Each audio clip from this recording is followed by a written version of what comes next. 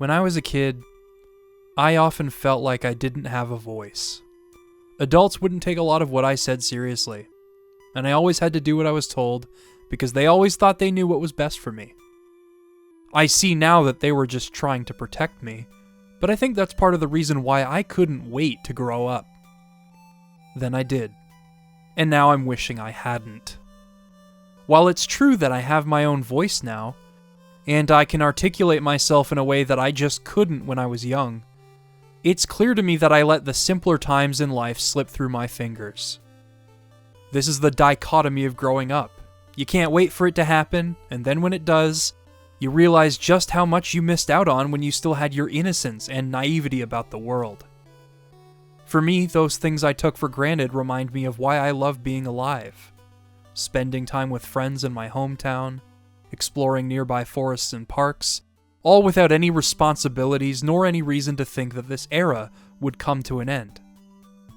For me, the transition out of that period of my life was swift and abrupt, as something happened that molded me into the person that I am today. That is why childhood is such a sacred thing to me, something I think everyone should cherish.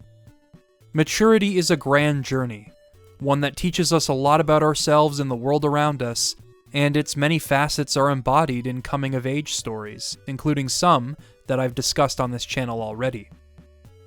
But the series I wanted to talk about today managed to perfectly capture everything I just discussed through some unorthodox and beautiful methods intrinsic to video games. It gave each of its young protagonists a voice, and those voices would be used to save the world.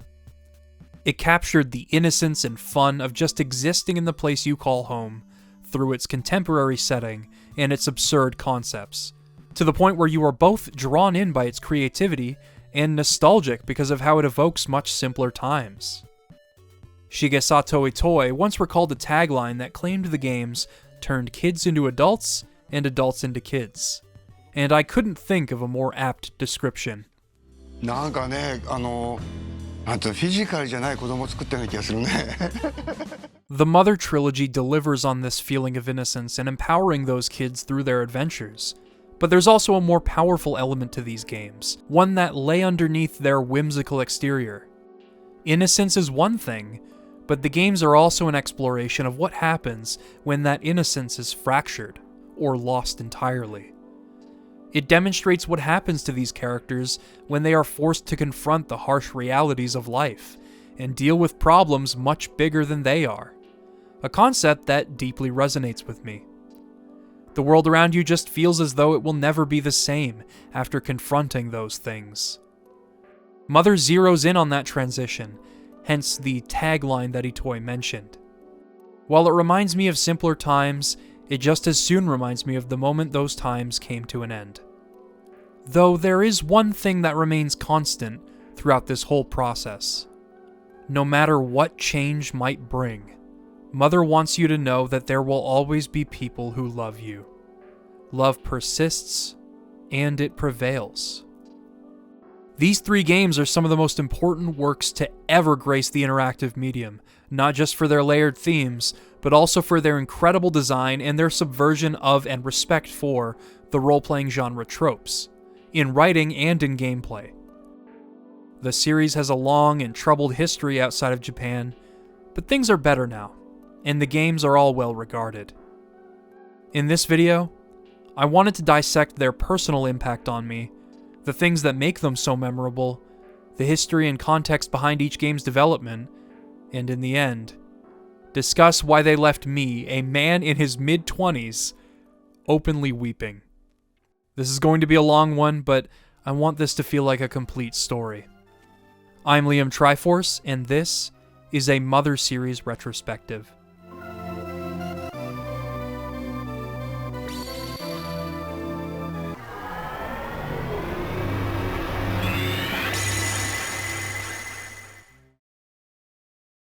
Typically, a lengthy retrospective like this begins with some background about the games in question. I've written these countless times, and they can often contain information a lot of people already know. My aim is to contextualize a game's development, as well as the time period it was released in, but with Mother, it is impossible to really grasp that unless you lived in Japan when Shigesato Itoi was at the top of his fame. So for this section, I wanted to get inside the mind of the Shigesato Itoi that Japan knows. We know him for the Mother series, and perhaps even as the original voice for Satsuki and Mei's father in My Neighbor Totoro, but his career remains largely unknown outside of Japan. In fact, his career as a copywriter is boiled down to a single sentence on his English Wikipedia article, while the Japanese article is more thorough. In the context of the Mother series, this is quite fitting.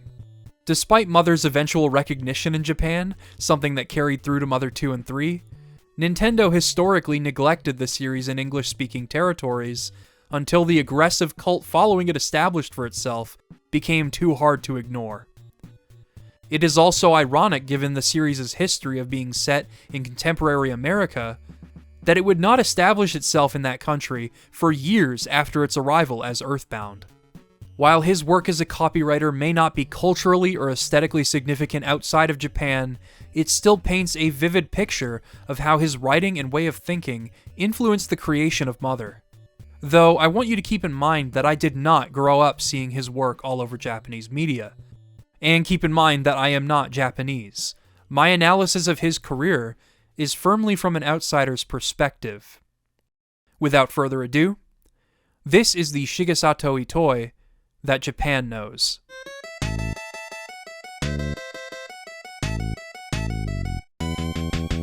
Shigesato Itoi was born on November 10th, 1948, in Maebashi, Gunma, Japan.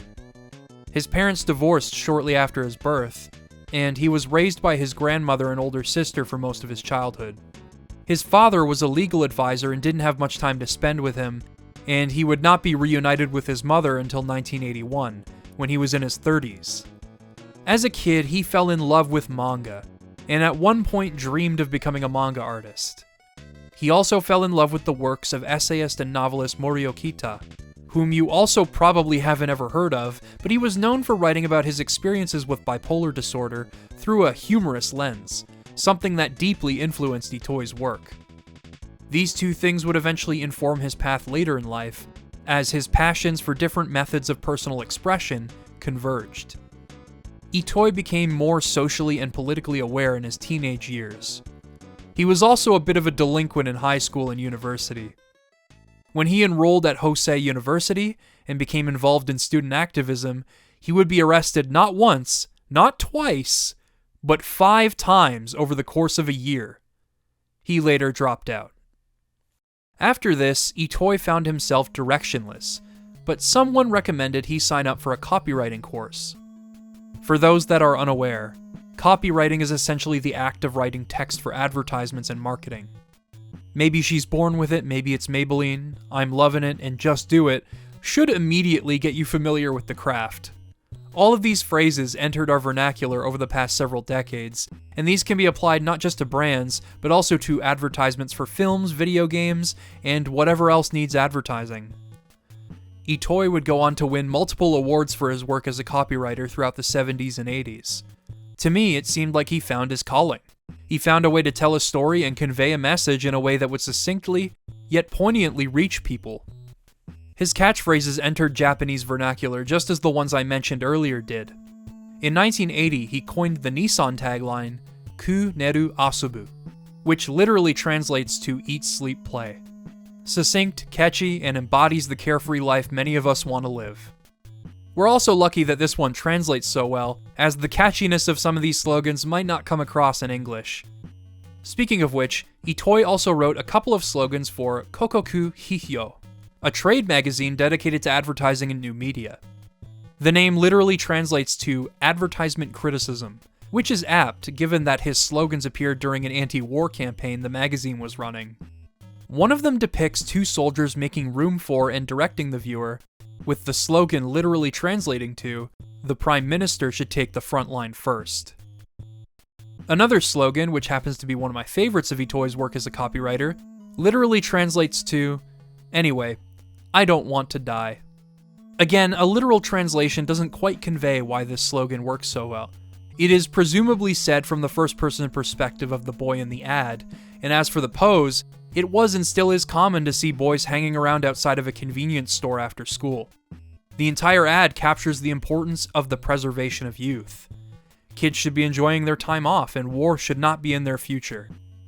Perhaps his most famous work as a copywriter came with the slogans he wrote for Studio Ghibli. As mentioned, he had a voice role in My Neighbor Totoro, but he was the copywriter for their films throughout the 80s, 90s, and even the 2000s. My Neighbor Totoro featured the slogan, "These strange creatures still exist in Japan." Probably. Grave of the Fireflies had, at age 4 and 14, they thought to live. Kiki's Delivery Service is probably the most recognizable of them all, to the point where it was even referenced in Mother 3. It translates to, "I've been depressed at times, but I'm well."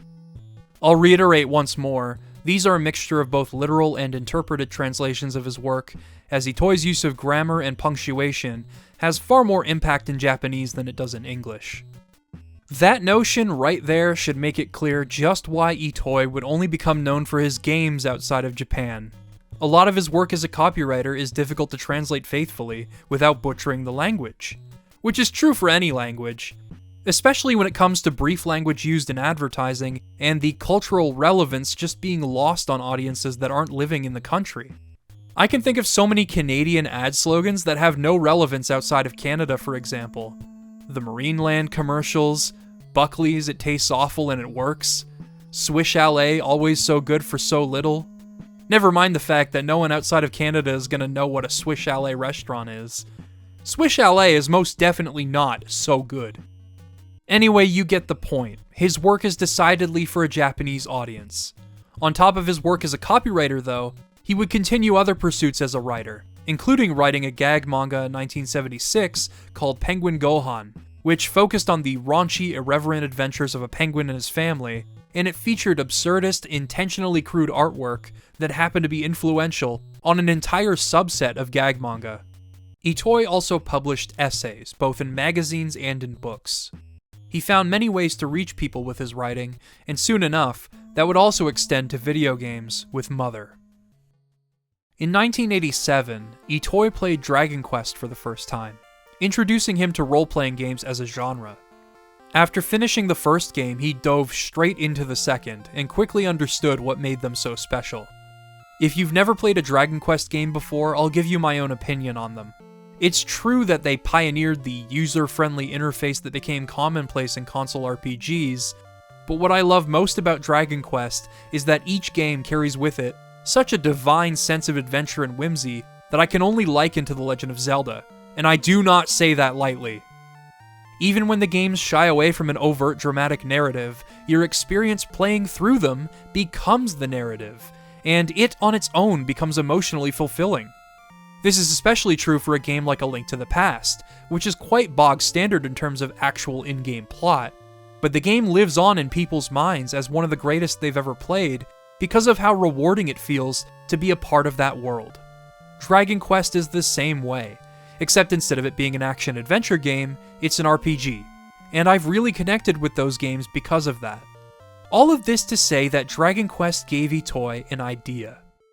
An RPG set in contemporary times rather than a medieval or fantasy setting.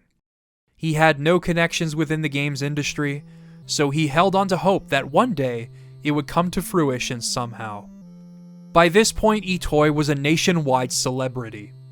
While most advertising companies go through agencies to come up with slogans, Itoi's work allowed people to put a face to the slogans they were quoting every day. On a late-night talk show that aired in Japan in the late 80s, Itoi publicly defended video games at a time where they were being nebulously criticized for simply existing, much like manga was or rock and roll. Apparently then president of Nintendo, Hiroshi Yamauchi, saw this program and ordered Yoshio Sakamoto to invite Itoi to work on advertising for a Famicom Disk System dating sim they had in production. As an aside, this dating sim featured the combined talents of Yoshio Sakamoto of Metroid and Hironobu Sakaguchi and Nobuo Uematsu of Final Fantasy. I'm not kidding. One of the coolest things I learned while researching for this video. Itoi saw this as an opportunity to have his idea realized. While at Nintendo, Itoi set up a meeting with Shigeru Miyamoto. and pitched the basic premise for Mother. He suggested psychokinetic powers as a means of fighting enemies, rather than arming the kids with firearms or other weapons, and the present-day America setting. Now, if you didn't know, Miyamoto is famously a detractor of the role-playing genre. He dislikes their primary progression being dictated by experience points, and prefers experience to be gained through the player's own improvement. To say that this would be a hard sell for Itoi is putting it lightly. Thankfully, Miyamoto has also thought outside of the box for as long as he's been making games, for better or worse. This very way of thinking distinguished the original Zelda from other games like it, and he saw the potential in Itoi's ideas, but he still rejected Itoi's proposal.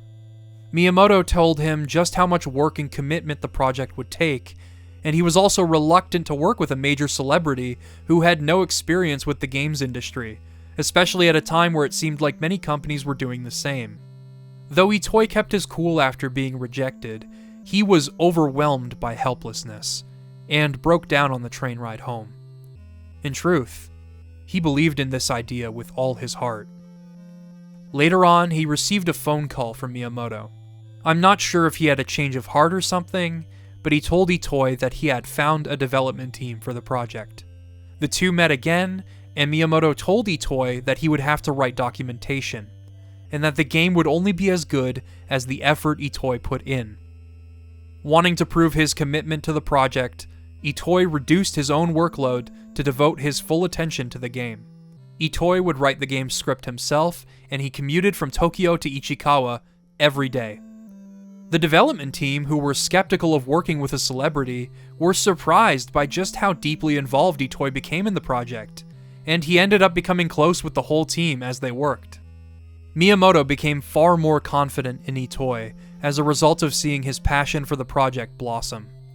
Development took 2 years, with the company Ape being founded close to the end. Itoi would serve as director for the company until it was rebranded as Creatures in 1995. The name Mother would not be decided on until late in development, and it ended up being evocative of a few things. First, the word mothership, which represented the central plot revolving around an alien invasion. The term Mother Earth, and another element crucial to Itoi's own life, the absence of his mother during childhood. The game shares a name with a 1970 John Lennon song of the same name. Itoi is a huge fan of the Beatles, and the song in question moved him to such an extent that he used it as the final name for his game. Ultimately, it gave the game a very warm and comforting allure in Japan, especially coupled with its unique setting, being kids in a satirical depiction of America. It was unlike anything of its era. This is such a great commercial. Featuring a vocal rendition of the 8 Melodies theme, the kids take down a giant robot and set off for Mount Itoi. Yes, Itoi really did name a mountain after himself in the game. It is beautifully directed. It goes beyond merely being an advertisement to the point of being a melancholic and faithful tribute that perfectly encapsulates Mother's late-game atmosphere, and especially how it feels to make it that far in the game. As you probably noticed, it featured child actors portraying Ninten, Anna, and Lloyd. Though many have tried to uncover the identities of these actors, only recently has one of them come forward. The woman that played Anna. 35 years later, her daughter made a post on the EarthBound subreddit, and eventually she recorded a video confirming that it was indeed her that played Anna. As for Ninten and Lloyd, only time will tell. The advertising slogans "No Crying Until the End" and "Guaranteed Masterpiece" were created by copywriter Hiroshi Ichikura. It is quite bold to call a game a guaranteed masterpiece, and while Mother may be a flawed game, it is quite beautiful. As for the former slogan, we'll talk about that when the time comes. Mother also presented a unique opportunity to actually introduce Itoi's work to American audiences, with its idiosyncratic portrayal of America and satirical take on RPG conventions. An English localization of Mother was completed in 1990, adapted into English by Phil Sandhop, as EarthBound, and yes, that is 2 words instead of just 1, contrary to the eventual English title for Mother 2. The title was likely changed as, sadly, Mother probably would not have played to American tastes in games.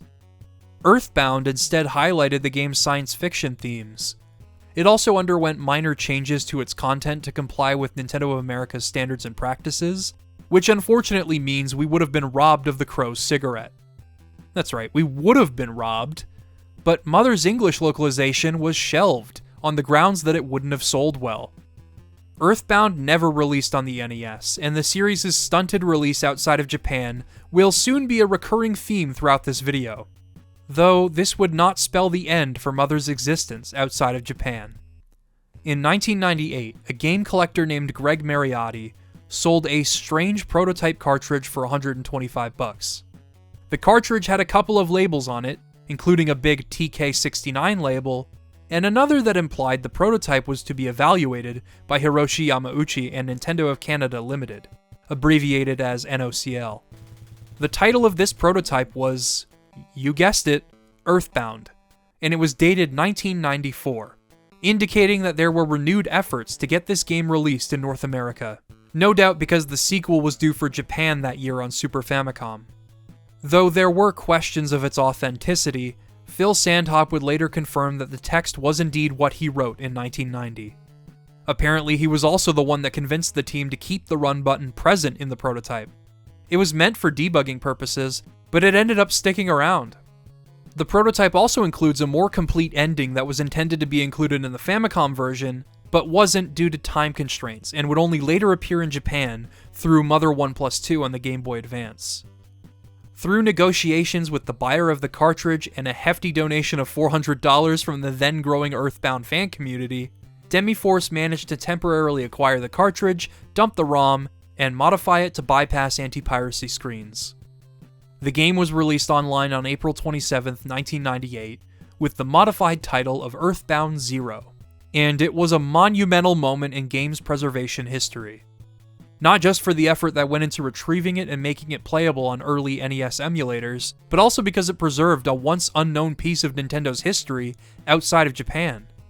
Multiple prototypes have surfaced since 1998, with them trading hands numerous times, and I can only wonder how an unreleased Nintendo game like this managed to leak outside of their headquarters to this extent, as well as how many prototypes might still be out there. This prototype would later be released as EarthBound Beginnings on the Wii U eShop, with no changes whatsoever, in 2015, 25 years after its cancellation. No doubt thanks to English-speaking Mother fans demonstrating their ravenous support for the series. More on that later. For now, let's look at Shigesato Itoi's debut as a game director.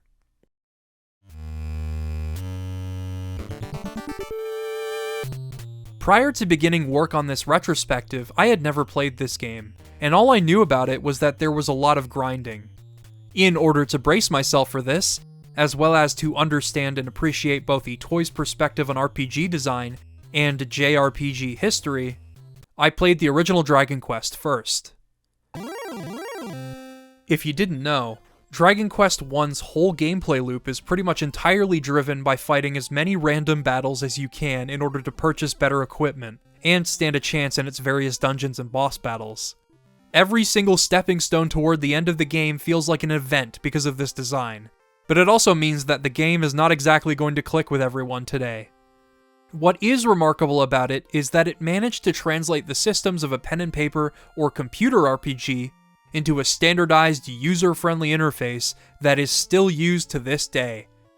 It doesn't hold up as well as something like Dragon Quest III due to its lack of party members, limited strategy, and aforementioned focus on mindless leveling, but at the time, it sent shockwaves through Japan, and because of this, Mother's entire battle system is essentially lifted from Dragon Quest.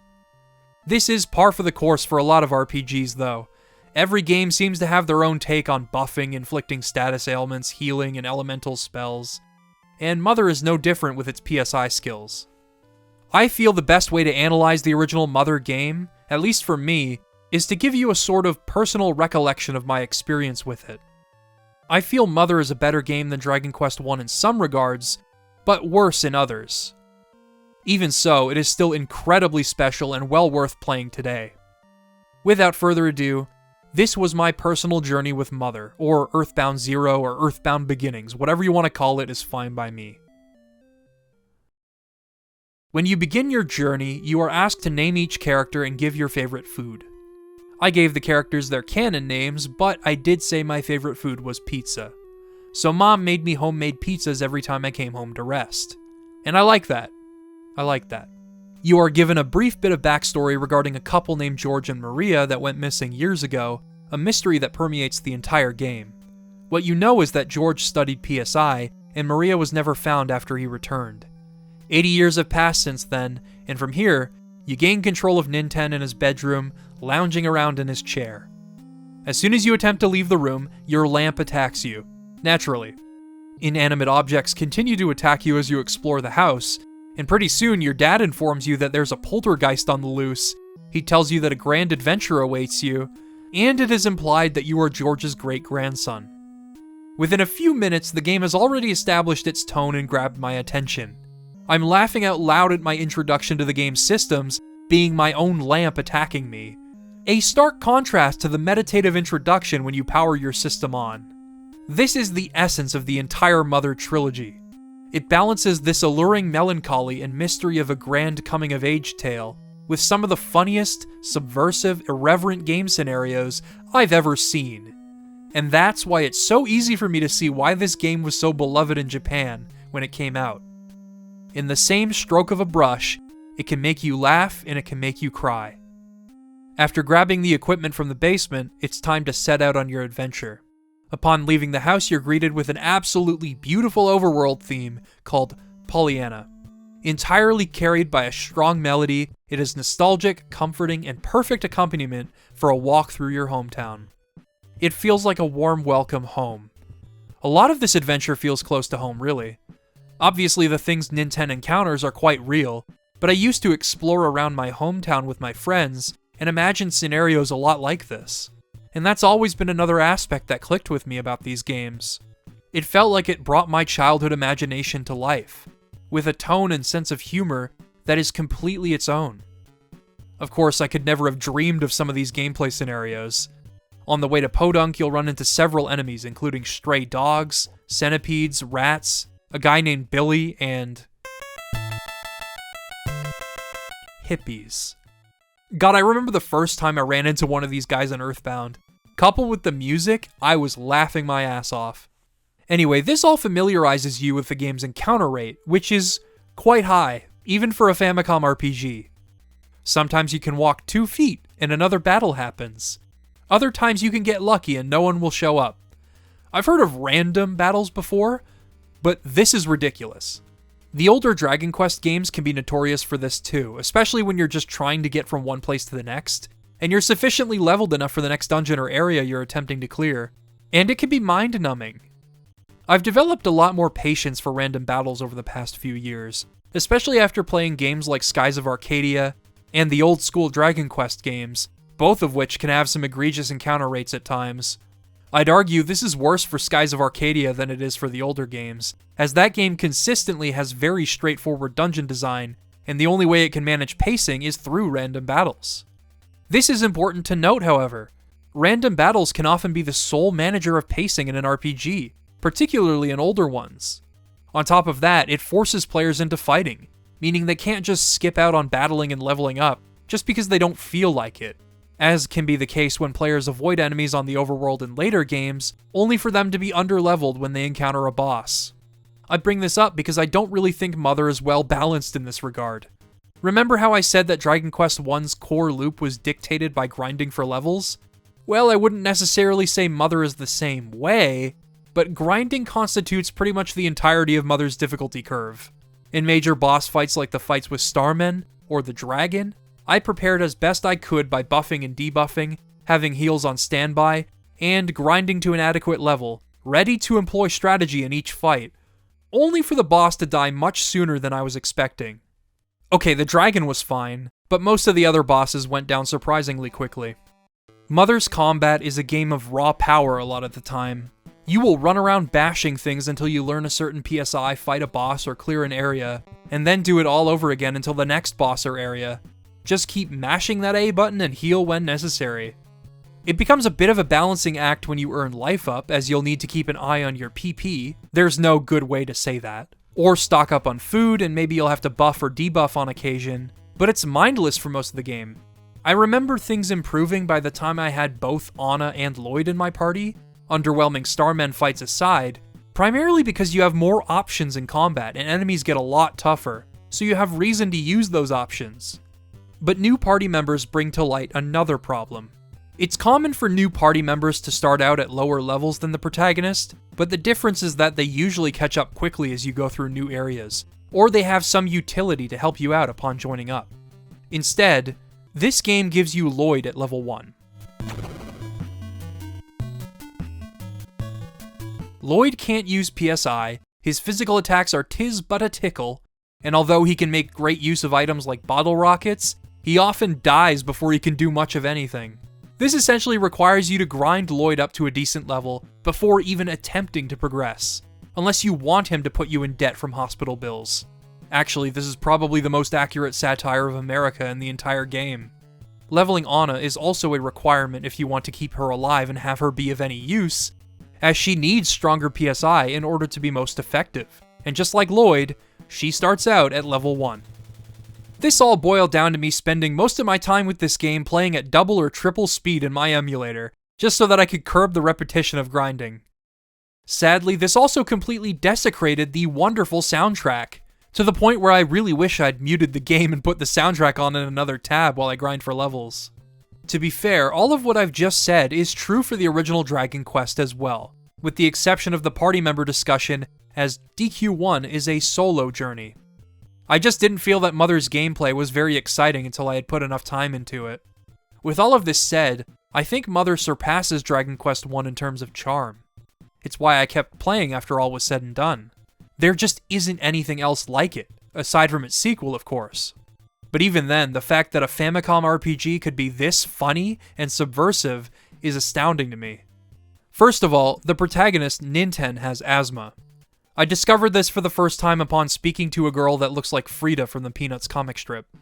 Apparently this was the first aspect of Ninten's character that Itoi came up with, as he himself has asthma and coughs when lying down. He would play Mario when he couldn't sleep, and believe it or not, it was for that reason that he wanted to work with Nintendo in the first place to develop Mother.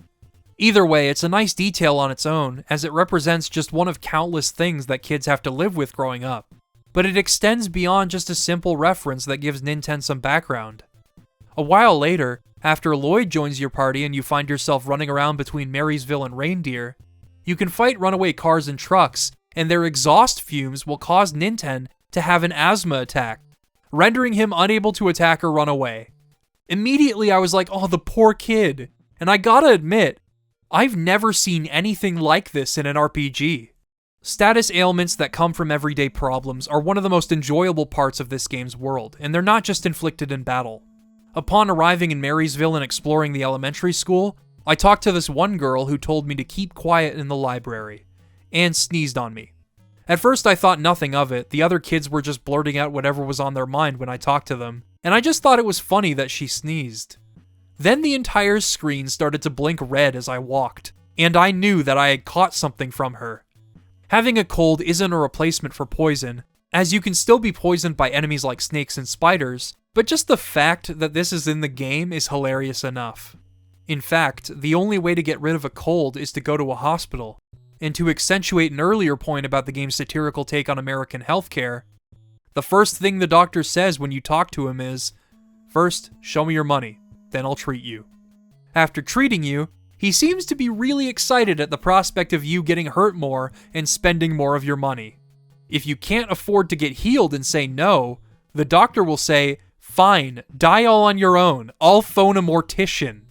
I found myself laughing out loud at various moments in this game, even while playing alone. Perhaps the funniest moment in my playthrough was when I stumbled upon this elderly chap's house in the middle of nowhere. He lost his dentures, and they happened to be rusting just outside of his house. As a reward, the guy fills every single empty inventory slot I have with mouthwash. I wanted to cry, I was laughing so hard. This is the kind of thing that defines video game comedy to me. Most people think of that as being driven by dialogue, but I think the funniest moments in games often come from the ways they use their uniqueness to convey a joke, like this moment, or the physical comedy of ragdolls, or the perfect comedic timing of gameplay moments that have you in tears from laughing. Also, it is definitely an infinite money strat because you can keep buying and selling mouthwash forever. I'm going to give an honorable mention to this moment where you can buy a drink in LA, somehow, despite being very obviously a kid, and then you end up getting arrested with your weapons being confiscated. It was staged like a honeypot, dude. A honeypot for catching 12-year-olds trying to buy beer. Speaking of which, the way the adults treat these kids always felt pretty accurate to my experiences in childhood. Generally, the way they speak to Ninten and the others is quite dismissive, as if the kids don't know anything. No one takes them seriously, and they often say really strange and intimidating things, except for Ninten's parents, which is nice.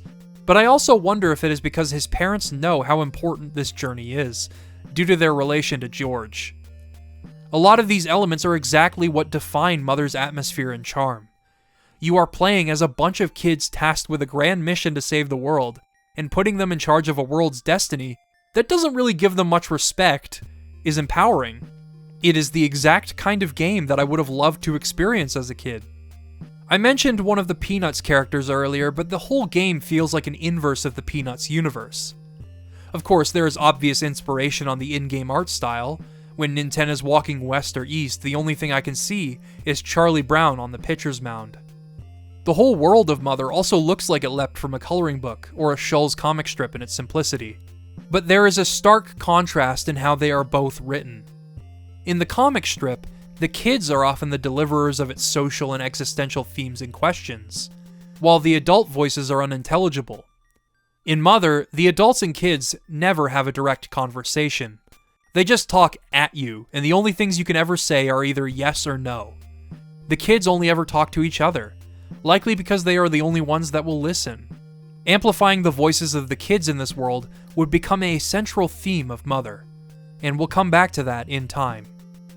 Before that, I want to talk a little more about the things that made the game so memorable, both the good and the bad. Navigation of the overworld is typically fine when you follow the paths that are paved for you, especially with the help of this map and the dialogue from townspeople, but it can be a little unclear at times. While the general locations of towns are marked on your map, stitching those locations together is kind of a shot in the dark most of the time, especially later on. For example, some random girl in Spokane's east side gives you a key for a mansion, but this mansion ends up being completely optional. From here, you're actually supposed to go to Yucca Desert, and good luck figuring that out on your own. Generally, though, I was alright navigating through this game, with the exception of dungeons and their equivalents. While it is fair for dungeon design to feel maze-like in an RPG, particularly when random encounters are plentiful, so that the dungeon isn't over in an instant, Mother just goes way overboard with this. From the graveyard to the swamp to the godforsaken factory dungeon, figuring out how to solve these dungeons while looking for items and not dying is a test of patience, especially with the random battles. The factory dungeon is particularly rough, not just because everything looks the exact same, and it's way too big for its own good, but also because Lloyd is designed to use items as his primary method of engaging in combat, and him staying alive through to the boss is entirely dependent on how much you've leveled him up through grinding. To mitigate the long walks between towns, you can create warp points with crumbs, which is one of the goofiest mechanics in Mother, hands down. When I first obtained bread, I assumed it was a health restoration item, and ate it when my health was low. As it turns out, the use and eat commands are different for a reason. I know this because I tried to eat my cash card at one point early on. I don't know why, I just did. Anyway, if you use the bread instead of eating it, you will leave a trail of crumbs that you can follow later on. This becomes your fast travel system. It's unorthodox and it's really funny as a parody of methods typical of the genre like Zoom and Dragon Quest, but it is also quirky to a fault.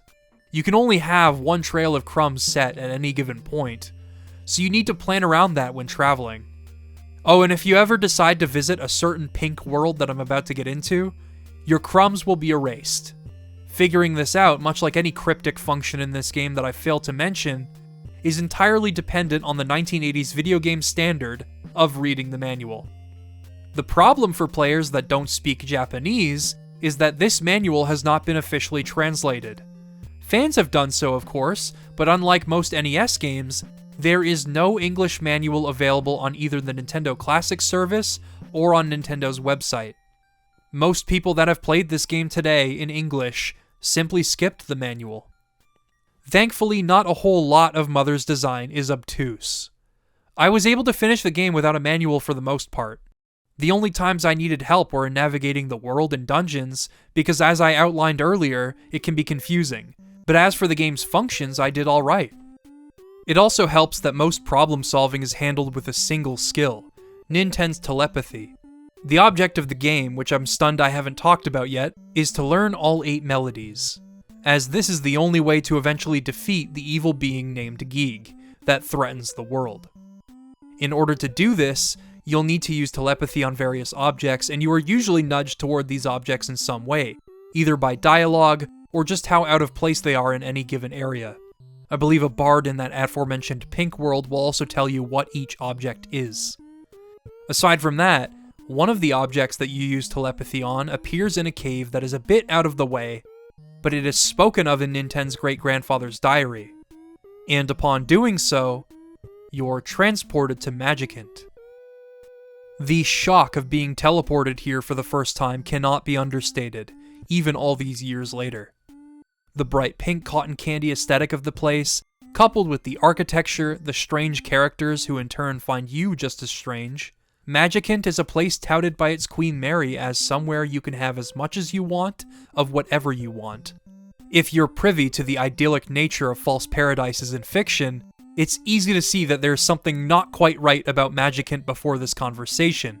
But also, the Queen's name is quite similar to Maria, George's missing wife. Funnily enough, the game does everything it can to convince you of its false paradise through gameplay.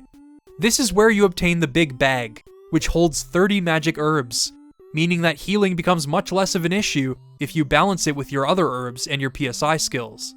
You can also purchase all of the best equipment the game has to offer here, meaning that every time I obtained a new party member, I came here to buy a magic coin and a gold ring to buff their defense and protect against magic each and every time.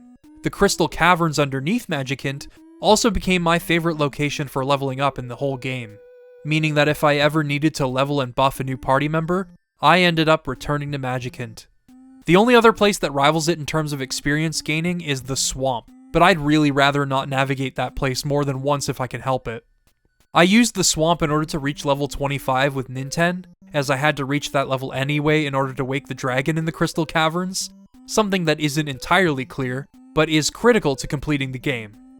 To its credit though, the dragon fight was some of the most fun I had with the original Mother's combat. As you can tell, Magicant quickly became a central hub for me, and I was delighted to return to it each and every time. And yet, it is meant to be an unnerving utopia, in spite of that. The music complements this place's atmosphere beautifully, immediately becoming one of my favorite pieces of NES and Famicom era music. The atmosphere of Mother is an extension of what makes it so charming. With each new town, the little details set them apart from the rest. Take Snowman, for example, the town where you recruit Anna, whose mother has gone missing, with the lovely music feeling emblematic of the snowflakes falling on this town. There's also Youngtown, a place where all of the adults have been taken by Geeg, and the kids are left to fend for themselves. A baby here inexplicably happens to be the one to teach you how to teleport, in yet another unforgettable moment. So yeah, you don't use bread the whole game. Then there's Spokane, a completely run-down town that is designed to feel unsafe. Enemies can even attack you while you're in it. In other words, it's like Detroit. For a game with decidedly simple graphics and one driven by its contemporary setting, I still remember the moment-to-moment occurrences. I remember this game for that time I drove a tank through a desert to obliterate the robot guarding it. I remember it for the times I had to bring Lloyd and Anna up from level 1. I remember it for when I got lost and stuck in the factory in the swamp. I remember it for everything I've mentioned in this video, good and bad. For better and for worse, I will never forget my playthrough of this game. By far the most memorable and enjoyable part of my playthrough came with the recruitment of Teddy and everything that followed. After performing at a bar in LA, the same place where you can get arrested, you will be confronted by Teddy, and he'll say you beat up his friends, Whether or not this actually took place doesn't matter, you're getting into a fight. He might seem intimidating, but the fight ends just as quickly as it began. Teddy joins you in order to avenge his parents, who died by the hands of wild animals on Mount Itoi. He kicks Lloyd out of your party in order to do this. I was laughing when this happened, and you really feel the impact of Teddy's presence in the party thanks to his raw power, and the fact that he doesn't start out at level 1. Incidentally, this is also where I felt the gameplay of Mother was at its best most consistently, as the enemies were tough and the battles required genuine thought in order to survive. There were moments here and there where it took some strategy and planning to win, like with the dragon, the swamp, and the factory, but as I've said, it was mostly mindless bashing, and those areas were mostly marred by how annoying they were to navigate. Mount Itoi felt like the framework had been set for what the game's sequels would eventually accomplish. Also, I don't necessarily think this had a lot to do with Lloyd being kicked out, although it is really funny just how much easier the game is with Teddy in your party. Lloyd could still be useful if you knew how to use items effectively, especially as a healer, as it gave Ninten and Anna agency to use powerful PSI and other attacks. The flexible utilization of these party members would also inform the sequel's characters, as demonstrated with Jeff, Pooh, Duster, and Boney. At the base of Mount Itoi, Teddy gives Ninten and Anna some time alone together. Anna asks Ninten to stay with her, and the two share a dance. While there isn't much development between the two throughout the game, Anna did dream about Ninten's arrival before you recruit her, and the bond you share through those gameplay moments where Ninten lands a critical hit, or Anna lands a powerful PSI move, or Lloyd heals or uses an item just in time, is the kind of development intrinsic to video games, and why this scene still resonated with me. It is a sweet moment entirely carried by the music, and their subtle little movements around the room. For an 8-bit game, it conveys everything it needs to. It was here where I began to realize what this game was really about, but we'll talk more about that soon. First, something important happens immediately after this scene. The same robot you once humiliated in the desert is back with a vengeance. It effortlessly takes down all three of you, and when all hope is lost, Lloyd returns to save the day. Unfortunately, Teddy is gravely injured in the battle.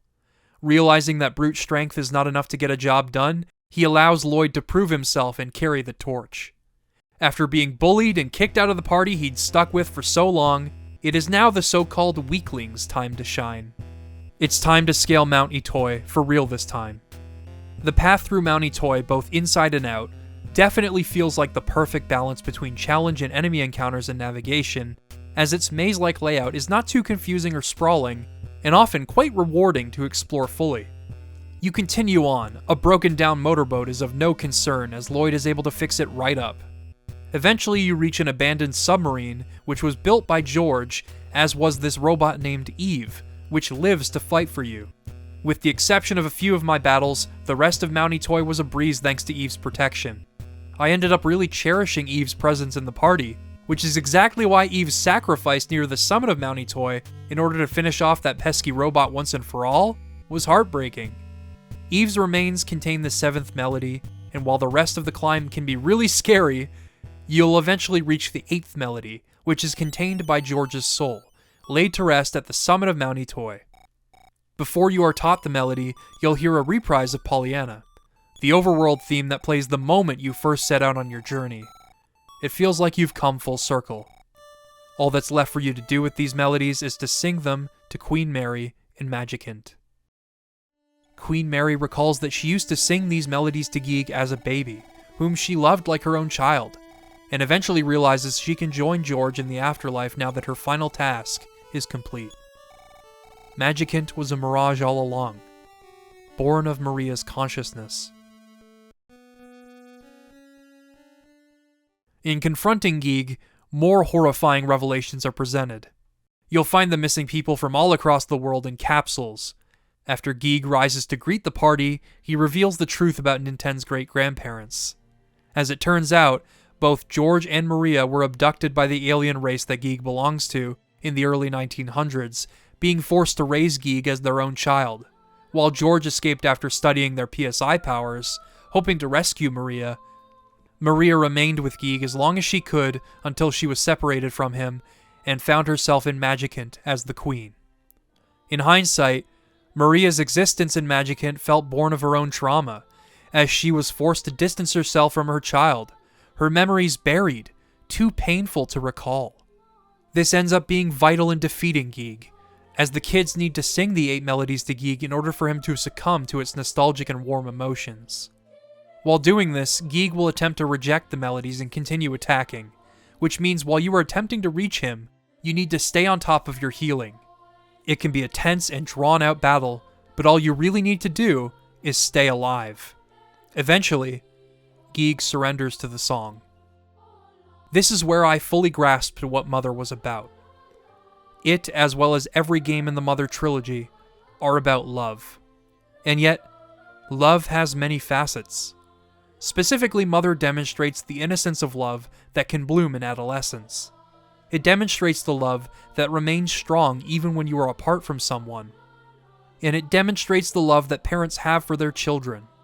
The 8 melodies exist long after that person Geeg loved was gone, reminding him that although he'll never see her again, that love she had for him will always be with him.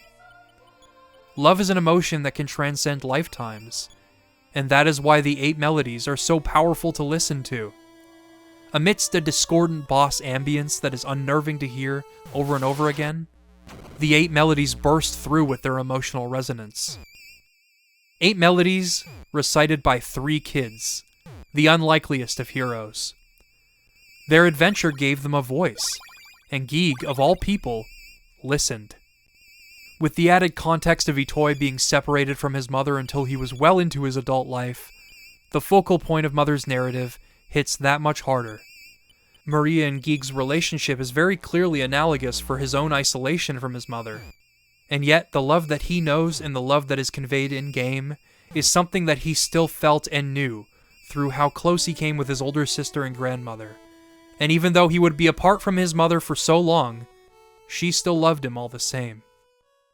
The epilogue sequence is beautiful. It reunites Anna with her parents, Lloyd is hailed as a hero back at school, and Teddy turns out to be doing just fine. In the original Famicom version, the game just ends after the boss is defeated, meaning that Teddy's fate was left up in the air. Absolutely painful. After Ninten heads to bed, the game closes on his father trying to reach him, as the 8 melodies play in the background. Thus ends the original Mother. Though its ill-fated release overseas is a shame, Mother left an impact of its own in Japan. Not only did it give a satirical glimpse into a culture that most in Japan never knew, especially not in video games, satirizing elements of role-playing games that were common at the time, Mother also contained a brilliant and emotional story. One that not only allowed kids to identify with its protagonists and perhaps feel as though they could accomplish what Ninten and the gang did, but it also conveyed something that Itoi felt for so long, having been apart from his own mother. And to be honest, even with all of this game's problems, it got to me. In the depths of my despair, it can be quite difficult for people to reach me, just as you have to fight to reach Geeg and let him know that his mother's love is still with him. As I fought to stay alive in this fight, I was fighting to let Geeg know that he is loved. And upon realizing this, I felt tears welling up in my eyes. That "no crying until the end" slogan started to make a lot more sense. There were moments here and there in Mother that were designed to be emotional, but the catharsis that comes from a good cry after all is said and done is second to none. I felt great about reminding Geeg of his mother's love, as I had been there myself from time to time. Sometimes, we just need to be reminded that we are loved. This notion would be the foundation for both subsequent Mother games.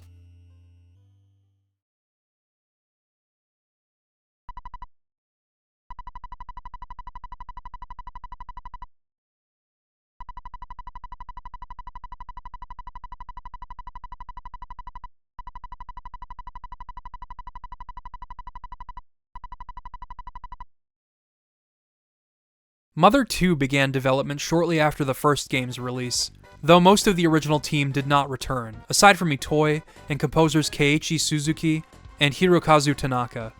The game also received development support from HAL Laboratory, now known for its work on Kirby. This also meant that the head of software coordination at HAL, Satoru Iwata, would become lead producer on the project. He would become president of HAL during the game's development. Famously, the game faced cancellation numerous times over the course of its prolonged development period, upon which Satoru Iwata took it upon himself to join the team as a programmer. Reflecting on this, Itoi said that Iwata practically resolved the problems the team was facing, and the game ended up releasing in 1994 on the Super Famicom. Iwata was an extraordinarily talented programmer, with many developers saying his efforts directly contributed to their game actually being released. Along with being instrumental in the programming of multiple NES games, Iwata created a set of compression tools for Pokemon Gold and Silver's graphics, ported Pokemon Red and Green's battle system into Pokemon Stadium in just 1 week, and laid out a plan for the localization of the games, leading to Pokemon becoming a phenomenon in the West. It is very likely that without him, we may have never gotten to play Pokemon in English, a sentiment echoed by the president of the Pokemon Company, Tsunekazu Ishihara. Without Iwata, Mother 2 may very well have been cancelled. After the game's Japanese release, Nintendo of America picked the game up for an English localization, and this time, it actually released. As plans sadly fell through for the first game's localization, Mother 2 would end up taking on the English title of its older sibling in the end. EarthBound, this time as one word. Dan Osen, known for his work translating Zelda games throughout the 1990s, began working on the game in late 1994, but he was called to work on another project. Though he contributed a few lines to the final game, including, say, Fuzzy Pickles, the vast majority of EarthBound's English script was written by Marcus Lindblom. Though he worked on a few games at Nintendo, including the ill-fated Star Fox 2, EarthBound would come to be known as his magnum opus. Much like Mother, EarthBound was written from a satirical outside viewpoint of the United States. In order to translate that to an American audience, Lindblom opted to just make the dialogue as bizarre as possible, a direction that was encouraged within Nintendo, though he himself sought to be faithful to the original work. This kept in tone with the tongue-in-cheek vibe of the original Japanese script, where conversations always seemed to have this sarcastic edge to them. This would then be preserved in the English translation. As with Mother's English localization, certain elements of the game were censored or removed due to Nintendo's standards and practices at the time, but surprisingly, the music did not receive many changes. Thanks to the Super Nintendo's sampling capabilities, EarthBound's soundtrack features multiple samples and musical references throughout the game, a few of which we will mention as we go along. While copyright laws differ between the US and Japan, I thought that EarthBound's numerous musical Easter eggs, which feature the likes of the Beatles and Chuck Berry, would almost certainly not fly here, especially given the troubled re-release history of Sonic the Hedgehog 3 and its soundtrack, a game that had direct involvement from Michael Jackson and his frequent collaborators. But to this day, no litigation has come from EarthBound's sampling. EarthBound released in North America on June 5th, 1995. The Nintendo Switch 2's launch date coinciding with the 30th anniversary of EarthBound's North American launch is probably a freak coincidence. Probably. EarthBound's North American launch is sadly infamous for being a complete and utter flop. When EarthBound launched, it was accompanied by an irreverent marketing campaign that emphasized the game's sense of humor, most famously with a scratch-and-sniff Nintendo Power advertisement that I haven't smelled myself, but I've heard that it wasn't pleasant. Also, let's talk about the slogan that went with this ad, because this game stinks. If Guaranteed Masterpiece was a bold slogan, then this one is just brash and overconfident. I can respect unorthodox thinking in advertising, but this is just a gross and disrespectful way to attempt to sell EarthBound's qualities. While Nintendo of Japan did dabble in some goofy advertising as well, hiring Takuya Kimura to promote Mother 2 due to how recognizable his face was, hell, Mother 3 did the same thing with Ko Shibasaki, these advertising campaigns very much made sure to focus on the game's qualities. In fact, one of the slogans for Mother 2 in Japan focused on its wide appeal. That was obviously not the focus in America. Video games were for teenage boys and no one else. That was just how things were back then. And do you want to know how much Nintendo of America spent on this campaign?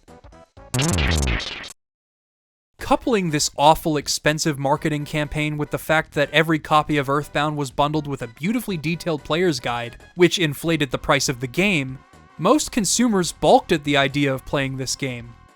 Unfortunately, this all meant that EarthBound was a commercial failure in North America. Due to this, the fact that it was a late Super Nintendo release, and the fact that it would need to be translated into multiple other languages from here, the game never released in Europe. Critics were also quite lukewarm on it at the time. I'm just going to chalk that one up to the fact that critics had a pretty close-minded view of what games could be, putting a huge emphasis on technically impressive graphics over stylistic deviations or idiosyncratic qualities. Thankfully, things have changed. Tastes have evolved. EarthBound had its fans at the time, few as they may have been. In a year where Chrono Trigger was sweeping RPG awards, EarthBound was awarded RPG of the Year by Game Fan magazine. Most importantly of all, the people that enjoyed the game for what it was all congregated on sites like Starmen.net and EarthBound Central, and I will cite these fan sites as being solely responsible for EarthBound's current status as a cult classic outside of Japan. The EarthBound community has gotta be some of the most passionate and dedicated fans of a video game I've ever seen.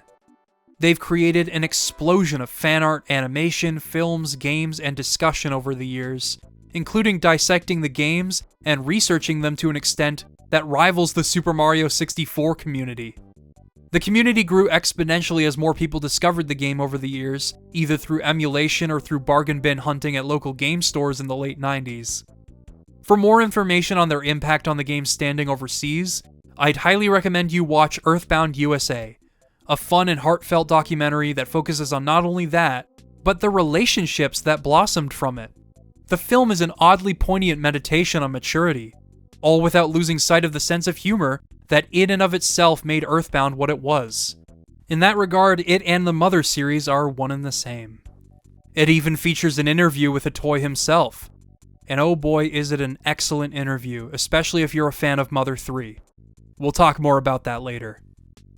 The protagonist, Ness, would go on to feature in the Super Smash Bros. Series, but EarthBound itself would not be re-released for many years. Naturally, fans lobbied for this to happen. It was rated by the ESRB for release on the Wii Virtual Console in 2008, but nothing ever came of this. It wouldn't be until 2013, nearly 20 years after the game's release in North America, that Nintendo would finally give the game a proper re-release on the Wii U Virtual Console, in not just North America, but also for the first time, Europe as well. This release came with its own trailer, a much more faithful form of advertising than its original campaign ever was, a digital version of the original player's guide, optimized for the Wii U gamepad, and it was priced higher than the average Super Nintendo game on the eShop, at $9.99 rather than $7.99. This did not deter the ravenous crowd, and the game became a bestseller. Finally, EarthBound had received the recognition it deserved, and some of Itoi's best work would resonate with the rest of the world. And now, EarthBound is rightfully regarded as one of the best RPGs ever made. As the angry video game nerd put it, "If God had a favorite game, it might be EarthBound." This would be how I first played the game. I bought it immediately, and while I liked it at the time for how different and nonsensical it could be, I didn't fully appreciate RPGs back then like I do now. It would only be after replaying it for this video, 12 years later, that I too would come to view it as a masterpiece.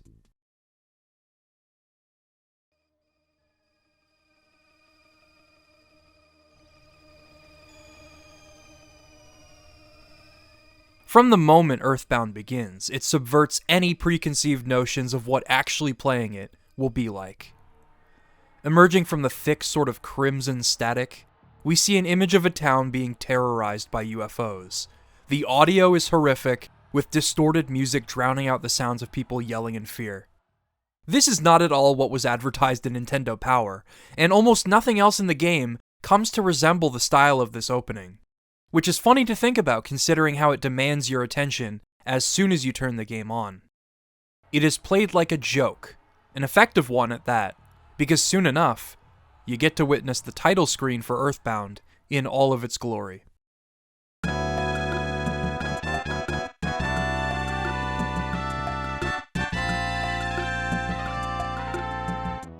It really speaks for itself. Both the title screen and the opening movie just fill me with so much excitement every time. The basic premise of EarthBound is largely the same as the original Mother, though it is a direct sequel in narrative. In another world similar to the one from Mother, this one being called Eagle Land, a young boy named Ness must set out on a journey to retrieve 8 melodies and defeat an evil alien. Along the way, he teams up with a few other kids, learns PSI, and encounters just as many ridiculous happenings as Ninten did. Perhaps even more than him. One thing of note is that although it might feel like a retelling of the first game in a new world, Gygus and Geeg are the same being. In the Japanese versions of Mother 1 and 2, his name is the exact same, Gigu, hence the subtitle Gygus Strikes Back. I'm not sure why they opted for a name change, but it does sound cooler in English than Geeg did. At least to me. More importantly, although EarthBound uses the same framework as the original Mother, navigation is much less of a chore due to its world design, its battles are far more enjoyable and require more thought than most of that game, and it is overall a much better execution of the core concept of the first game. My favorite thing about it, though, is that it never lingers too long on a single idea. It is constantly moving, which gives it a brisk pace, and nearly all of its ideas leave an impact in some way. If you've seen my Chrono Trigger retrospective, then you might recognize that these are very similar reasons to why I loved that game. I was really just starting to appreciate RPGs when I played Chrono Trigger, which is why EarthBound stuck out to me as well.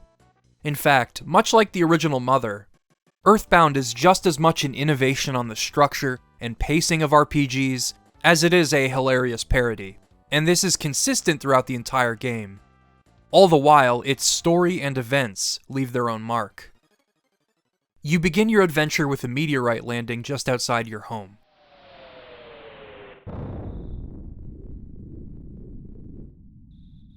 Though you are encouraged to go back to bed, your neighbor Pokey arrives at your door, telling you that his brother Picky has gone missing.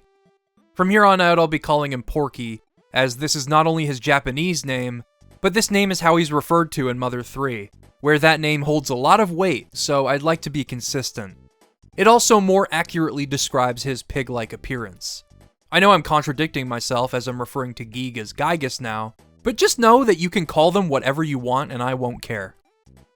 Upon reaching the meteorite, a little bug will emerge named Buzz, warning you of Gygus's devastation in the coming future. It sounds like what he's saying is pretty standard nonsense for the beginning of an RPG, but what gets me most of all is the emotional undercurrent created by the background music.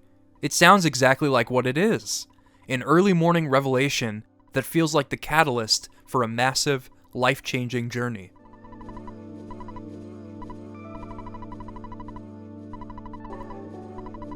This is what is most brilliant about EarthBound, as was the case for Mother. The dichotomy between absurdism and genuine, heartfelt emotion, and this moment sets the tone for the entire game. Porky isn't too thrilled about the idea of 3 boys and a girl being destined to defeat Gygus, and he and his brother head back home. On the way there, a Starman Jr. intervenes to prevent Buzz from changing the past, upon which Buzz demonstrates his power, protecting the kids from the Starman's PSI powers, and warning Ness of Gygus's influence over the people and creatures he will come across on his journey. And yet, when returning to Porky's house, Porky's mom kills Buzz like any other bug. I think we should be more worried about her than the Starmen. Buzz agonizes on the ground as his life comes to an end, and during this, he continues to remember various things that he wants to tell Ness. It seems like his speech is about to come to an end, but then he just keeps going. My favorite part is, "By the way, I'm almost gone, but did you want to hear the story one more time?" I guess you could prolong his life if you wanted to. It's also here where something core to Porky's character is established. The English script doesn't delve into this much, but Porky's parents are both abusive and neglectful. When Porky first meets up with Ness, he fears his father's wrath, and when they get home, Porky runs off to his room, where his father follows behind, and a distinct, sharp sound effect can be heard. This sound effect was altered outside of Japan, but it is almost certainly meant to represent Porky's father beating him. Porky's mother and father are not nearly as caring as Ness's parents are, wherein Ness's mom will make Ness's favorite food whenever he needs to recuperate, and his father makes sure to send him money as he fights enemies, and allows him to save his game. This neglect leads to Porky not just being rude to others, but also never really demonstrating any sympathy toward others. We'll be seeing Porky again at some point, though he might seem a little different. Either way, with all of the wisdom that BuzzBuzz has imparted, it is time for you to begin your adventure. The sun rises over Eagleland, and as the beginning of Pollyanna plays, the song quickly evolves into something of its own, establishing the comforting atmosphere of Onett. Oh, hold on. Time for a photo. No, but for real though. Onett's theme is something that often echoes in my mind as I wander around my hometown. I can't think of a better piece of music that simultaneously evokes the start of a grand adventure and also the feeling of exploring your hometown for fun. It is so cozy and nostalgic. And as for Pollyanna, that melody comes in whenever you return home to have a nice meal and rest up.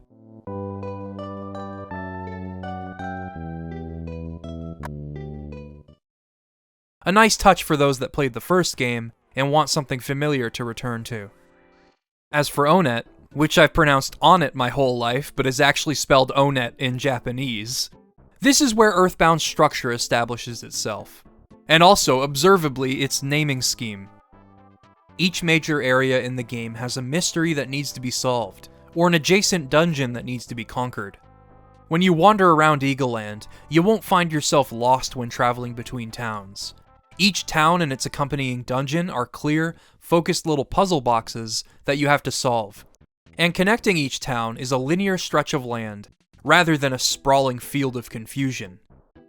Onett in particular is very focused, designed for players to explore, talk to people, and get a feel for the game so that they can continue to survive against enemies. This shouldn't be so bad, but in my experience, sometimes EarthBound will spawn a ridiculous amount of enemies and slow the game down to a crawl. It's funny, but also quite terrifying. You have to fight, earn enough money to buy equipment, and gain enough experience so that you'll be prepared once you fight Frank. Once you beat him in his robot, it's off to Giant Step.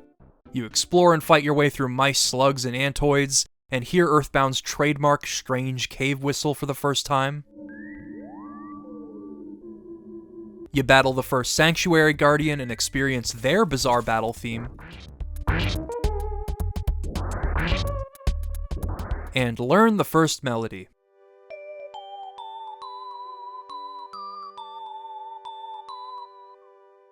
On the way back, enemies will run from you, as you are too powerful for them. That's another thing.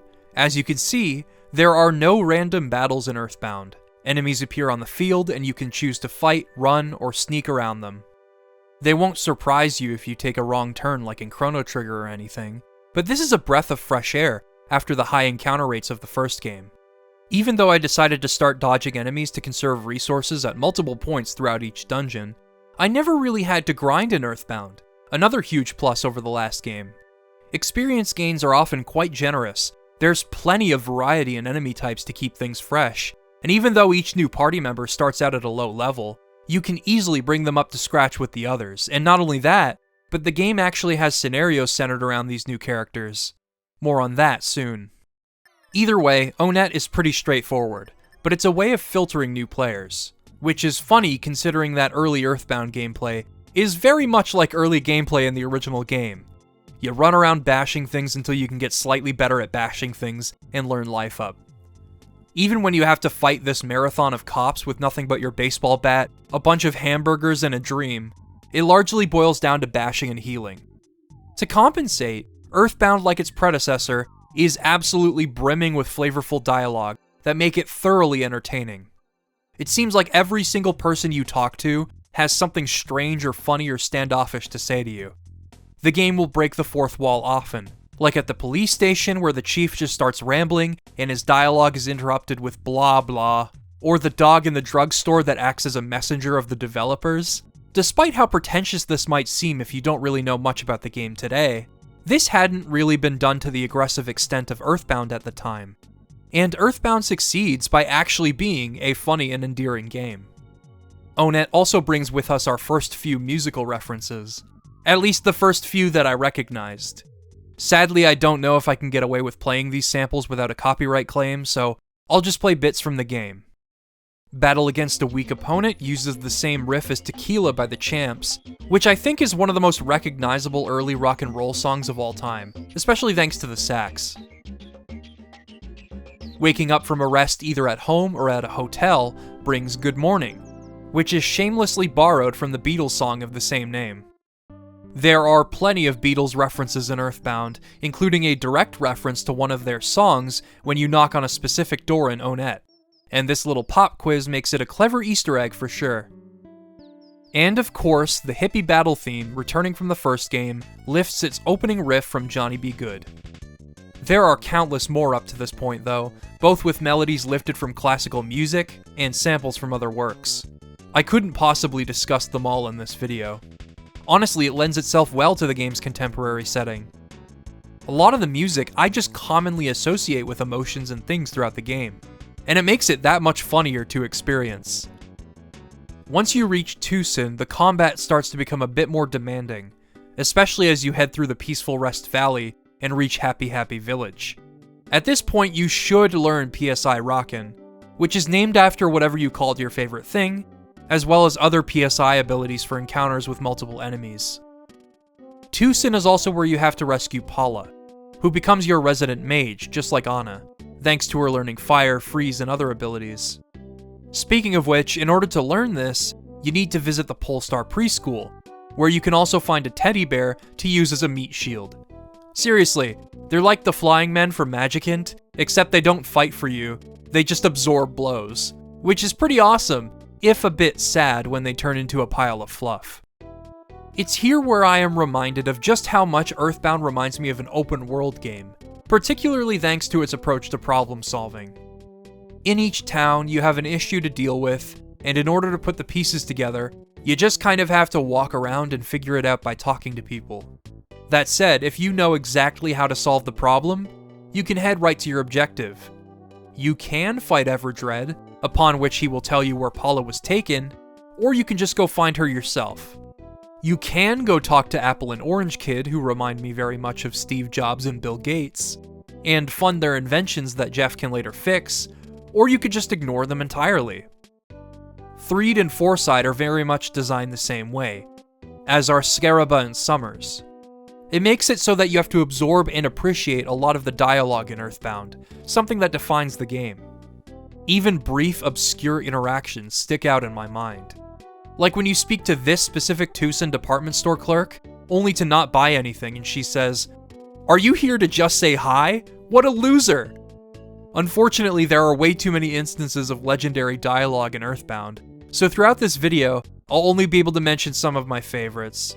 I'm sure you'll catch glimpses of great lines by simply watching me talk to people in this video, though. The best thing about EarthBound, though, is that with each town and each sanctuary comes a completely unique and completely bizarre focus. And because you are constantly moving from one place to the next, the game's brisk, road trip-esque pacing really reminds me of the Dragon Quest games. Applying that structure to a game that is decidedly self-aware and written and designed as a parody is just a match made in heaven. Perhaps the only way I can properly convey just how good EarthBound is at disrupting the status quo is by just commentating on my experience with it, sort of like a journal. I find that making just a general statement on EarthBound's variety and strangeness doesn't quite do it justice. I want to demonstrate just how extraordinary this game can be by chronicling my reactions to it. After making it through the Peaceful Valley, an area ironically full of enemies to wade through, you find out Paula has been kidnapped for her psychokinetic powers by the cult of Happy Happyists, who love the color blue. The Happy Happy Village has some really off music. Deliberately off-key, droning on and on, all meant to convey just how odd this cult is.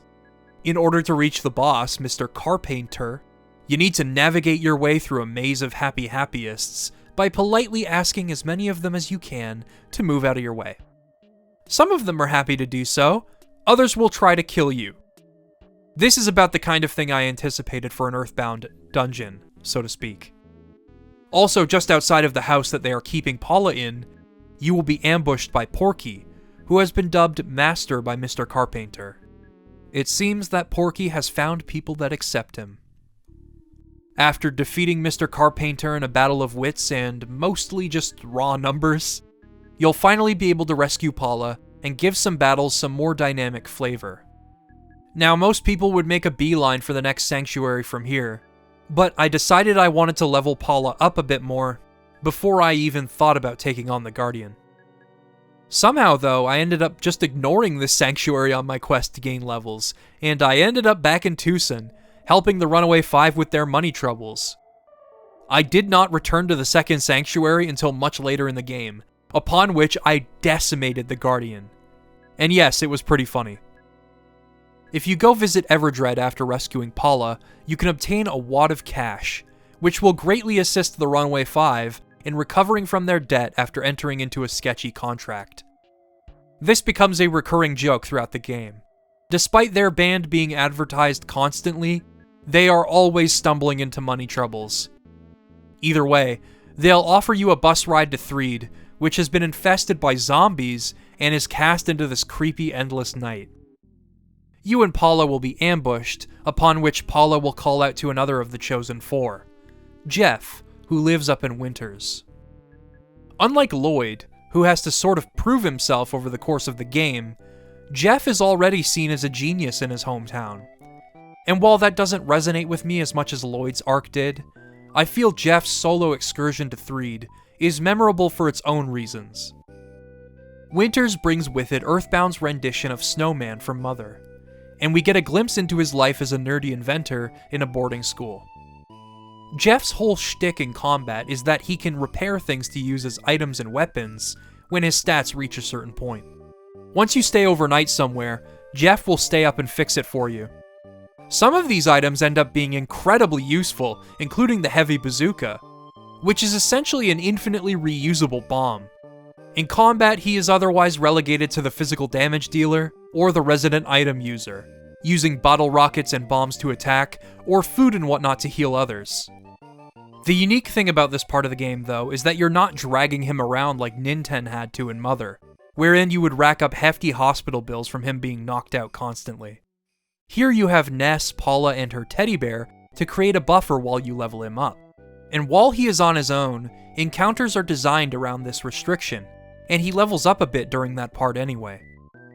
What makes this part especially enjoyable, though, are the things that happen over the course of Jeff's journey to meet up with Ness and Paula.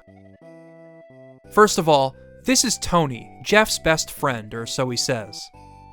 The relationship seems pretty one-sided, seeing as Jeff doesn't really respond to Tony at all, and Tony seems willing to do whatever Jeff needs.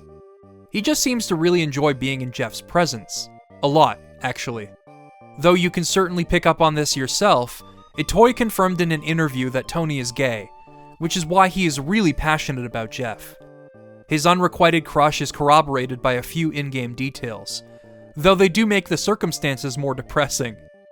Sadly, I don't think I have footage of these encounters, but if you talk to the kid that is sitting in the room full of cookies, you'll discover that Tony's birthday is the day after Jeff leaves Winters. The reason I didn't have footage of this interaction is because I stole all of the cookies he made for Jeff, not realizing they were for him. I am a monster. Also, at the end of the game, if you decide to speak to Tony, he'll lament on the fact that Jeff never calls him because he thinks that Jeff finds him annoying. The poor kid. I think Tony's existence is extremely important, as it continues Mother's focus on giving kids a voice. Jeff himself is shy, weak, and reckless, as he states when he introduces himself to Ness and Paula, but this isn't just to illustrate what Jeff is like in the context of the story. It's also an introduction to his applications in combat, and Jeff becomes quite useful when you play to his strengths in that regard. Tony has to carry this silent burden due to the social stigmas that were very much in place at the time, and I can't help but admire his existence as a character, especially for the kids that might have been going through something similar when playing through this game. There is one more piece to Tony's story, but I'll save that for the game's epilogue.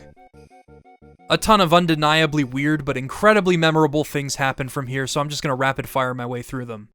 If you give this monkey a pack of bubblegum, it will summon Tessie the sea monster to help you travel to Dr. Andonuts' lab. Naturally.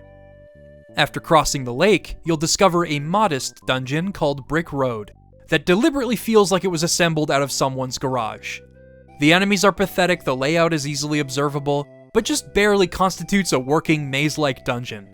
The developer, Brick Road, yes, he named the dungeon after himself, is thankful for your pilgrimage through it, and he describes himself as the first combination of human and dungeon in history. He asks you to meet him again when he has become Dungeon Man. This whole sequence doesn't last long, but the entire concept is just hilarious to think about. We'll return to Brick Road soon. You take a ride in Dr. Andonuts' Skyrunner, upon which you'll join up with Ness and Paula. You'll learn about the zombie leader's propensity for fly honey, something that I completely forgot about when I went to fight their leader, as you'll soon see. You'll fight an evil circus tent, and you'll eventually end up in Saturn Valley. Finally, I can talk about the inarguable symbols of the Mother series. I know I've described the Mother series' visuals as looking like a child's coloring book, but Saturn Valley especially hammers that point home. The Mr. Saturns look like something that a child might have doodled in their notebook during class, but they're not exactly cute, nor are they ugly. Itoi considered the Mr. Saturns to be symbols of innocence, a sentiment that I really don't think a lot of people would ever pick up on, but it is accurate. The Mr. Saturns don't fight anyone, they keep to themselves in their valley, and they are incredibly kind to anyone who approaches them. Just as the characters have bows tied to their lone strands of hair, so too do all of the houses in this area. They speak with erratic, almost infantile sentence structures, ending them with zoom, boing, and whatnot, with their text resembling the handwriting of a kindergartner. This does make for some of my favorite interactions in the game. When you buy something, normally the merchant will ask you which of you will be carrying the item. Just like Mother, you have no endless bag. You need to prioritize which items you need and call for Escargot Express if you need to store anything while away from home. This forces you to use your space wisely and prioritize items over PSI, rather than hoarding them for a boss fight. This is why it is funny when a Mr. Saturn says, "What you buying, Zoom?" and "Which you carry this burden?" If I could, I'd only buy things from Mr. Saturn's. The game just keeps on trucking from here with its weirdness and its brisk sense of variety. One of the Mr. Saturns tells you how to enter Belch's factory. As soon as you're asked to say the password, you have to stand completely still for 3 real minutes.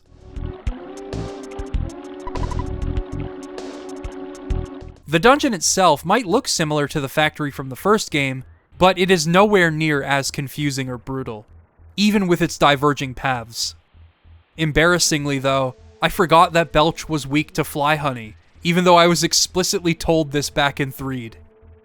This boss is unique because without distracting him with fly honey, the only other way to succeed is by praying with Paula until Belch feels strange, and hope that he inflicts nausea on himself. Strange being this game's version of the confusion ailment. If you were dumb like me and completely forgot about the fly honey, despite it being crucial to the plot in 3rd, then it is impossible to defeat Belch, and you'll have to walk back through the dungeon.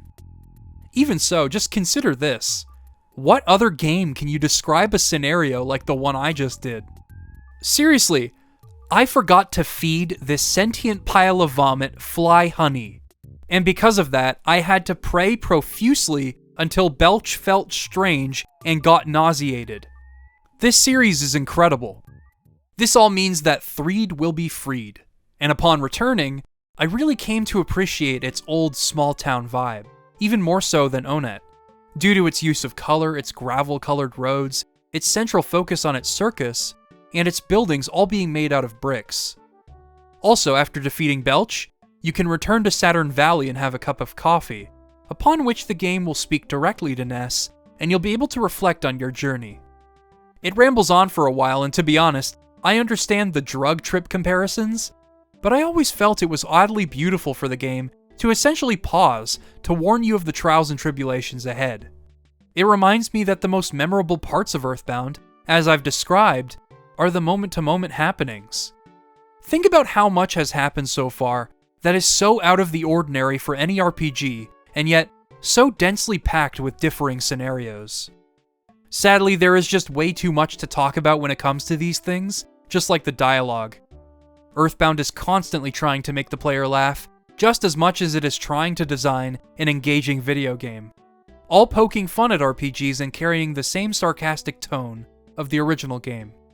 And as much as I'd like to mention every instance that this game made me crack a smile, unfortunately that is just impossible without derailing this video and allowing it to go on for like a dozen hours. Really, the same can be said for the other games in the series. It's a testament to just how creative and fun they truly are. And precisely because they are so hard to encompass and dissect fully in a retrospective, is why I think everyone should play them for themselves. My writing simply does not do it enough justice.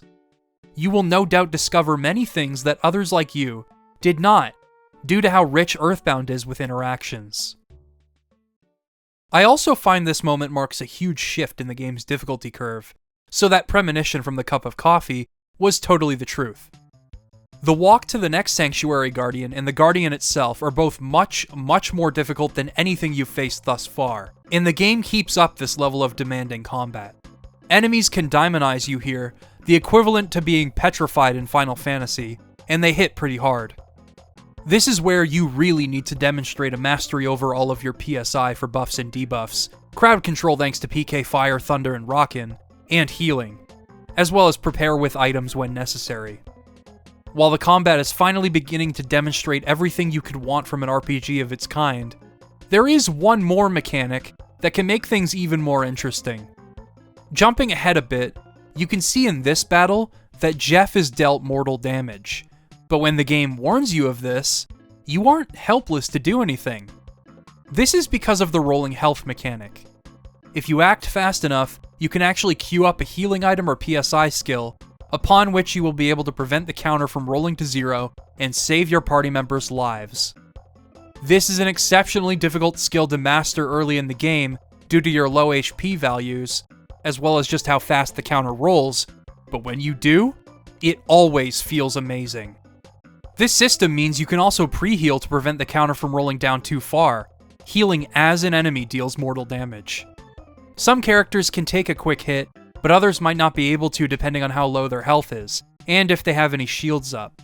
It's a brilliant system that gives players an edge, but it also doesn't make the game easy.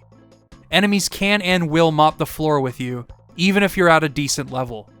The Plague Rat, for example, has a high guts stat, meaning he will land critical hits a lot. Players just have to know how to take advantage of the system, and it can be a game changer. Even so, it's an optional mechanic. You can beat the game without the rolling health system if you're having trouble, but it's something that you can go above and beyond with, adding to EarthBound's replayability, in addition to everything else that you can discover on subsequent runs. It completes EarthBound's already solid combat design. On the way to the metropolis of Fourside, the bus will be faced with a massive traffic jam.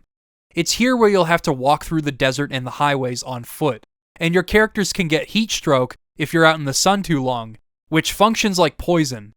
It's a wide open desert with things to find in between long stretches of nothing, but it makes it all the more rewarding when you finally reach the big city.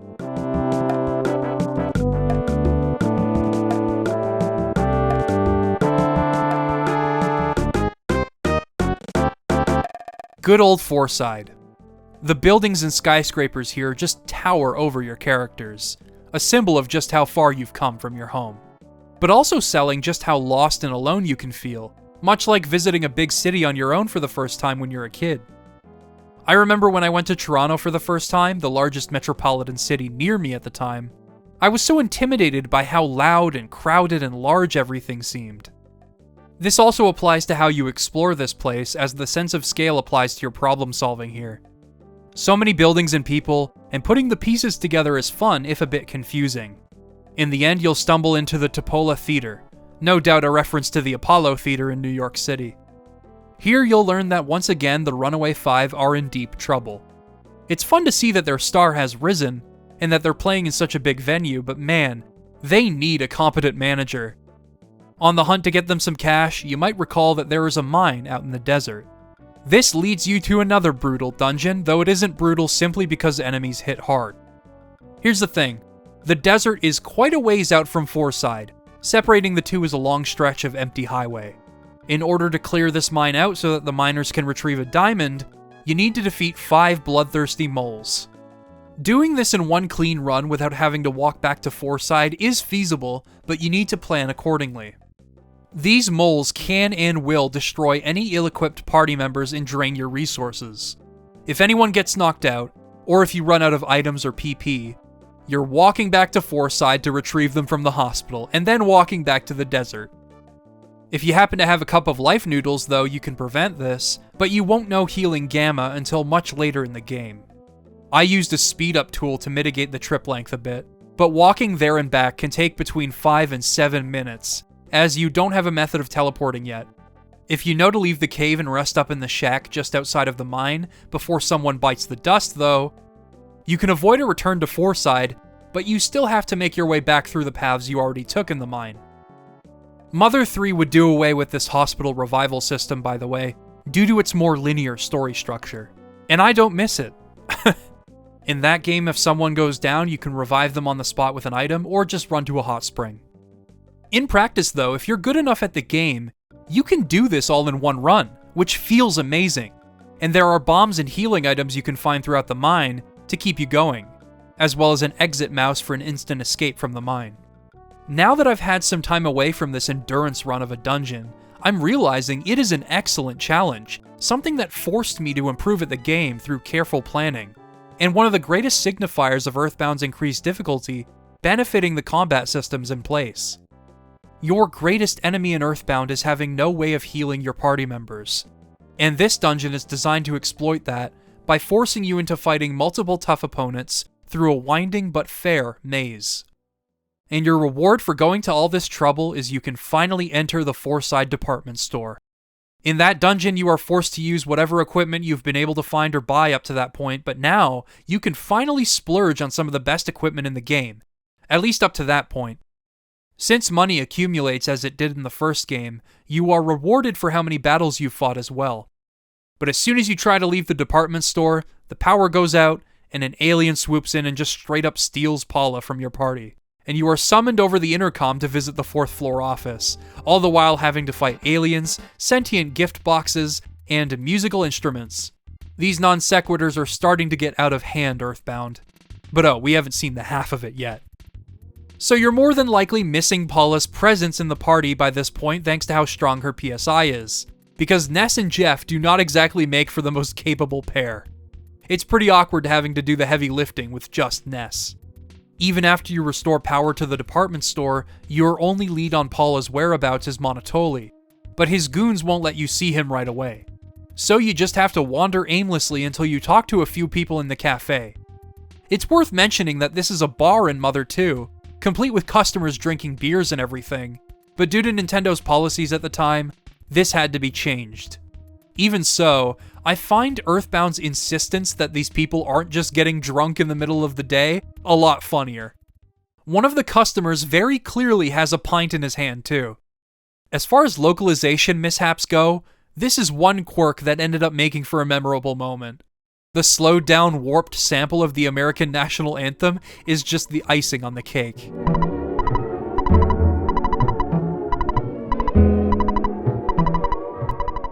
Outside, Everdread is on the ground, apparently about to pass on. He makes jokes about the fact that he is about to leave, and he's wheezing and everything, but then he just gets up and walks away. Brilliant. He also tells you to check behind the counter in the cafe, and upon doing so, you'll enter what is probably my favorite part in the entire game, the pinnacle of EarthBound's sense of humor, pacing, and sheer sense of creativity. You'll find yourself in a version of Fourside known as Moonside, composed of neon lights as if the lights and colors have been inverted. The music in Moonside is just a repeated sample of the beginning of the Reko Kasek song Keep On Laughin'. The backgrounds and battles are by far the trippiest they have ever been, paralleling the appearance of the area. You'll fight runaway gas pumps, abstract art, and melting Salvador Dali clocks. All the while, you have to navigate by talking to people that will warp you around the various disconnected parts of the town. Looking for a man with a unibrow and a gold tooth, and this man happens to be invisible inside of a hotel that you also warp to after talking to Mr. T, who gets mad at you for talking to him while he's standing around doing nothing. What the hell else can I possibly say about this man? If this isn't a brilliant advertisement for EarthBound on its own, then I don't know what else could be. They honestly should have framed an entire commercial around Moonside. This is what makes EarthBound special. Moonside is truly emblematic of almost everything that makes EarthBound a masterpiece. Let's consider everything we've done so far. We've fought a gang leader and his robot buddy. We've taken down a cult that worships the color blue and wants to make the world happy. We've rid a small town of zombies by traveling through a valley made up of little fellas that have big noses, ribbons, and whiskers. We've fought sentient puddles of vomit. We've had to wander through a desert and rid a mine of bloodthirsty moles. And we've encountered the entirety of Moonside. All back-to-back occurrences. I am honestly stunned that this game did not resonate with as many people, even at the time. There is so much love and care put into this game's pacing that it feels almost as varied and impactful as Chrono Trigger was, as I outlined in my video on that game. EarthBound just happened to be revolutionary in its own ways, in that it is just as much a parody of an RPG as it is an incredibly engaging one. It hooked me through its entirely self-aware, sarcastic construction of an RPG. It felt impossible not to immediately appreciate it. There is one more important aspect of EarthBound that I feel heavily contributes to my masterpiece classification of it, and that's its emotional undercurrent. It might be hard to fully believe based on what we've seen if you've never played the game, but EarthBound can have you laughing so hard that you're in tears, just as much as it can bring you to tears through raw emotion. Keep that in mind as we move forward. After defeating the evil Mani Mani statue and returning to Fourside, you are immediately assaulted with information by multiple NPCs telling you what you should do next. It's sensory overload after Moonside, and this game does not let up from here. First of all, there's the monkey caves out in the desert. On a first playthrough, these caves can be awful for sure. Unless you know they're coming up and you know exactly which items to have on you, you're going to be walking all the way back to Fourside. Again. Once you have those items, though, the cave is actually kind of fun. I mean, it's mostly just an item trading puzzle box, kind of like the trading quest in Link's Awakening, if it were implemented in a dungeon. It can be a bit annoying if you accidentally give pizza to the wrong monkey and reach a dead end, because then you need to go order another pizza, but there are even optional items to find as you solve the dungeon. It's honestly not that bad at all. At the end of the cave, you'll see a giant pencil-shaped iron statue, for some weird reason. This is where you need to use Apple Kid's great invention, the pencil eraser, to clear a path. The only reason I mention this gag is because it represents another brilliant conversion of a Japanese pun. In Mother 2, the statue is of an octopus. There is no pun there, it is just meant to make the player feel completely lost. The pun comes in later with the eraser statue in the Stonehenge base. In Mother 2, the statue is of a limbless Kokeshi doll, and the Japanese word for eraser is keshi. So the machine needed to erase it is called the Kokeshi Keshi.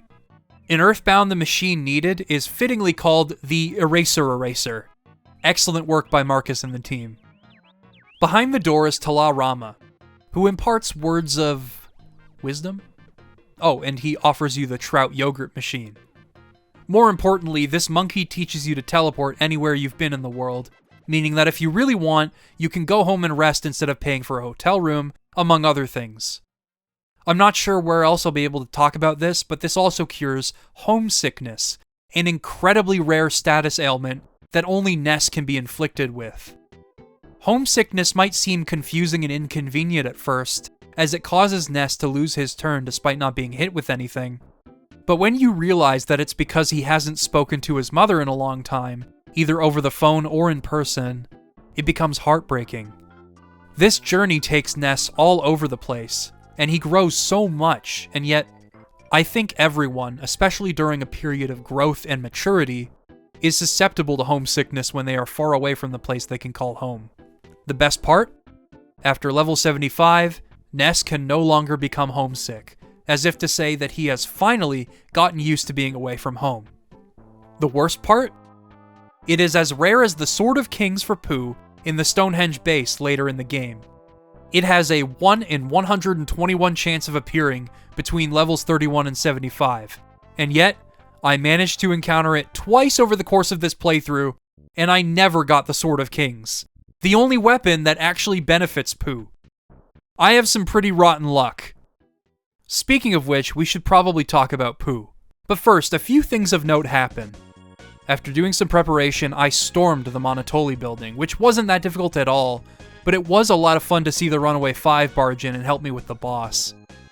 Monotoli surrenders and Paula finally rejoins our party.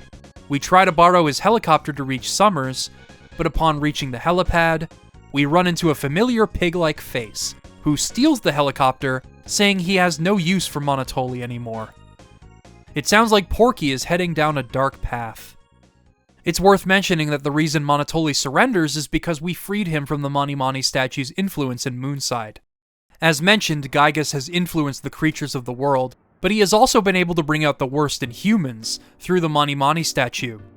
The statue's name resembles the word money, and its golden appearance is reminiscent of an Academy Award, essentially enabling the inherent greed in people so that they may do Gygas' bidding. This is why Monotoli actually wants to help the kids defeat Gygas after being freed from his influence. It's an important detail because it demonstrates that Gygas has insight into the negative aspects of humanity. Things inherent to all of us that we keep under control are weaponized in order for us to realize just how horrible we can be. This is an extension of why Gygas hated humanity in Mother 1, and a reflection of Porky as he heads down a tragic path due to his home life and his unpopularity with others. All the while, he takes advantage of humanity's weaknesses to become better than everyone, at least from his perspective. And to be honest, I can't really blame Gygas for the way he views us. This game has demonstrated through its satirical lens that humanity can be quite awful, and it's something to keep in mind as we move forward. But wait a minute, isn't EarthBound supposed to be funny? What's all this about the implications of humanity's sins coming before its own collapse? I'm an epic Nintendo gamer. I want to fight more puke. Ultimately, you need to borrow the Runaway 5's bus to head to Threed, recover the Skyrunner to reach the 5th Sanctuary, and then finally, you're off to Summers. This scenic resort town is probably my favorite town in the entire game, primarily because it balances being a relaxing embodiment of summer itself, and the fact that it isn't afraid to be satirical and absurd in spite of its atmosphere. The stores are all way too expensive to justify purchasing anything, which makes sense given that it is a resort town that no doubt wants to upsell your basic necessities. Have you ever been to Disney World? It's $4 for a bottle of water there. These hyperbolic prices made me laugh because of that. Speaking of which, the funniest place in Summers is Club Stoic. The design of the building is already kind of abstract, but the goings-on inside of the club reveals just how brilliantly stupid this place is. Mr. T over here lays it all out. You don't understand what the hey everyone is talking about, do you? I don't either, but I try to be patient with the customers. They pay high prices just for a glass of water and the chance to have serious intellectual discussions. Actually, it's an easy business. You want a drink? We only serve water, though. Basically, everyone stares at the rock and philosophizes. It is a yap fest. They go on and on about self-actualization, space-time synthesis. Bro, I'm just a kid. Of course I can't envision the final collapse of capitalism. This line always got to me. It's as though this person is astounded by their childhood innocence and their naivety to the economic hellhole of our modern world. Yet, to be honest, I'm jealous of them too. Either way, I'm here to eat some magic cake and hallucinate.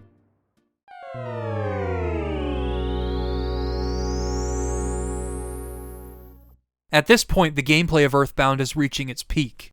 Consistent challenge through powerful enemies, a wealth of options to deal with them, thanks to Paula's triumphant return, and very soon, Pooh's flexible utility. That sounded better in my head. In the far-off land of Dalam, Prince Pooh is about to complete his training.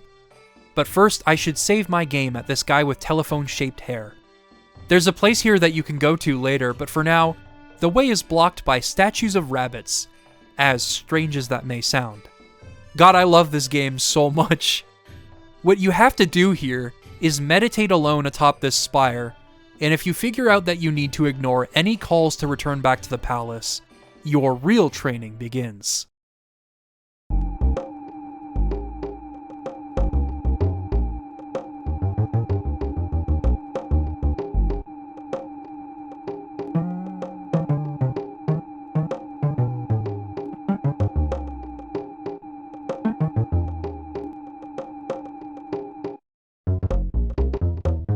This is the hardest EarthBound has ever made me laugh. Like I said, I played this game back in 2013, but I had forgotten virtually all of the dialogue until recording for this video. I put the controller down for like a full minute when I encountered this, because I was in hysterics from how blunt this was. The best part is that he just keeps going, eventually robbing Pooh of his hearing and sight, only communicating with him through his mind. You just have to keep surrendering to the training, upon which you will level up to be on par with the other kids. Pooh teleports to Summers, and now we have finally assembled the Chosen Four. Nothing can stop us now. Let's talk about Pooh's utility in combat, because he is a tricky party member to master. Pooh cannot equip most things, only being able to equip the Of Kings lineage of items, as mentioned with the Sword of Kings. These are items that can only be found in specific presence across multiple dungeons and areas. Additionally, and perhaps most annoyingly if you don't know what you're doing, he can only replenish a pitiful amount of health through food items. He does recover a ton of PP through bottled water though, so it could be worthwhile to stock up. To compensate for these shortcomings, however, his stats are pretty great, outpacing even Paula with his speed stat, and he is incredibly versatile, learning a combination of both Ness and Paula's PSI skills, as well as the exclusive and all-powerful PK Starstorm, which acts as a screen nuke if you can afford the PP consumption. Due to his versatility, Pooh can fit pretty much any role you'd want to give him, and switch into that role on a dime, balancing healing and damage and downing endless bottles of water all the while. He's awesome when you get to grips with his playstyle. With Ness, Paula, and Jeff, the rolling health system, and the much more focused and challenging enemy design, EarthBound's combat was already getting to be a lot of fun, but with Pooh, the game just goes all out, and from here, it is a non-stop, exciting game to play. It goes from being a satire of its contemporaries to being just as fun as them, if not even more so, thanks to its self-aware sense of humor and its incredible, unrelenting, wonderful and strange occurrences. From here, you fight through the four-side sewers to reach your 5th sanctuary. You use a carrot key to make the rabbits disappear, how strange, eventually reaching the 6th sanctuary. This boss got me worried due to how much damage they were doing, but Jeff found out that they were vulnerable to PK Flash.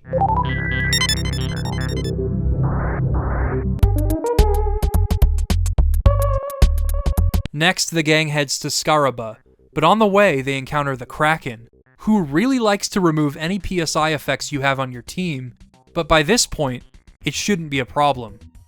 I mentioned the generous XP gains before, but you really start to feel it here as you move from one boss to the next.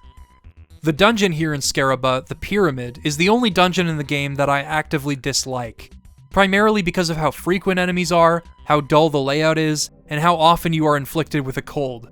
But because of how steady my levels had been coming, I was able to keep my head above water, and it still proved to be a challenge.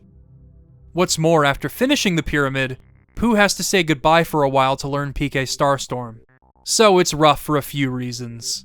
This balances out though, because immediately after this dungeon comes the greatest dungeon in the history of all mankind.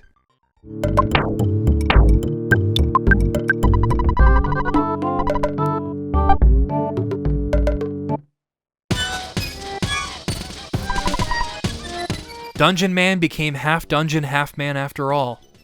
This place is essentially a deconstruction and parody of all dungeon design, annotating itself as you go along. Dungeon Man comments on how items lay out of reach but are accessible later, how easy items are disappointing, how enemies come to inhabit the dungeon for unexplained reasons. It deliberately makes you choose between multiple ropes that lead to unknown areas, essentially bringing our subconscious knowledge of all dungeon design to the forefront as we solve it. It takes the piss out of dungeons and RPGs in the most endearing way possible. Well, I say that, but Dungeon Man clearly did this because he loves dungeons, and wanted to become one himself. Truthfully, we all love dungeons. They are usually huge events in our playthroughs of these games. This is just as much parody as it is an act of love on EarthBound's part, and the same could be said for the entire game. It writes its satire not out of hatred for the genre, but out of love. And seeing as love is a central theme to the Mother series, this is an appropriate and delightfully absurd metaphor. And the music, well, as Dungeon Man puts it, is one of his greatest accomplishments.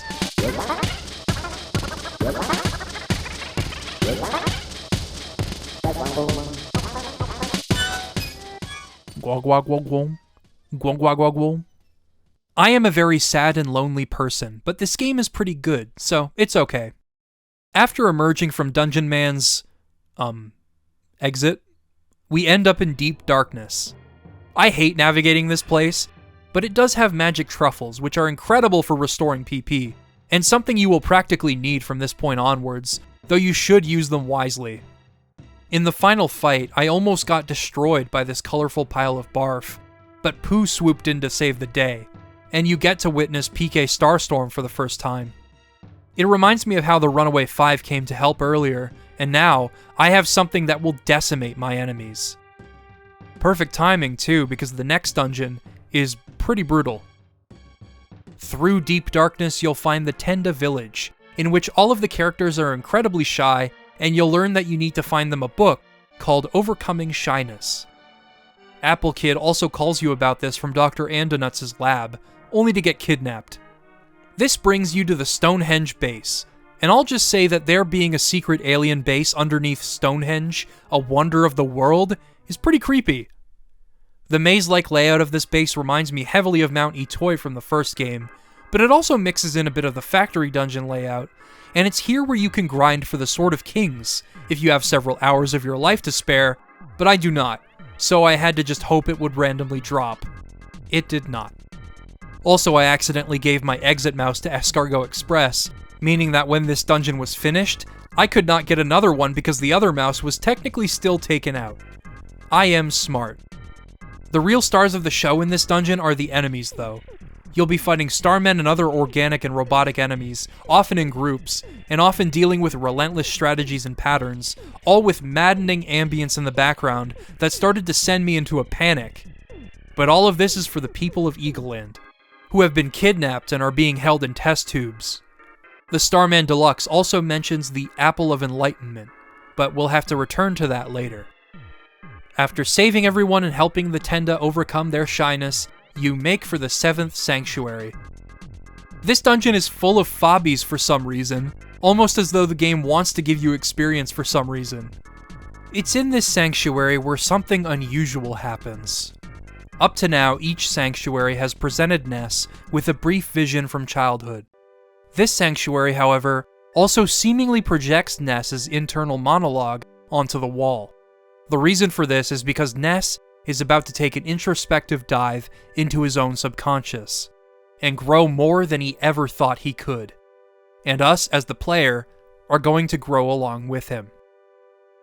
You'll end up in the Lost Underworld, showcasing Earth at its most primitive, with dinosaurs roaming around. This is where you'll encounter some sort of rock with a face that conveys the locations of all of the sanctuaries, in case you happen to miss any, as well as the final sanctuary, the Fire Spring. In learning all of these melodies, Ness's destiny and the world's will supposedly overlap. The Fire Spring is by far the hardest dungeon to traverse, due to its multitude of annoyingly powerful enemies, and its claustrophobic level design, but with enough patience, resourcefulness, and most importantly, careful management of your PSI points, you should be able to at least make it to the boss. But that is a whole other can of worms. PSI shields are a must here, and you need to be especially careful of the status ailments and damage it can inflict when it transforms from Carbon Dog into Diamond Dog. It's a demanding boss, fitting for the final Sanctuary location, and especially after surviving the Fire Springs enemies, but I managed to beat it eventually, if only just barely. With this, you will have learned all 8 melodies. And it's here where Ness takes a grand journey into his own subconscious to learn just what these melodies are meant to represent. Up until now, Ness has largely been an avatar for the player. Bits and pieces of his personality are conveyed to us by the people around him, but this coming sequence demonstrates that Ness is very much his own character, and not just a vessel. Presented in grayscale, Ness is shown a memory of his infancy, with his parents commenting on their wishes for him, all set to the 8 melodies you just learned. But as soon as they notice a hint of his telekinesis, the world around you explodes into this game's version of Magicant, entirely born from Ness's mind. Everything in this Magicant seems to not have any rhyme or reason, and it has an appealingly abstract visual design that I feel represents the thoughts that pass through our minds, but every time Ness speaks to something or someone, its appearance completely changes. Clearly, Ness's mind has created this place for a reason. These are not just passing thoughts. These are fragments of important memories. You can find many reminders of Ness's journey up to this point, including a miniature Belch, Buzz's tombstone, and even Porky makes an appearance, envying Ness and apparently wanting to remain friends. This is not the Porky we have seen throughout the game. This is the version of Porky that Ness knows deep down still exists. With what we know about Magicant from the first game, the subtext for this sequence is all too apparent. If he dares attempt to flee, he is attacked by the manifestations of his own mind. Indeed, things start to change as you continue onward. The flying men make a return from Mother 1, indicating that you might need to fight from this point on, and you are warned that on the way to your destination, you might bring yourself sorrow. Crossing over this line, the music completely shifts to this depressing and lonely melody. You'll encounter enemies along the path, and talking to people, including yourself, will warp the world around you as you walk. Ness is no longer surrounded by his most comforting memories here. We are guiding him, as the player, through the innermost recesses of his mind to learn the truth about himself. If Ness isn't going to take that step himself, then we will be there to help him walk. Making us distinct from Ness in the eyes of this game's narrative is an important distinction, and it will come up again during the game's final boss. Eventually you'll be wading through the Sea of Eden, a fitting name as Ness seeking the truth about himself is very much framed like the Garden of Eden in the Book of Genesis, with Ness seeking an equivalent to the Tree of Knowledge of Good and Evil. Coupled with mentions of the Apple of Enlightenment after defeating the Mani Mani statue, something that warned Gygas of his defeat at Ness's hands, it seems to be allegorical for Ness's own self-actualization here, which is something that his own Magicant does not want him to obtain, just as God warned Adam and Eve in the Garden of Eden. Let's talk about the sanctuaries for a moment. When reaching each sanctuary, Ness has a vision of himself as a baby, or a vision of his dog, or other passing memories of his childhood. To me, this feels emblematic of our own innate desire to resort to safe, nostalgic memories when confronted with challenges in our lives. With such an incredible journey ahead of him, it is only natural that Ness would seek these sanctuaries out. I understand that he was told to seek them for the sake of the universe, but these memories heal him and his party when he recalls them at each sanctuary. And Magicant demonstrates that he wishes for this to remain his reality. He wants these things, even as the world is forcing him to grow. But as he and the world around him change, he must grab hold of his destiny. There is no going back. Ultimately, Ness absorbs the power of all of his sanctuaries and gains this incredible understanding of the world around him. He is no longer that innocent boy, but instead, a much wiser, more mature boy privy to the truth of his innermost thoughts and the world itself. He understands what it means to be a part of this world, even if that means leaving your innocence in the past and casting it from your mind. It reflects the very thing I went on about at the beginning of this video, and it's why it made for probably my favorite moment in EarthBound. Apart from Moonside, of course. Writing this, it's insane to think about just how much this game and my analysis of it can shift on a dime. At one point, I was talking about being shat out of a human dungeon hybrid, and now I'm making references to the Garden of Eden and comparing Ness's understanding of the world around him to an important coming-of-age moment. Oh, and this is reflected in his in-game stats too. He shot up to level 73 for me. It took me a while to fully appreciate EarthBound's Magicant for what it was, but viewing it from the lens of the first game made me understand that this place was an embodiment of a world that Ness could not live in forever. Whether or not he wants to grow, the world is going to make him, and for that, he is much stronger than he ever thought he could be.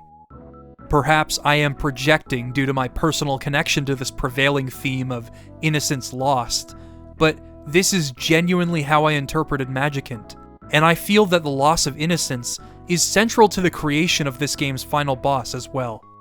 This game's Magicant is a journey of maturity. All that's left now is to work with Dr. Andonuts to fix the phase distorter by retrieving a piece of the meteorite that crashed that fateful night. Walking through Onet at this point is quite disturbing, as it is in complete chaos, though it is pretty cool to see just how far you've come by fighting enemies here. I even reflected a PK Starstorm back at a Starman, just to flex. The phase distorter takes you to this odd cave that plays a slowed and distorted Beatles sample in the background. No, I'm not kidding. It really helps to sell just how isolated and anxious this part of the game is, because in order to actually fight Gygus, the gang needs to transfer their minds into robots and travel to the past, so that Gygus' reign of terror can be snuffed out for good, before the grim future that BuzzBuzz predicted can come true. You'll travel to a version of this cave that has no color, no texture, no natural soil from the earth. It feels like you exist in a place before time itself began. I absolutely love the atmosphere of this place, even while being ambushed by the toughest enemies in the game on the way to Gygus. And you might not believe this, but the soundscape for this place was born from a Beach Boys sample.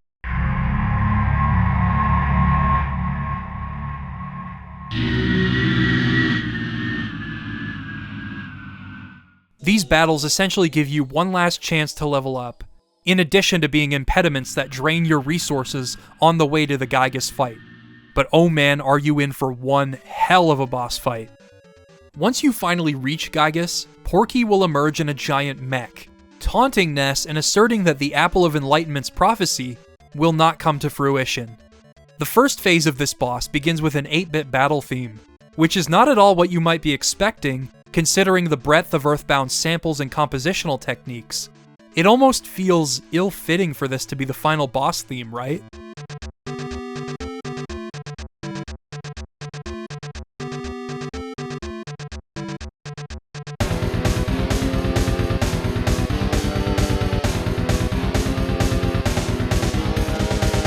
Yeah, there it is. For the first phase of this boss, it is impossible to attack Gygus directly. Gygus having Ness's face is obscenely disturbing, but no matter how hard you try, nothing will happen to Gygus at the moment. You have to defeat Porky first, who now appears to have this sickly blue hue to his skin. He is so far gone that it would be pointless to even attempt to reel him back in, which is quite depressing to consider. Porky is very much emblematic of where a child can end up if neglected and left without proper guidance in life. He ended up being the polar opposite of Ness, becoming a completely self-centered and spiteful person. But the saddest part about this is that he didn't have to be. He just needed to be loved. At some point, Porky will interrupt the battle to speak directly to you. Your rolling health will even pause as he does this. Porky turns off the devil's machine, warning the gang that they will be too terrified to even fight when they see what Gygus looks like. And honestly, he's right. Unlike the humanoid figure in the original game, Gygus is nothing but a distorted, screaming red face here. He is depicted to be in hellish agony, something completely out of place even for a game like this. Porky also says that Gygus has no control or understanding over what he is doing now, with his own mind being destroyed by his power. The next phase just has you stare at this swirling red face, with an unexplainable, thoroughly unsettling drone accompanying the battle, and as Porky appears to taunt you again, Gygus takes up more and more of the frame, his screaming face essentially trying to burn itself into your memory. Need I remind you that in Mother 1, this was a living thing, a thing with emotions, a thing that responded to the melodies its surrogate mother sang to it when it was a baby. But now it is reduced to a mindless, thoughtless being that can only cry out in sheer anguish as it attacks. It fights because it feels it must, but its thoughts are nothing but a stream of consciousness, propelling it forward. The beautiful thing about this phase of the boss is that there is no indication that your attacks have no effect. You could very well exhaust all of your resources dealing with Gygus, with your only option left being to pray with Paula. And that's when you realize what is possible. In your fear and helplessness, all you can do is command your party to pray. As you do so, Gygus continues to distort, tiling himself over the entire screen. Paula prays as hard as she can, reaching all sorts of people from across the party's journey, until eventually, Ness's family back home hears the prayers too. At this point, Gygas is fatally wounded, and the music, which has gradually been shifting into something unrecognizable, is now nothing but harsh noise. All of Paula's prayers are absorbed by the darkness. Eventually, something new emerges as you pray. Someone is praying for these kids to succeed, and that person is you. Earlier in the game, Tony calls you, the player, for a school project, and you are able to input your name. I couldn't imagine that this would be used in such a dire moment, but it accurately reflects exactly how I felt in this moment. As mentioned, Ness is a distinct being from the player now. You are not Ness, you are just controlling him. And in this moment, where it feels completely unclear whether or not the kids are going to survive, you are the one praying for their success, shattering the fourth wall in EarthBound's most crucial moment. You were the one that allowed these kids to survive the war against Gygas. Eventually, your prayers get through. Porky escapes to another realm, and Gygas dissolves into the same static that the game began on. That black screen, man. It's almost as though this boss battle essentially hijacked your Super Nintendo from another dimension, and when it ends, you're left wondering if the game crashed or something. It lasts for just long enough for that illusion to set in, but as soon as you see Ness's family, the truth is clear to see. The war against Gygas is over. I've dissected a lot about this boss's design and construction, but the most important thing I want to discuss is regarding what inspired Itoi to create it, and what I believe its thesis truly is. Most hardcore EarthBound fans probably already know this story. When Itoi was a child, he accidentally walked in on a film that scarred him and robbed him of any remaining innocence he had about the world. This might sound far-fetched, but I believe Gygas was created to essentially impart that experience of him losing his innocence onto EarthBound's players. And by God, would it have horrified me as a child. I don't think I would have been able to sleep at night with that face in my mind. However, in reflecting on the game's narrative up to this point, particularly Ness's internal growth in becoming wise to the world, I've realized what was truly meant to be drawn from Gygas' defeat. While the world around you might seem scary when your innocence about it is gone, the prayers make it clear about what matters in the world. Even when you are afraid, there are always people in this world who love you, and those people will always have your back. You might change, and you and the world you live in might be unrecognizable to you, but love will always remain a constant. Set to a reprise of Foreside's theme, the final portion of the game has you take a victory lap around the places you've been throughout your journey, escorting Paula back home. You'll be able to talk to everyone, and you'll receive letters too, including one meant for Jeff from Tony, which I alluded to earlier. The fact that Tony really doesn't want anyone else seeing this letter just seals the deal on him liking Jeff a little more than just as a good friend. This victory lap is so bittersweet. The world is not as magical or exciting as it was when you first set out on your adventure, seeing as you are now wise to everything about the world, and you fought a boss that essentially wanted to rob you of any remaining innocence as it did Itoi. But for what it's worth, it is an incredible feeling to be at peace for a while. As soon as you take Paula home, you can reunite Ness with his family and close the book on this incredible adventure. Thus ends EarthBound.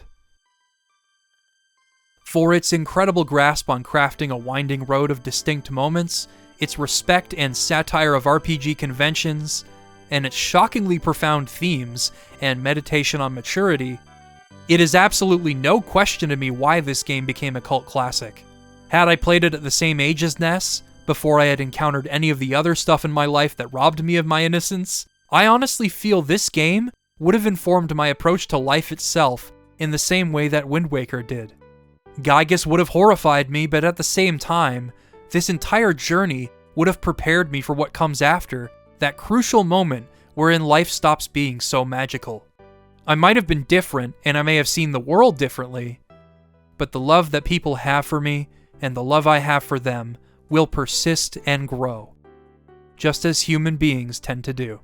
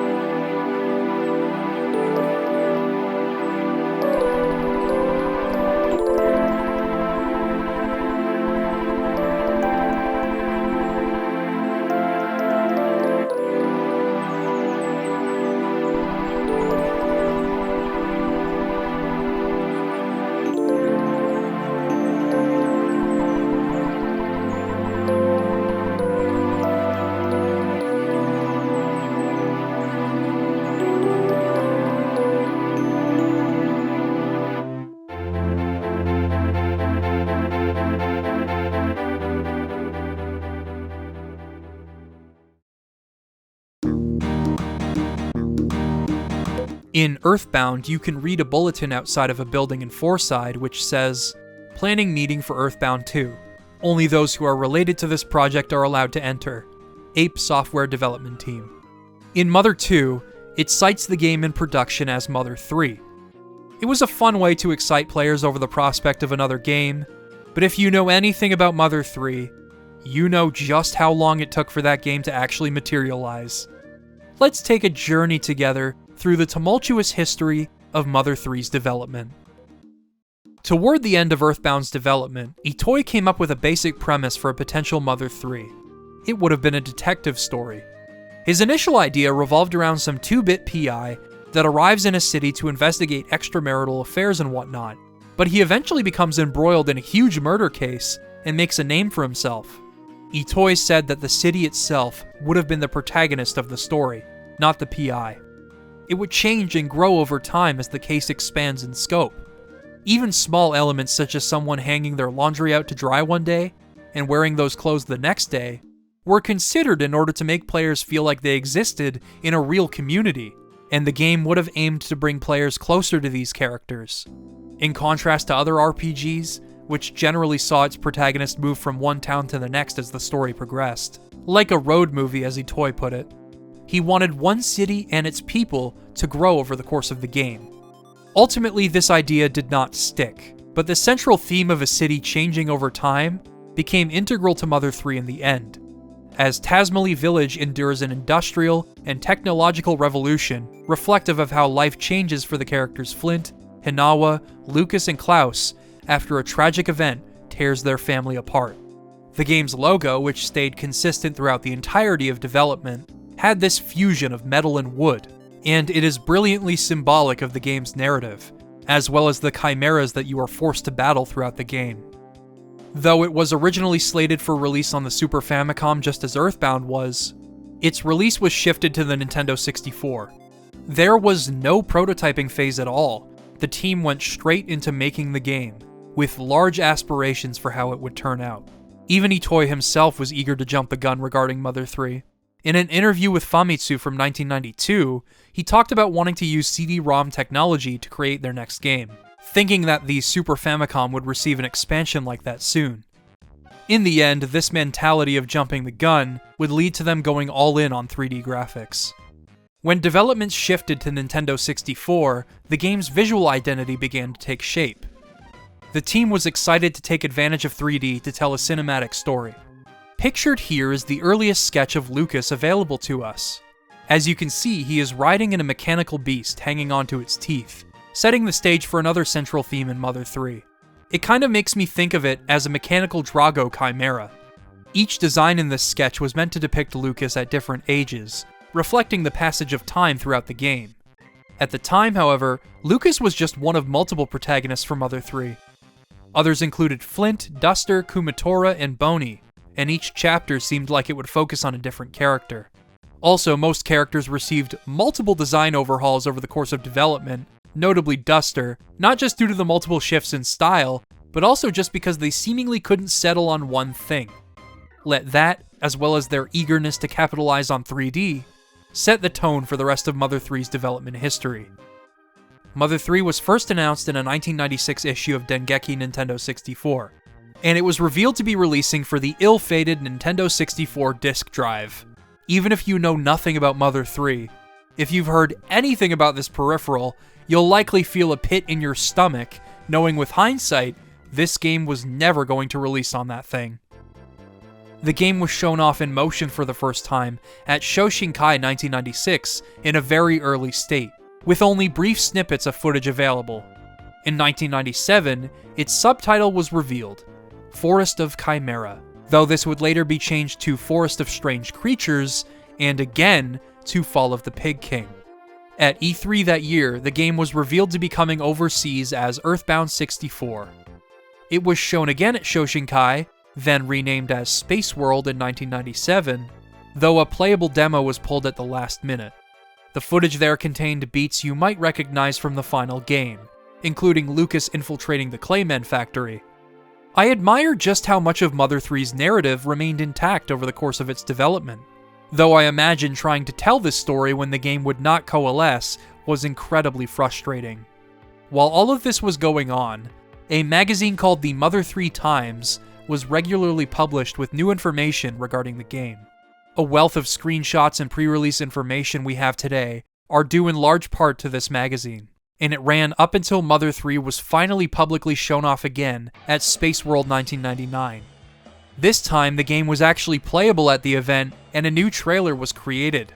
This trailer lives in infamy as a dream of what Mother 3 could have been like had it released on the Nintendo 64.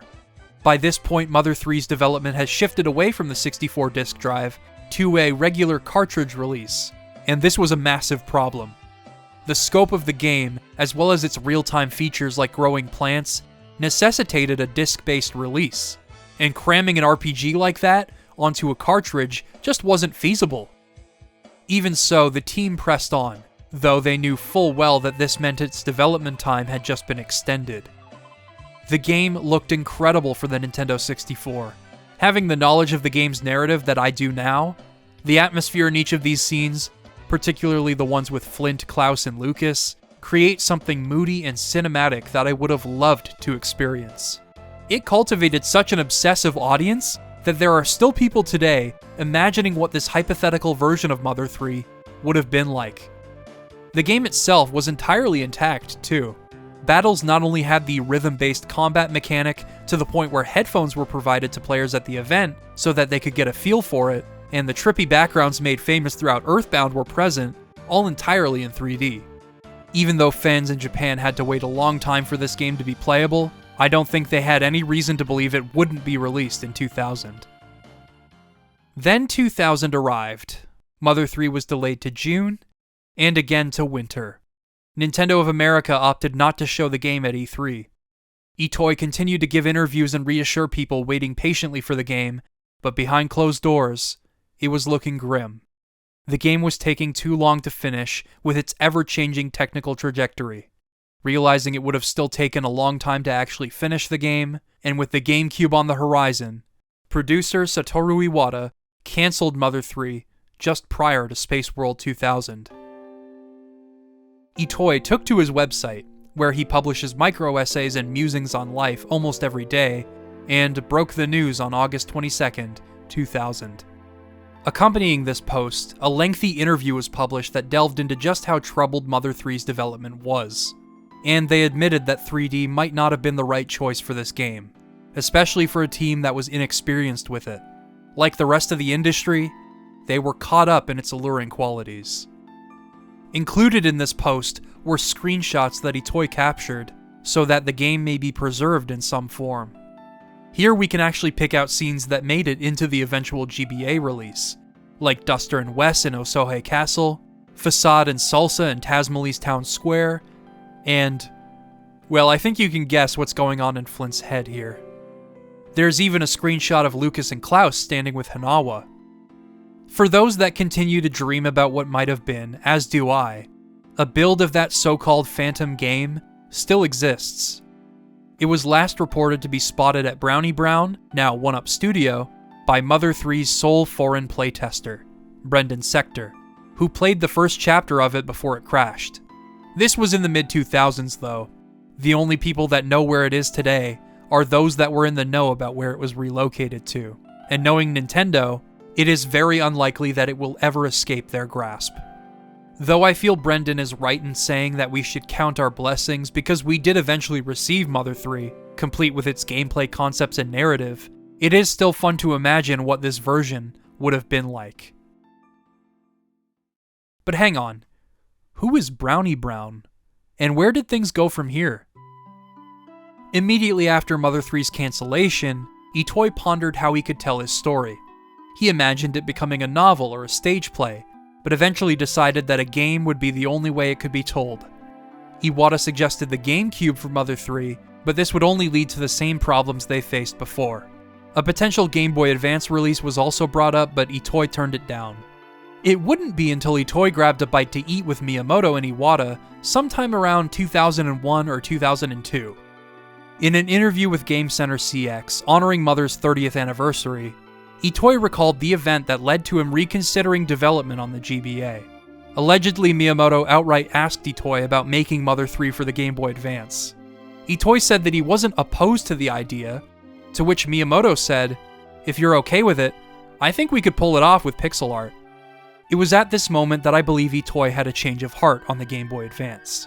Later on, he recalled, "Since that was something I had not even thought about, all I could say at the time was, I don't know. In all honesty, I didn't know. So I carefully thought it over and came to the realization that I was trapped in the mindset that everything I made had to be epic and grandiose. At the time, I would approach all of my work with shoulders tensed and, how should I put this?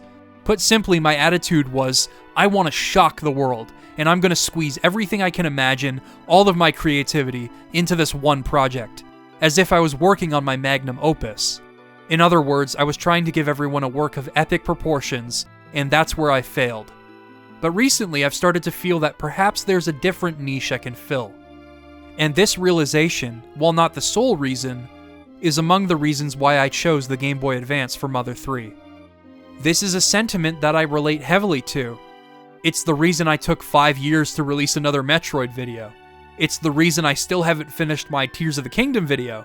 It's the reason I still haven't finished a book, or finished a prototype for a game, or finished various other projects that I have firmly shelved. Perfectionism is a poison, and it can deprive the world of great art.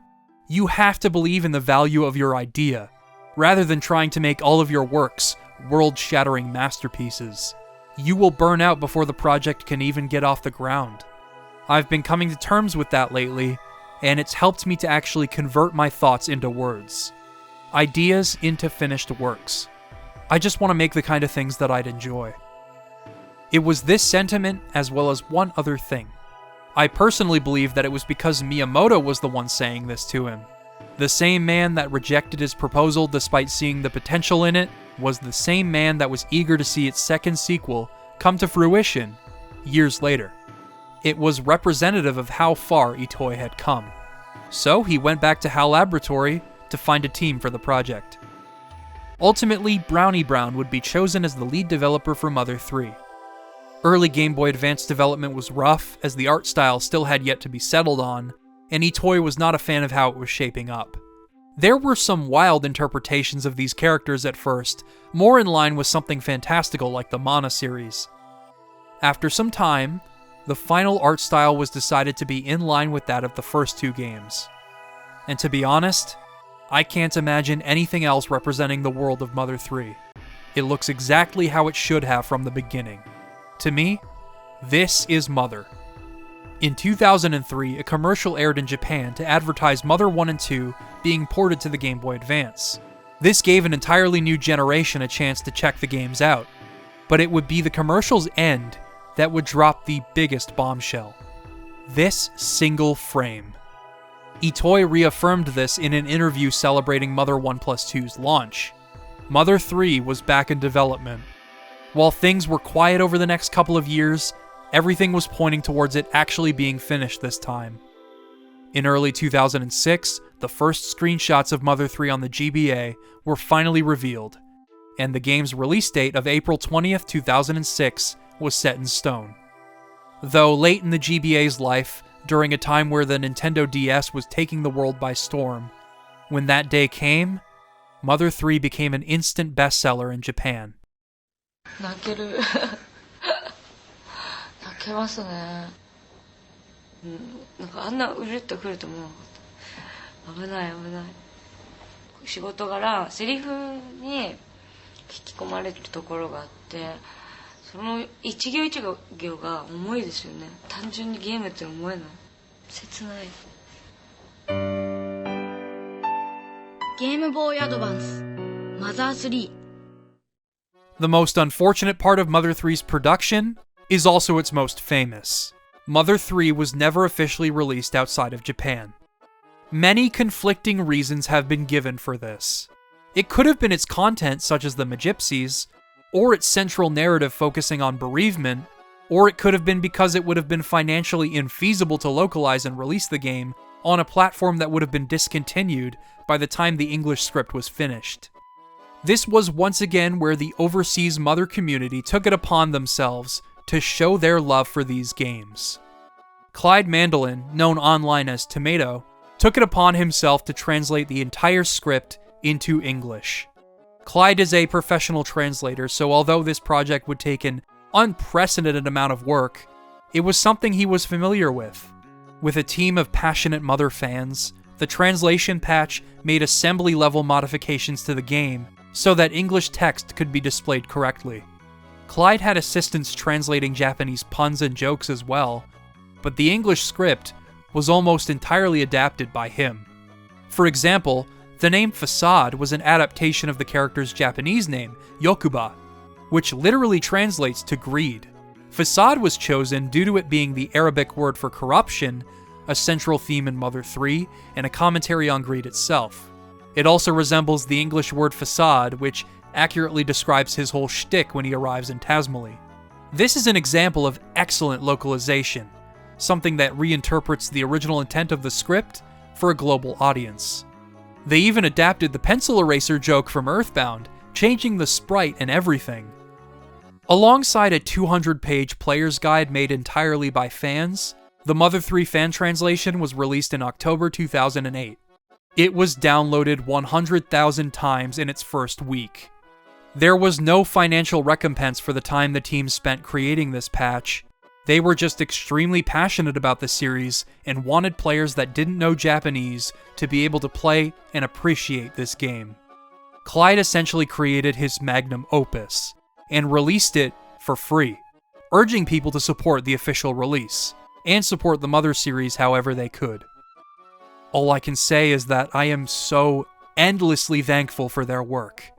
Words cannot express how important this translation patch is to Mother's legacy outside of Japan. In an interview from the documentary EarthBound USA, which I mentioned earlier, Itoi mentioned that he spoke with Nintendo about potentially working with the team behind the translation to have the game officially released. Nintendo responded that it wasn't that simple. And to this day, Mother 3 has only ever been officially referenced outside of Japan in media other than the game itself. With the fan translation existing and Nintendo's refusal to intervene or release their own localization of the game, it seems like Mother 3 will forever remain a game translated into English by fans. And so many people have been able to experience the game thanks to their work. As such, it might seem pointless for Nintendo to release it now, but that is not the case at all.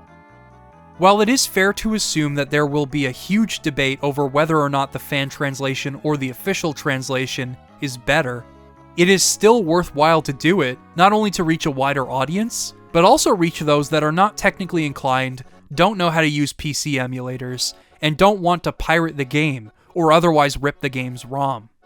Also, keep in mind that Mother 3 has been out of print since the late 2000s.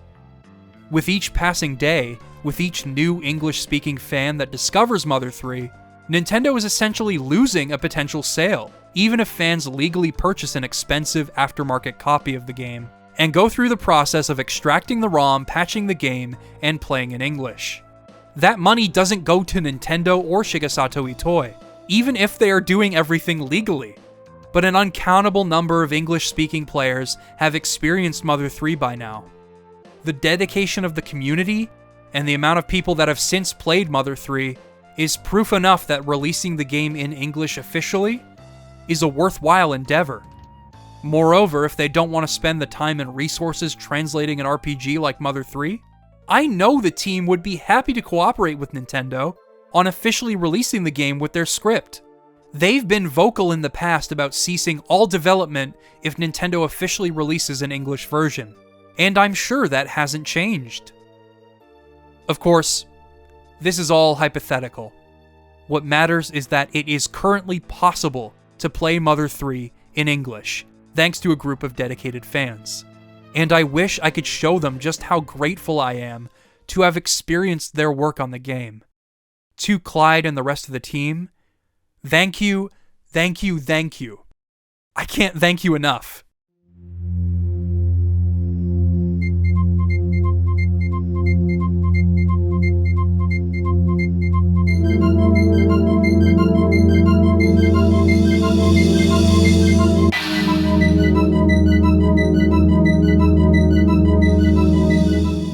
Imagine following news on Mother 3 diligently over the course of 12 years, only to hear this title theme for the first time. It sounds like being adrift in space for so long, only to finally see Earth on the horizon. And after such a long development period, the logo remained the same. It sets the stage for a game that was once a dream of the future, but is now something you can actually, finally play. Mother 3's soundtrack is all thanks to Shogo Sakai, and it features upward of 200 individual music tracks. This soundtrack is a masterpiece, and easily one of the greatest I've ever heard in a game.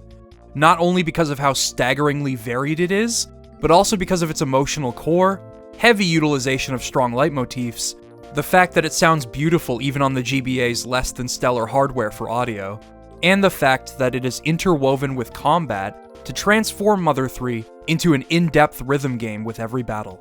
Let's talk about that first, actually. As far as I'm concerned, Mother 3 has the sharpest gameplay of any Mother game, and it's not just because of its whole rhythm game mechanic. For one thing, each party member's defined utility is a step beyond the other games, at least to me. Lucas is about as versatile as Ness, with his capabilities being pretty much identical.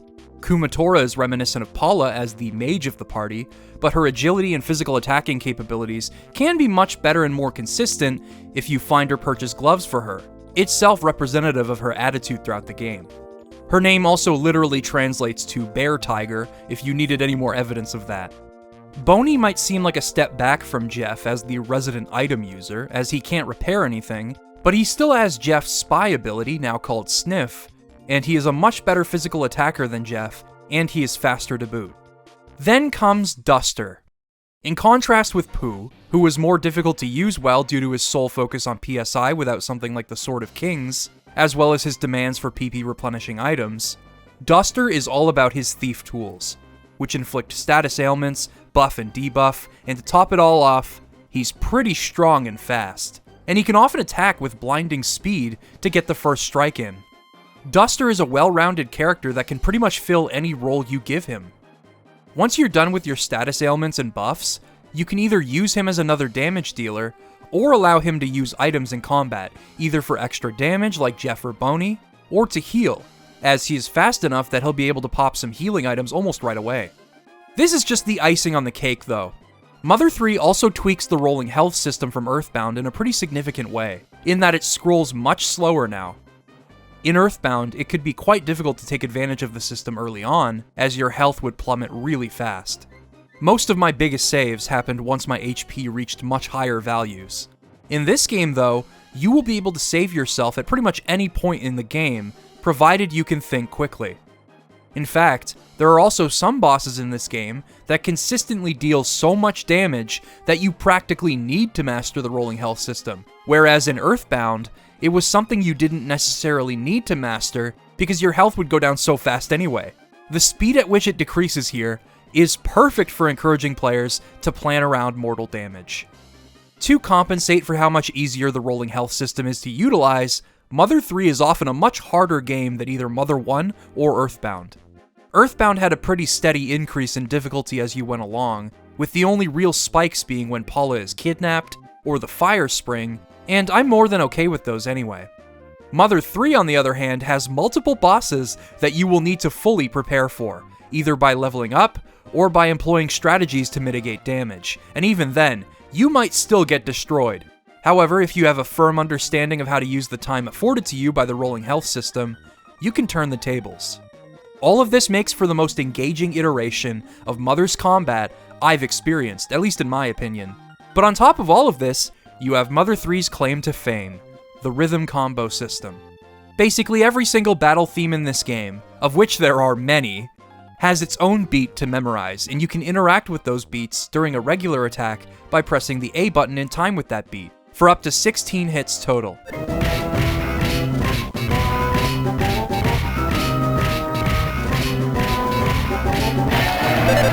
At first, the game doesn't really tell you that this is possible, but a random ant outside of Osohe Castle will break the fourth wall unceremoniously to tell you that you can figure out the beat of each song by putting an enemy to sleep, something that Duster can do easily by swinging his hypno-pendulum in front of most enemies, including some bosses.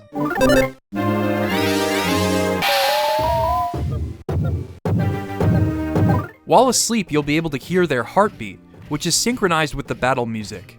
Even when multiple enemies are on screen, only a single one needs to be asleep for this to occur.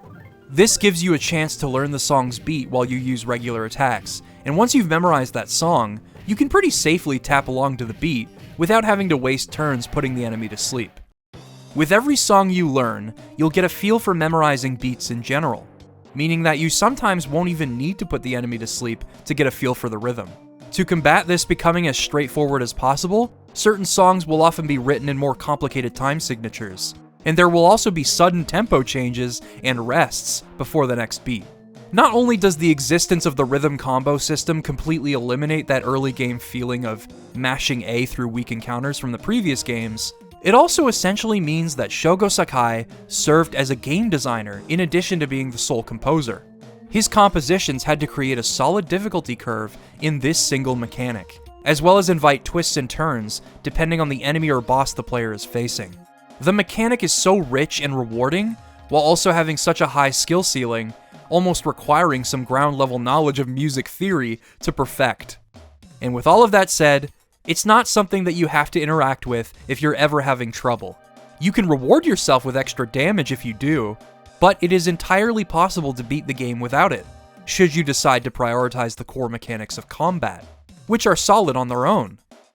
Taking this mechanic's existence into account, as well as the sheer amount of music in Mother 3, and the gorgeous, unforgettable quality it consistently demonstrates, with constraints on audio inherent to the Game Boy Advance, Mother 3's soundtrack is a complete and utter miracle. It's not just a miracle from an artistic standpoint, though. Shogo Sakai also worked on the Nintendo 64 version soundtrack before it was scrapped. And while the music he wrote was carried over, the GBA CPU was far weaker, and all of the system's audio was handled by the CPU. From a technical standpoint, the fact that it sounds as good as it does is insane, and oftentimes its quality is pushing the console to its absolute limits. Let's talk about Wes's dance scene for a moment. It's a famous scene, and for good reason. Duster can't open the secret door in Osohe Castle, meaning that Wes needs to bust some slick moves. I'm just gonna let this scene play out in full, it speaks for itself. I like watching Duster try to catch a glimpse as it goes on.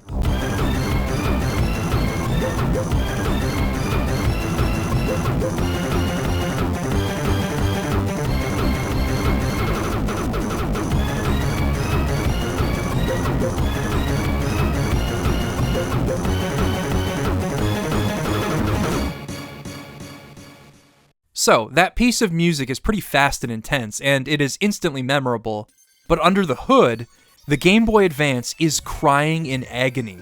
Here's a quote from Shogo Sakai off of the Mother 3i soundtrack album booklet, with translations from the cutting room floor. This scene in the game is on the edge of the CPU's processing capability, the heart of the Game Boy Advance, and the number of sound channels is at the maximum value. In other words, the limits of the console are being pushed, and we're only playing Wes's dance scene. The CPU is screaming at the last possible moment, and I can't help but think it's trying to tell the player something. The latest in technology is fighting a losing battle. Because of this, the soundtrack did have to be compromised somewhat in the transition to the GBA. We are lucky to have received this soundtrack in any state, and the fact that it sounds this good continues to amaze me. The quality of every facet of this game often makes me forget that it was released on the Game Boy Advance.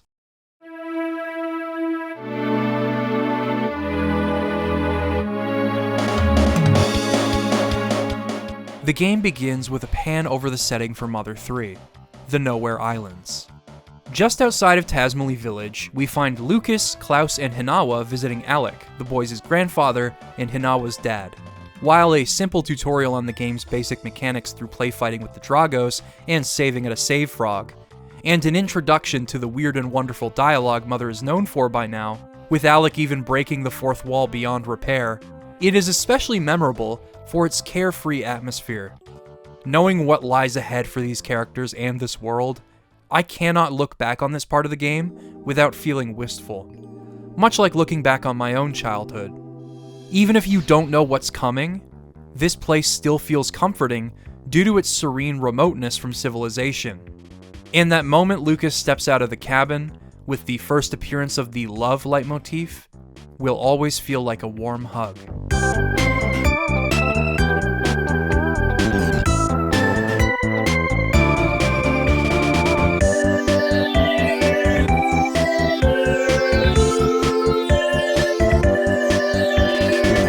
Hinawa writes a letter with love to her husband, Flint. Another leitmotif emerges as we read this letter, Hinawa's theme. Though it is disrupted by some sort of aircraft flying overhead, itself carrying one of the game's most prevalent leitmotifs, the pig mask theme. Let this invasion of peace and love set the tone for this entire game, in more ways than one.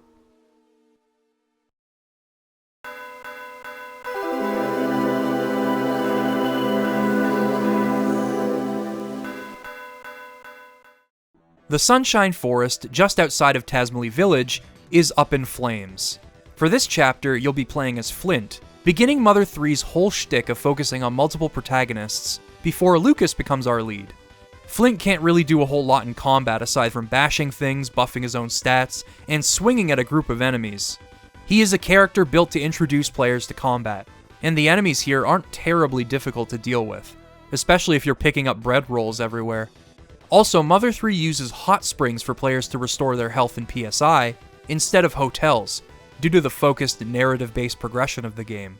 And they use a relaxed, down-tempo version of Open Sesame Tofu for its music. This is probably my favorite way to implement this kind of centralized healing place, even better than the instant revitalization machine, which I forgot to mention in EarthBound. Also, if you go in while covered in soot, you will emerge with just your face covered, and the rest washed away. What really makes this chapter shine is how it introduces its characters, and sets the stage for the rest of the narrative. First of all, Tazmily is full of a staggeringly diverse cast of characters, each with their own distinctive personalities, families, friends, hopes, and dreams. There's Thomas the jumpy fire chief, there's father-son duo Fuel and Lighter, the questionably comedic duo Lou and Bud, Jackie at the Yaddo Inn, Isaac. I remember so many of these side characters in Tazmily because of their well-defined characteristics, and as the plot progresses and the village evolves, so too do the needs and focuses of the characters. For now though, they are already great at making the village feel alive, like a real community, just as the original concept for the game outlined. Second, the catalyst for this game's narrative is also a tutorial on your other party members. After Flint rescues Fuel from his and Lighter's burning house, conveniently, it starts to rain. Making sure that Lighter's injuries are treated, Flint will meet with Isaac outside of the inn.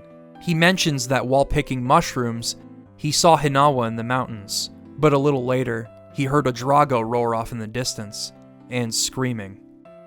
It's here where Flint also receives Hinawa's letter, at the very least giving Flint something to hold on to, if he is able to reunite with his family.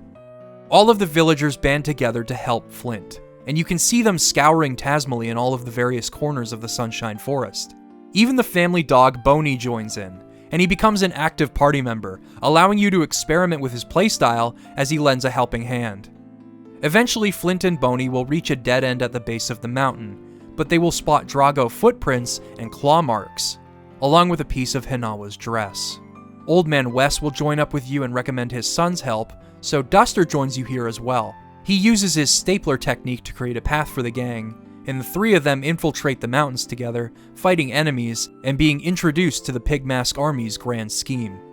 You've probably already caught a glimpse of this in how the woodland creatures aren't quite how they should be, but this caribou makes it all the more apparent what is going on. The Chimera are a strong symbol of the game's core thesis of an invasion of otherwise peaceful and innocent life.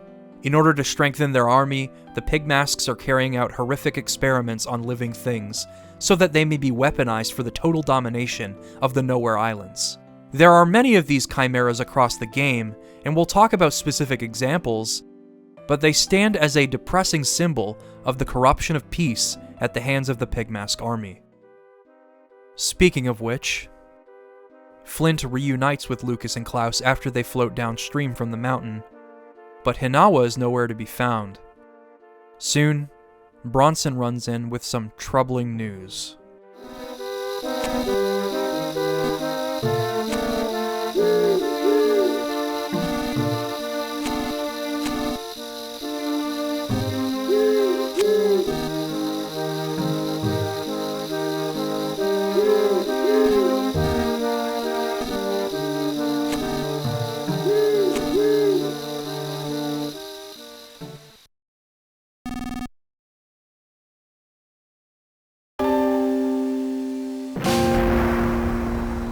Flint, a character who has not demonstrated much in the way of emotion, wrenches himself from our control as he pounds the ground with his fist. He pushes everyone aside and lashes out in grief and in anger, taking swings at those that are just trying to help him, all while his children are watching.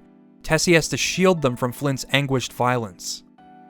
I'll be honest, as heart-wrenching as it is to watch, it is a painfully realistic depiction of the shock and grief that comes from sudden loss, and especially the feeling of not being able to protect or save someone from death. You just lose yourself. It overpowers you. The music that plays here is also a perfect deconstruction of that grief, painting a vivid picture of Flint's unwillingness to accept what happened, and the crushing sadness of it all. And this is all conveyed through sprites and the limited hardware of the Game Boy Advance. This moment is the emotional hook of Mother 3. And it's something that makes it very difficult to stop playing, as it informs the entire narrative and its themes from here. Leiter eventually has to knock Flint unconscious to get him to stop, and he ends up being the first person to be thrown in Tasmalee's jail, a symbol of just how different things are going to be from here on out for everyone. While unconscious, Flint dreams of the last moment he saw Hinawa alive, as they set off for Alex's house, accompanied by Mother 3's most important leitmotif, the love theme.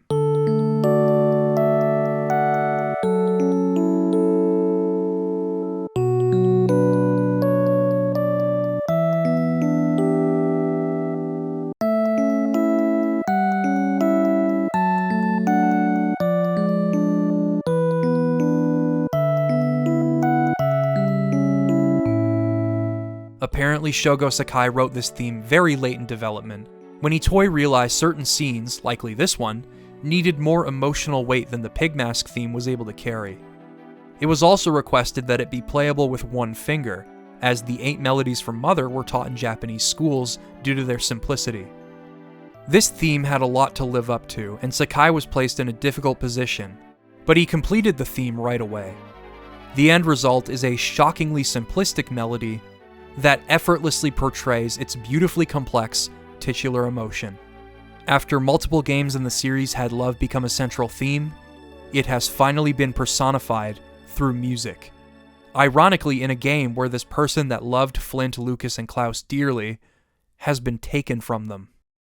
The love she demonstrated for her husband and her children is now nothing but a memory for them. Mother 3 immediately establishes itself as quite a deviation from the previous games in the series, with Hinawa's death, and it continues to be an emotionally devastating game from here. Lucas always seemed to stick closer to Hinawa than Klaus, and he is much less outgoing than his brother, often seeming timid and reserved. As a result of her death, Lucas cries at her grave, pretty much non-stop. Klaus runs off in an attempt to become stronger and take revenge on the Drago himself, telling Lucas that he wanted to go alone. Alec yells at Lucas after he lets this slip, and Lucas runs off too. Their bereaved family is essentially torn apart by Hinawa's death. To say that it is tonally different from the other games would be an understatement, but it does this in service of a beautiful story. And there is still an excellent helping of the Mother series' trademark sense of humor, not just thanks to the characters we've met thus far, but also because the game is full of levity in lieu of its major sequences being focused on a dour storyline. It is an excellent balance, and it only serves to prove that the Mother series can be just as emotionally poignant as it is side-splittingly hilarious. I mean, let's take Flint's journey into the mountains to find Klaus as an example. After all, there are still questions. Why would a docile Drago have killed Hinawa? Lucas and Klaus were playing with them in the intro after all. It's time to figure this out. Along the way, the game offers advice in this somber moment. Reggie says, "We can forget happy things. We can probably forget sad things too. People have the power to forget."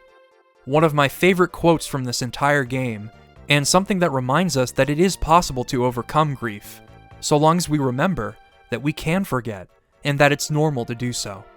It breaks the tension through Alec in that one cave giving directions, cracking jokes, and doing his best impression of the Magypsies.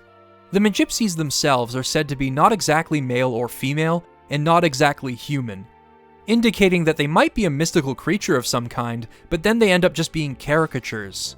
Though they might seem to be in poor taste, I respect them for having accepted their fates and living their lives to the fullest with beauty before they die. And they end up being not just extremely important characters to the game's story, but they are also incredibly endearing and reliable allies, furthering the balance in this game's writing. We'll talk more about them later, but one more fun fact: all of their names are derived from the Greek scales in music theory. Ultimately, the climb leads Flint and Alec to find one of Klaus's shoes, and then another at the mountain's peak. It's here where a half-mechanical Drago emerges and attacks Flint and Alec. Suddenly, it all starts to make sense. The Pigmask army took an otherwise peaceful creature and weaponized it. This boss is where Mother 3 really stops pulling its punches with difficulty. You're on your own for this fight, and you need to use all of Flint's limited techniques to the fullest to survive. If you've adjusted to the rolling health system, you can take advantage of that with the food you've collected. If you can time your hits to the beat by now, even though the game hasn't told you how to do it, even better. Honestly, even the first two games didn't have fights this hard so early on, or at the very least if they were that hard, you could solve them by leveling up to some extent. This mechanical Drago does a decent amount of damage consistently, and you just have to be able to deal with it while dealing enough damage yourself, all while your health ticks downward. It is the foundation of all battles in Mother 3. After the battle, the Drago is weakened, and Flint readies the Drago Fang, the very same one that was found pierced through Hinawa's heart, and prepares to take his revenge. But this Drago has children of its own, and he relents. The camera pans away from the mountain's peak, and we can see Klaus, face down at the base of the mountain, and he will not be seen again for the next several chapters. Oh, and Lucas is still missing too. It's rough. Before the next chapter begins, there is a flashback to when Duster aimed to update and console Flint after Hinawa's death. The only difference is that we get to see Flint's response. He thanks Duster, which passes the torch to our next protagonist.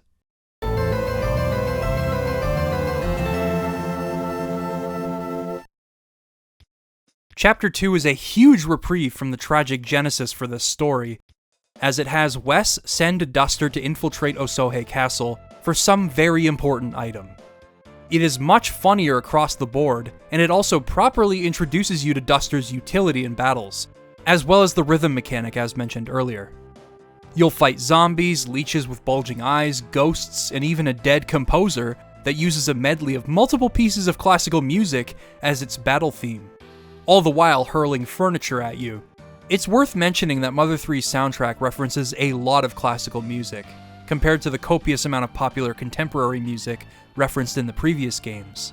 The Pigmask Army battle themes, for example, use Shostakovich on multiple occasions, including Audacious March and Unfounded Revenge.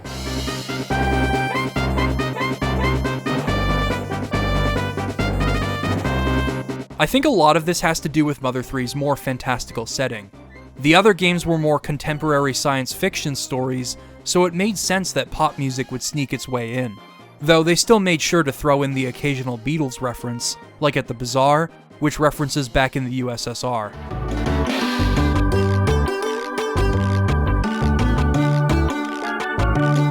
They even made sure to get the Batman theme in there with Mr. Batty. As for the castle itself, it is an incredible introduction to dungeon exploration, both in design and theming. There's a hot spring that you can jump through chimneys to reach if you ever need to heal, but it's a one-way trip, so you need to memorize your paths.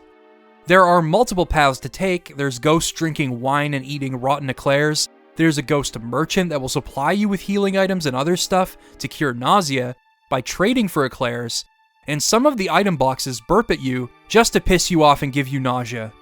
There's even an optional boss that you can make even harder for yourself by fighting the armor, sword, and shield all at once, rather than just individually. It is also a huge test of your tools with Duster if you still aren't great at utilizing the rhythm mechanic to deal extra damage, and the fact that you can escape to the hot spring can really come in handy if you want more experience. It's a pretty robust dungeon, and even when you think you've obtained the correct item, Wes makes it pretty clear that he thinks Duster is a moron, which is why Wes joins him in the castle and does his little dance. By this point, you're going through the same dungeon, but with pig masks all over the place, and you'll even meet the mysterious girl who dropped her pendant earlier in the castle. So now you have 2 party members to explore the remainder of the dungeon, giving you a chance to level up Kumatora and learn new PSI skills. There's also good old Rope Snake, who is an extremely important plot-relevant character because without him, how would we have crossed that gap? And in the end, after retrieving the correct egg, you'll have to fight a giant serpent in the sewers beneath the castle. A tough battle that tests you on all you've learned over your exploration of Osohe, and your acclimation to Duster and Kumatora's abilities. Though sadly, Duster is washed away and separated from Kumatora and Wes. This chapter proves itself to be completely distinct from the last, and this chapter-by-chapter structure proves to be the right choice for injecting the same kind of variety into Mother 3 that EarthBound had, especially with a narrative as focused and as heavy as this one. And right after this, another chapter comes in to keep things fresh.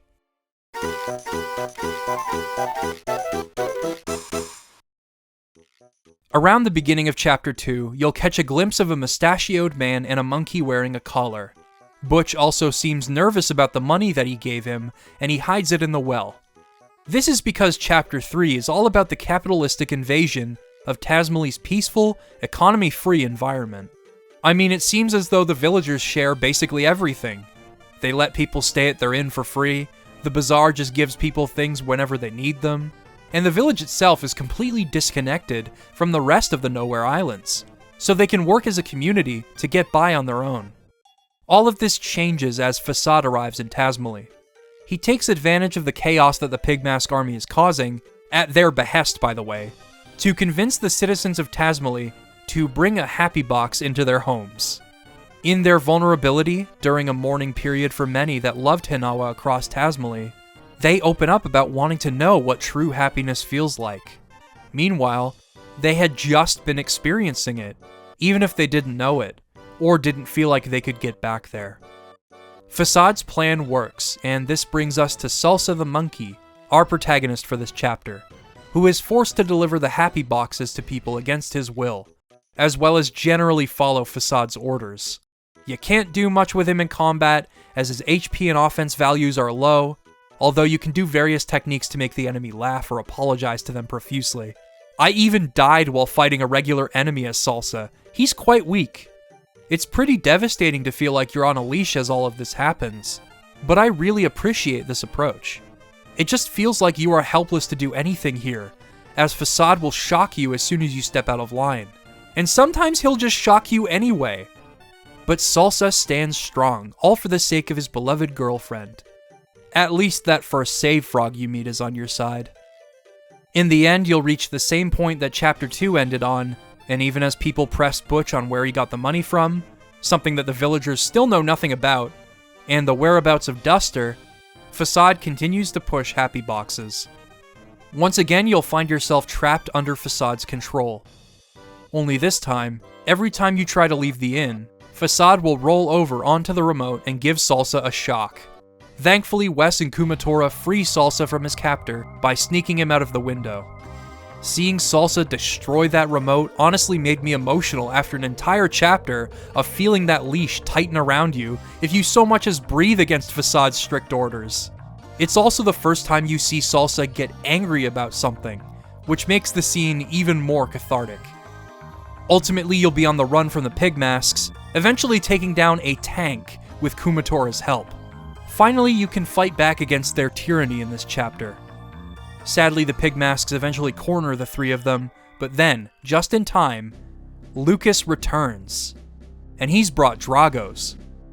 Trust me, after not seeing Lucas for potentially a few hours, and after being forced to peddle happy boxes against my will, this sequence is powerful enough to make me shed a tear. Even as uncertainty grows over Tazmily, Lucas appears stronger than ever before, having befriended the Dragos and seeing this army for what they really are. Even though this false prosperity seems to have crept its way into Tazmily, there is hope for them yet in this young boy. The next sequence illustrates Lucas's growth since Hanawa's death. We see the moment in which Klaus runs off to fight the Drago without Lucas.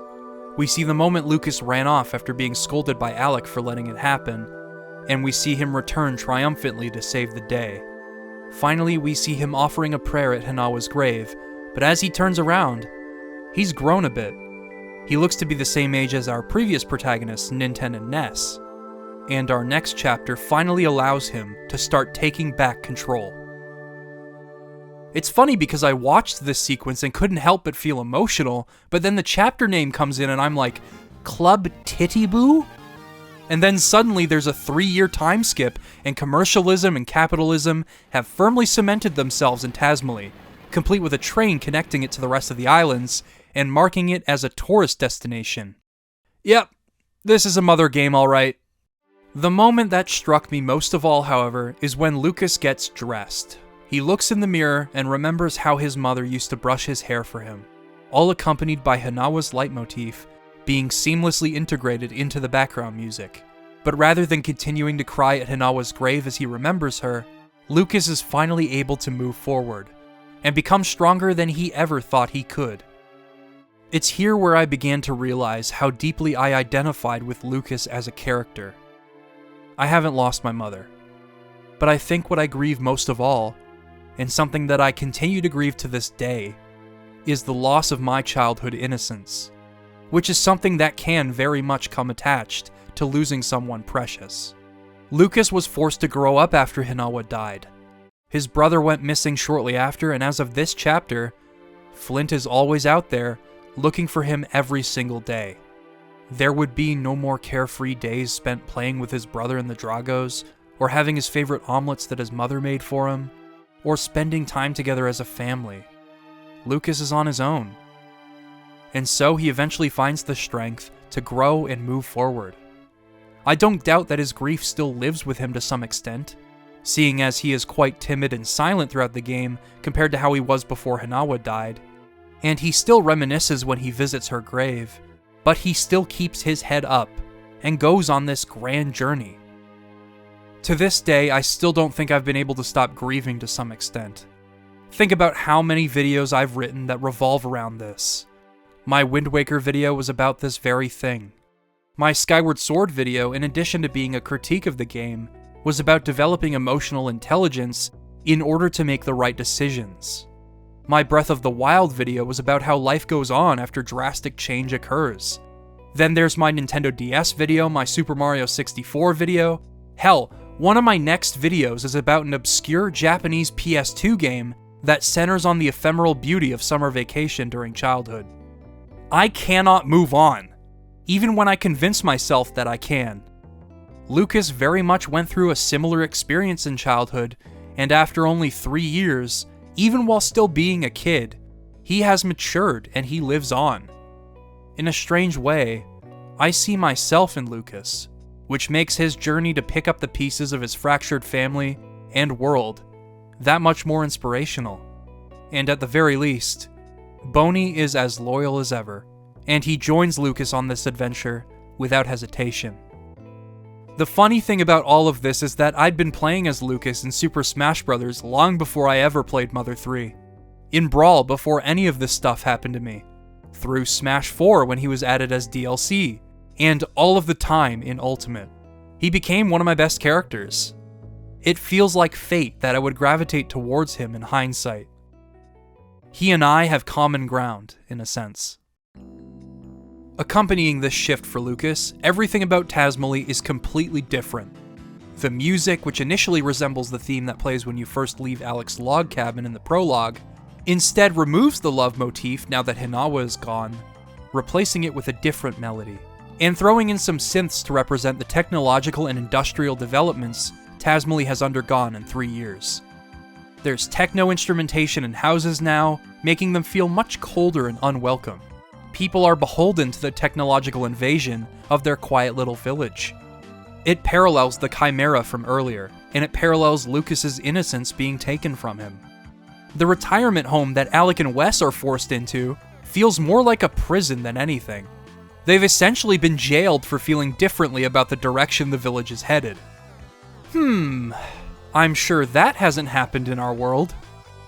In addition, we get to see just what these happy boxes are doing to people, and I love the concept right down to its satirical name.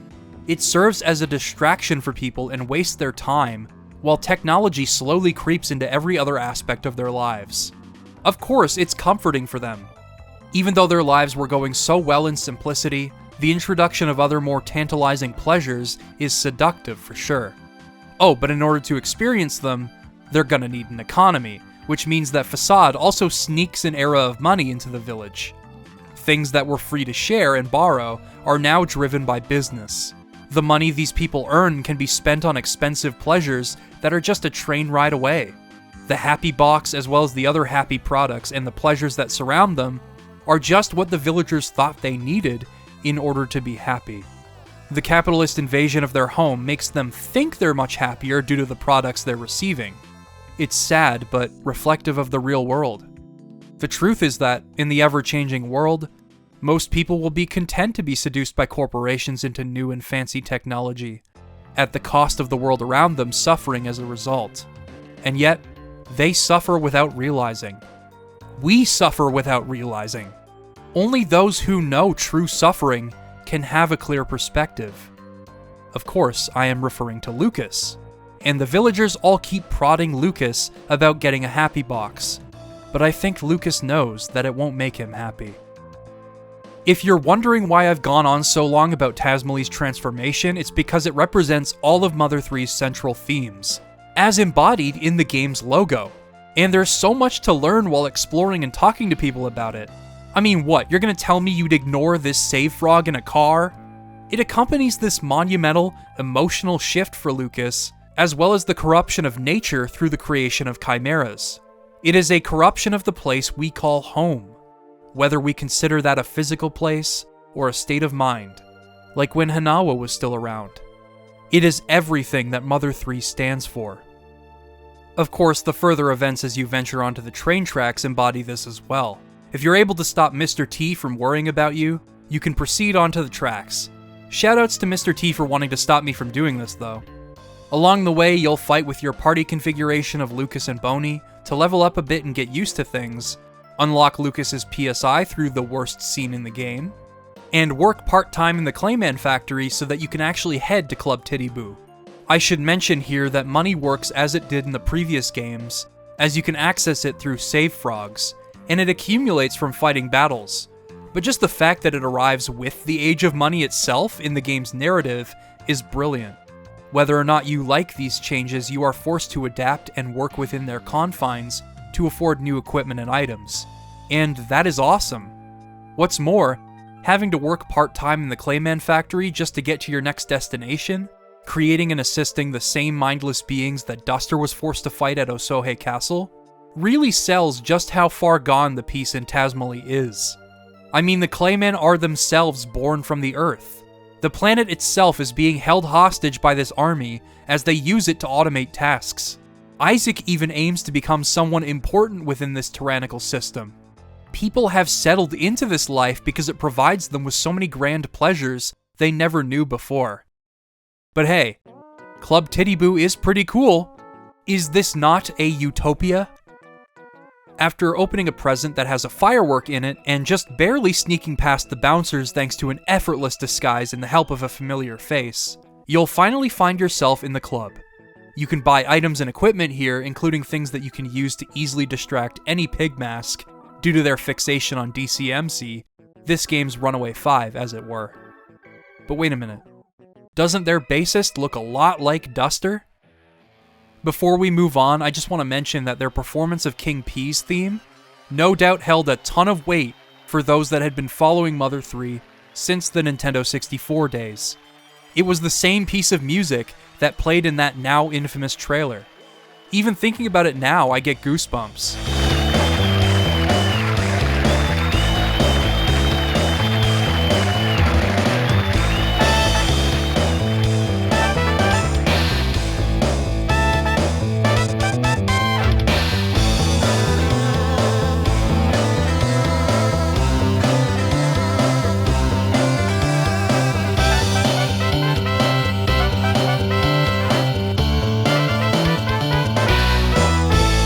Also, the fact that it mentions King P at all is a huge clue as to who is leading this pig-like army, if the aesthetic itself didn't already clue you in.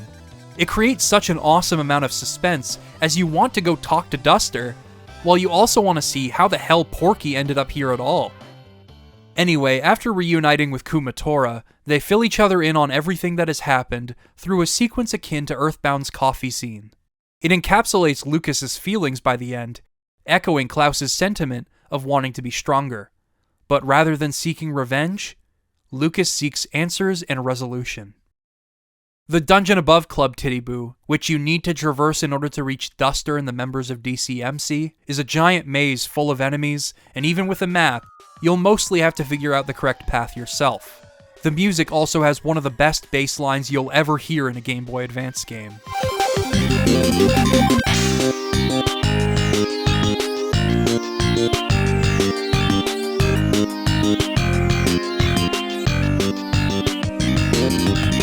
More than anything though, the boss of this dungeon is this game's first wall. Each time I get to this boss in Mother 3, I have to grind in this dungeon, and the game almost expects you to. Thankfully, it's not hard to run back to the hot spring to heal up, but with the fact that there are 3 free health refills in the room full of British mice, the boss strongly encourages you to stuff your pockets with bread rolls due to how much damage you have to deal with here. It is a boss that essentially demands you to take advantage of the rolling health system, and if you aren't able to deal enough damage, it'll just be a war of attrition. You can destroy the other instruments pretty easily with PK Love, Lucas's version of PK Rockin', as love is his favorite thing, but it's still a lot to take on. But as soon as you get over this hurdle, Mother 3's combat settles into that euphoric balance I described earlier. In order to convince the DCMC to allow Duster to travel with you, you'll need to beat all of them in stone sheet clippers. My mistake. I really only bring this minigame up because Lucas's voice sample used in the current version of the Mother 3 fan translation is actually provided by Lonnie Minella, Lucas's official English voice actress in the Super Smash Bros. Games. Ready, set, go! I believe it was recorded around a time where she was accepting voice requests, and because of this, Lucas's voice sounds just as it should, maintaining continuity with other official media.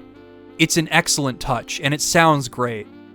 Ultimately, Lucas wins, and an amnesiac Duster travels with the gang to restore his memory by recovering the egg he once retrieved from Osohe Castle. This means he has to say goodbye to the past 3 years he spent as Lucky in the band, which up to this point is the only life he knows. I can imagine this was a big deal for him, but he ends up going along with Lucas and the others anyway. Even without knowing who he was before the band, he casts everything aside. Gotta love Duster.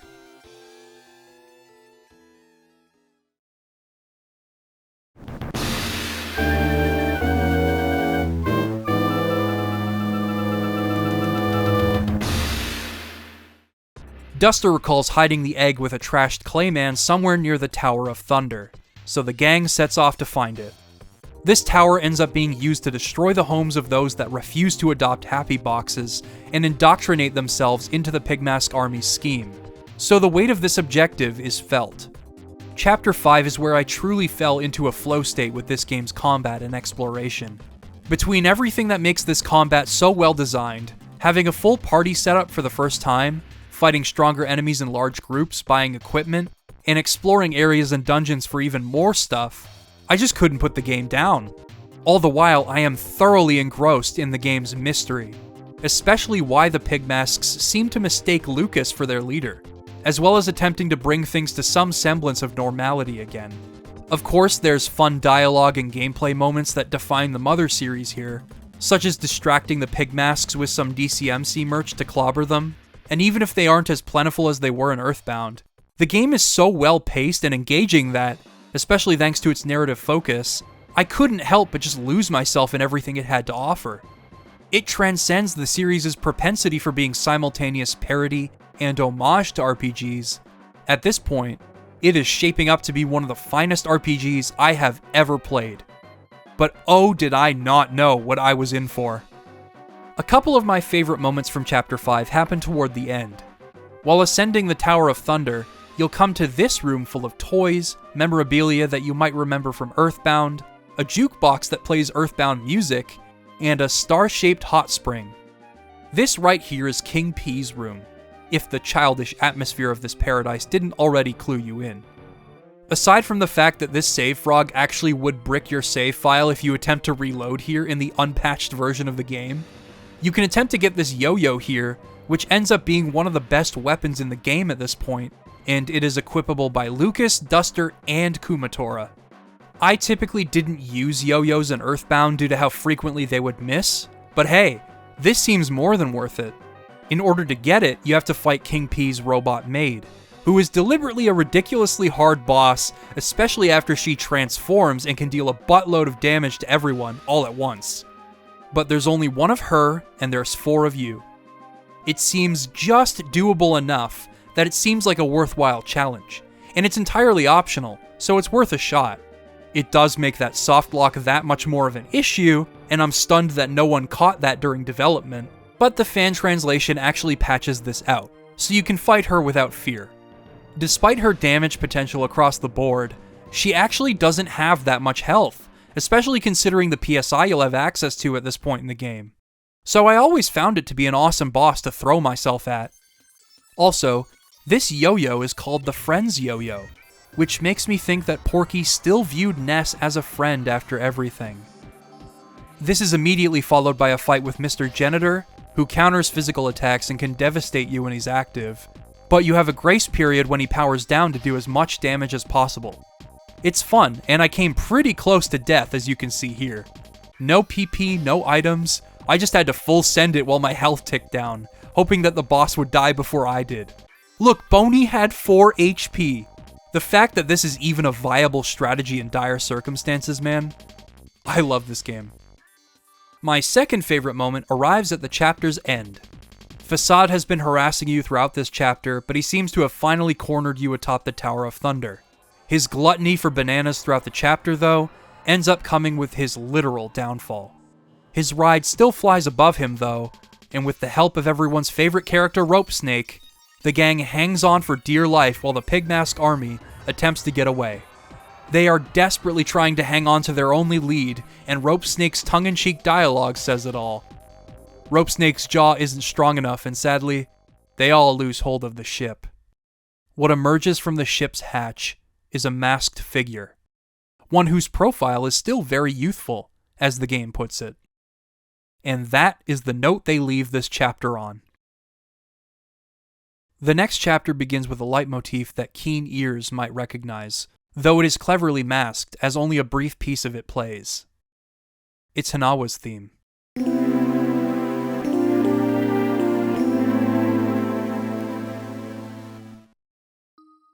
You might recall that Hanawa's grave was often adorned with sunflowers by those paying their respects, and even a few sunflowers are growing nearby. They were her favorite. One character wonders what sunflowers are meant to symbolize, and to be honest, I'm not entirely sure myself. Some say they symbolize loyalty and adoration due to the myth of Clytie and Apollo. Some say they are a symbol of hope, as Ukrainians have said about it lately. It already being their national flower due to Ukrainians historically using sunflower oil in cooking instead of butter or lard.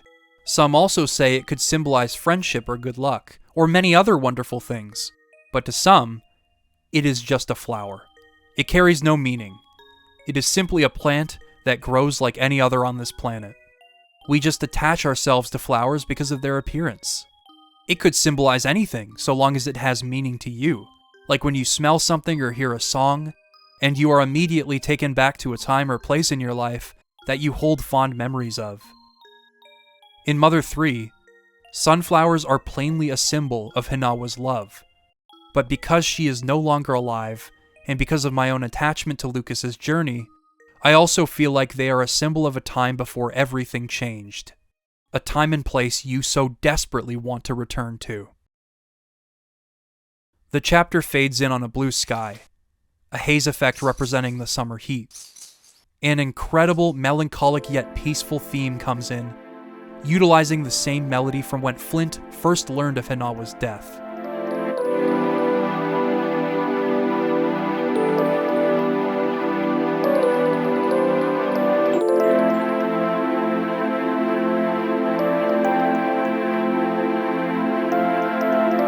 We pan down to Lucas, who is lying face down in the flowers, and as soon as we take control of him, all we can do is walk among them. Eventually, we are overtaken by a memory of what can only be Lucas's family home, a sunflower on the table to the left, while the love theme plays once more. All we get in this somber reflection is someone saying, Lucas.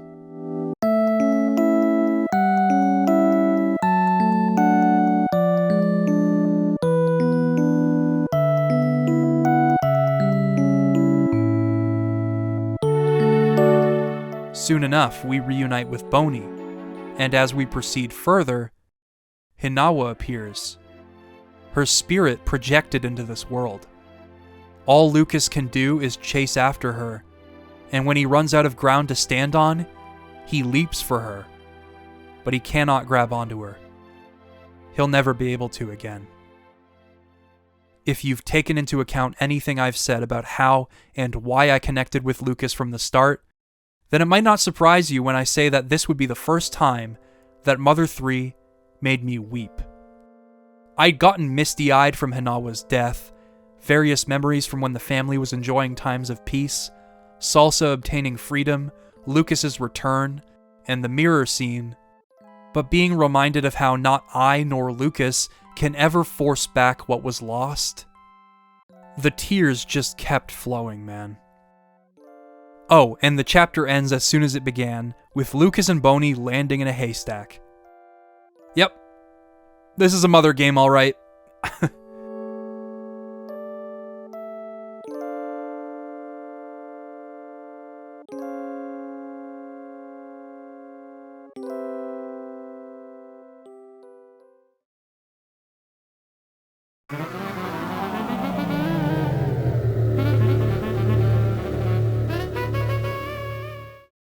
Chapter 7 essentially contains the entirety of the globe-trotting adventure that characterized the previous games, meaning that it contains a relentless amount of variety throughout, akin to EarthBound, all in a mad dash to beat this mysterious masked man to the 7 needles that rest across the Nowhere Islands. With each needle pulled, a Magypsy will fade away, ceasing to be. However, this is a necessary thing, as when all of them are pulled, they will awaken a great dragon that can save the Nowhere Islands from the evil they are dealing with at the hands of the Pigmask army. The problem is, only those that know PK love can pull them, and they must have a heart of good, for if they have a heart of evil, all will be destroyed to satisfy evil ambition. What this means is that Chapter 7 is a non-stop barrage of ideas that is incredible to play through, featuring the peak of Mother 3's combat, its dungeon exploration, its musical variety, its comedic flourishes, and its creativity on the whole. First, there's the Chimera Lab, which is creepy on its own, and that almost mecha lion boss is kind of horrifying when you just have Lucas and Boney. but it immediately gets a whole lot scarier once you find out about the existence of the ultimate chimera. Much like Metroid Fusion, you are warned to just run if you see it, and that is enough to scare me into submission as a player. Dungeon exploration becomes a lot more tense when you know that you have to avoid this thing. To decompress, you could always visit the onsen here. There's a painting of what looks like Mount Fuji here, with a rocket ship crashed into it. Just what I expected out of a Mother game. You can also find the Overcoming Shyness book in one of the back rooms. Speaking of things that survived the last game, Dr. Andonuts is here. Yes, the very same Andonuts that helped the Chosen Four save the world. Though he does demonstrate some intense cowardice by suggesting using Boney as bait. The army has forced him to work on chimeras here, but this at least proves to help in reaching the next needle. He presents you with 3 options for draining this body of water.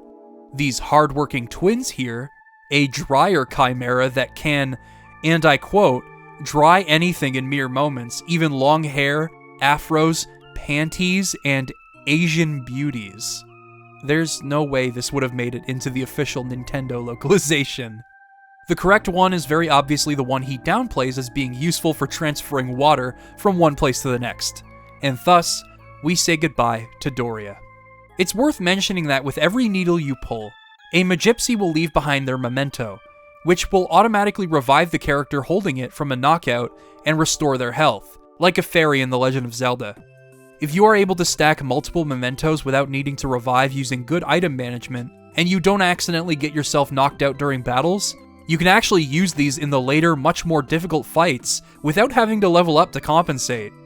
I mean, I only had to grind a couple of times in Mother 3, but otherwise, good strategy will always guarantee that you can succeed, which to me is the mark of a well-balanced RPG, where you can try to coast off of natural encounters and average experience gains, all the while fighting some tough bosses, but you can also decrease the difficulty a bit by leveling up if you're having a hard time. After this needle is pulled, Kumatora will finally rejoin you, having landed here and being saved by Doria, and Salsa, having been running around the lab beforehand, will finally be free to live in peace with his girlfriend, the notion of which made me emotional all over again. It was great to see him again. Next is the Mole Cricket Cave, a fascinating and ultimately pretty hilarious concept for a dungeon. It is exactly the kind of bullshit dungeon I would expect from a Mother game. EarthBound has Dungeon Man, and Mother 3 has this.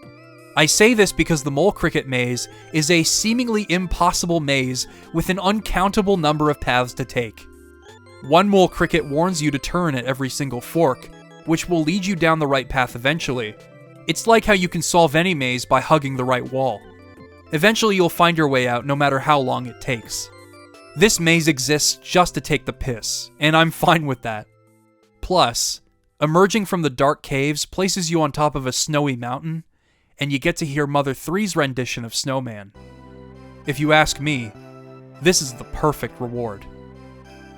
So you climb the mountain, listening to each of the snowman's musings on the way to Lydia's place.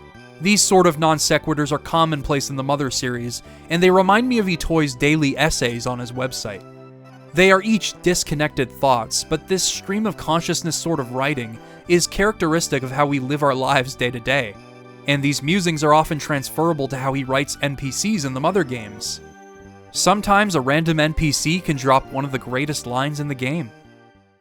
Once you reach the needle, you'll discover that the masked man beat you to it, and you'll be pitted against a steel mecharilla. This fight has a twist that I didn't pick up on until after I'd finished recording for this video. If you ever use PK Thunder on it, you will make it stronger and you'll be having a tough time. Its attacks will overpower your HP, and it'll also do AoE damage. This is actually quite common for late game Mother 3 bosses. A lot of the time the damage they deal will simply be too much for the health any of your party members have, and they'll take mortal damage. You'll almost always have to have one party member healing, unless you are smart about your buffs, debuffs, counters, and shields, which also takes turns away from you to set up. To be honest, as overbearing as it might seem to design bosses that practically beg you to use the rolling health system and make quick decisions, I feel it makes for some of the most satisfying combat in any RPG I have ever played, to the point where each turn stops feeling like a turn and more like a real-time action. As you are watching the actions you've selected take place, and you take into account what your opponents do, the timer starts to tick as your health scrolls downward. Your plans take shape as actions occur, and when it's your turn to pick actions again, you can do so in the blink of an eye. Sometimes you have to do it that fast. Late game Mother 3 is simply euphoric. Speaking of tough battles, the next dungeon will take you through Gova Volcano, but not before you slide down the mountain in a refrigerator. Naturally. You land back in Tasmally, perhaps unsure of where to go next, where you'll spot a wobbling message in a bottle with a bow tie that is too hard to ignore. And it says, "This way," in a familiar font. Indeed, we're going to Saturn Valley to listen to the Frightbots tell scary stories, and save Duster and good old reliable Rope Snake. So you finish infiltrating Gova Volcano after whispering encouraging words to a boulder. Man, at this point, I feel like I'm not even fazed by this stuff. The Mother series has desensitized me to jokes like this. They're normal now. The dungeon itself is quite unforgiving with its enemies, which is not fun when the boss itself can be this game's second major wall. Disturbingly, Facade has transformed himself into a chimera, speaking only through music and hiring an interpreter to follow him around. This is new Facade, and everything that I said about damage ignoring your HP and buffing being important is necessary knowledge if you want to have a hope of defeating him. While balancing healing on each turn, as well as dealing with tears when necessary because missing physical attacks is the worst damn thing that can happen in this game, you also have to be dealing enough damage to actually counteract all of the times he scarfs down luxury bananas. Otherwise, his healing will ensure that you will never be able to win. Oh, and he likes to erect a shield, just to be even more of an ass. This isn't the last we'll see of him, but damn does it feel good to win here. It can feel like an unscalable wall, which makes it all the more satisfying when you finally pull yourself over it. These bosses are the kind that will make you viscerally cheer every time you win, because of how demanding they are. Of course, if we're in Saturn Valley, we're gonna have some coffee, and this game's coffee speech is quite nice. The music is even a faithful adaptation of EarthBound's music for this scene. This scene made me feel like I really had the right idea about it being meditative in EarthBound, rather than a rambling drug trip of some kind. It's a reflection of the small moments that make each Mother game so beautiful. The moment-to-moment happenings that all add up to you becoming so much stronger. As it says, no one is simply born strong. And yeah, maybe the scene is weird and comes out of nowhere. There is certainly a comedic edge to it as it is quite long-winded, perhaps just for the sake of a joke. But this omnipotent monologue is right about Lucas. He's come far for the sake of others, and he is no longer the child that endlessly cried at his mother's grave. Once you're done reflecting, it's time to move to the next needle. This one gives Rope Snake a chance to redeem himself in a reference to the Skyrunner from EarthBound, and I found myself really cheering for him, but unfortunately he fails once more. I don't hold it against him though, it's gotta be hard carrying all of us. Landing here is deliberately reminiscent of Summers in EarthBound, but in order to reach the next needle, we must walk along the seafloor and make out with these oxygen machines. This area is honestly way too stressful for me, as any wrong turn is too much, and if you run out of oxygen, you'll end up back on the shore, having to start all over again. I especially don't appreciate that one of them is not working. It would be just like this game to have a laugh at my expense, wouldn't it? After getting absorbed by a whirlpool, the gang washes up on Tane Tane Island, where a save frog has been swallowed by a snake. Feeling hungry and desperate, you can decide to eat some funky-looking mushrooms. You can probably guess what happens as a result. This turns the entirety of Tane Tane Island into a sort of anti-magicant mushroom trip, as all of the people you encounter, including Klaus and Flint, all say things that prey on Lucas and the gang's negative thoughts and traumatic memories, including Flint threatening to beat Lucas, Alec proclaiming that Kumatora is like a stick that no one loves, and so much more. All of the enemies are presented as floating faces until you deal enough damage to them, though I'd rather not talk about some of their true forms. This hairy mushroom makes me feel like I should be putting a mosaic over it. You can also use a beautiful hot spring here, but Boney doesn't seem to be interested.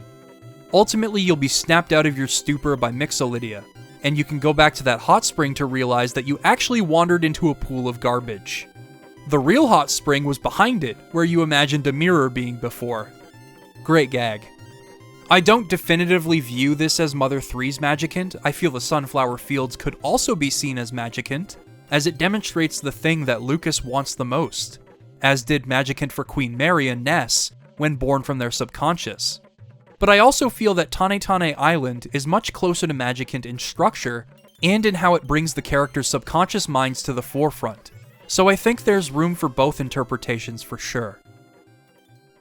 Up here you'll encounter the Barrier Trio, who use one of the weirdest battle themes in the whole game.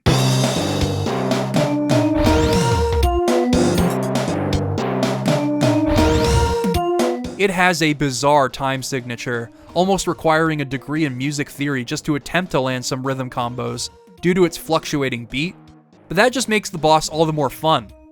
On its own, the boss is the hardest in the game up to that point. It is essentially mandatory that you continually lower its defense with either Duster or Kumatora every turn, as it will undo this often with its own buffs, and make it so that the boss will go on forever otherwise. Each pose means that they are weak to a different element that Kumatora has, which Boney can discover by sniffing them, meaning that you're going to be alternating between all of your party members for debuffs and healing a lot. It can be brutal if you're not prepared, and you'll need to take some time to figure it out, but it is still a spectacular fight. Even though you might think you've made it here before the Masked Man, the Pig Mask army rolls out the red carpet for him, and he casts forth a lightning bolt with his sword to pull it himself. This means that Lucas essentially has to pull the next needles himself if he doesn't want the world to be destroyed. Our last dungeon for the chapter takes us through Argilla Pass, which has a few of my favorite gags in the whole game, in addition to it being a typical dungeon. First of all, the Negative Man. SpongeBob's fallen on hard times. Second, the Hefty Heads. One of the funniest enemy designs in the entire game, rivaling even the Little Big Bro. It's just funny to watch them walk around.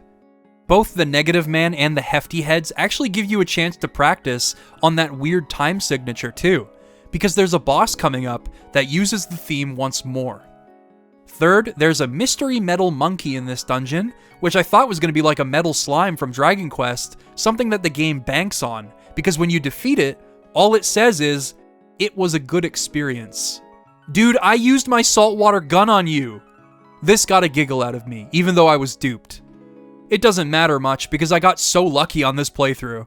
The mystical stick dropped, which is Lucas's ultimate weapon. Hefty Heads have a 3% chance of dropping it. I may not have gotten the Sword of Kings, but at least I got this. Finally, you'll reach the Argilla Sanctuary and Ionia's house. Before the next boss, a kind Mr. Saturn will polish your courage badge for you. This was a badge passed on to Lucas from Flint after the Gravekeeper gives Lucas an encouraging talk, and it turns out to be the Franklin badge. Just like in EarthBound, it reflects lightning, which proves to be necessary in actually confronting the Masked Man. After fighting your way through a group of pig masks once more, you'll finally be able to fight their mysterious leader. As I've said, the battle theme is the same as the Barrier Trio and a few other enemies you might have run into along the way. Or is it?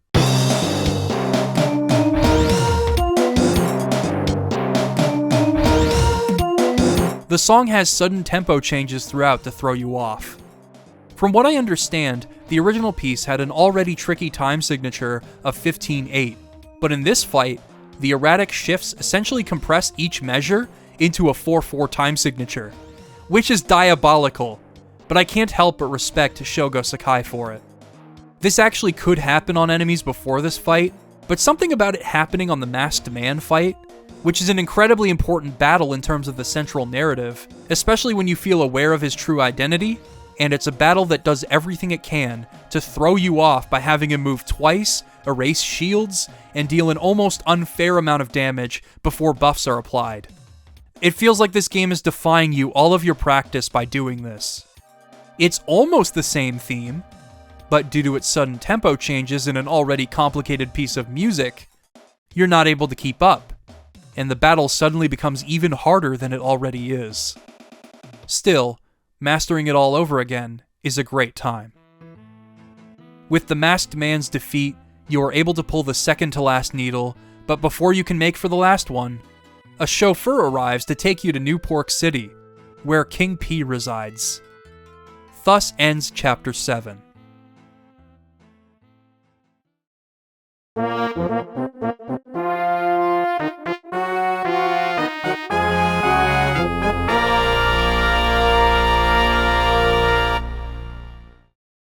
The limo ride to New Pork City has all sorts of fun things that you expect to be able to interact with, but you can't. It looks like you can play pool, but you can't. The Champagne Tower? It's just a painting. Once again, the game is poking fun, but at least there's a hot tub here. New Pork City is the culmination of Porky's escapist fantasies, drawing in the citizens of Tazmily. There's an arcade, a fair, a theater playing a recap of EarthBound, great restaurants, the works. Most citizens have left Tazmily behind, and some even feel as though they had to come to New Pork City just so they wouldn't be left alone. Porky's consumerist invasion of the Nowhere Islands has reached its apex with the construction of this city. Even though this setting is meant to be comedic and satirical in nature, I always feel anxious when I get to this point.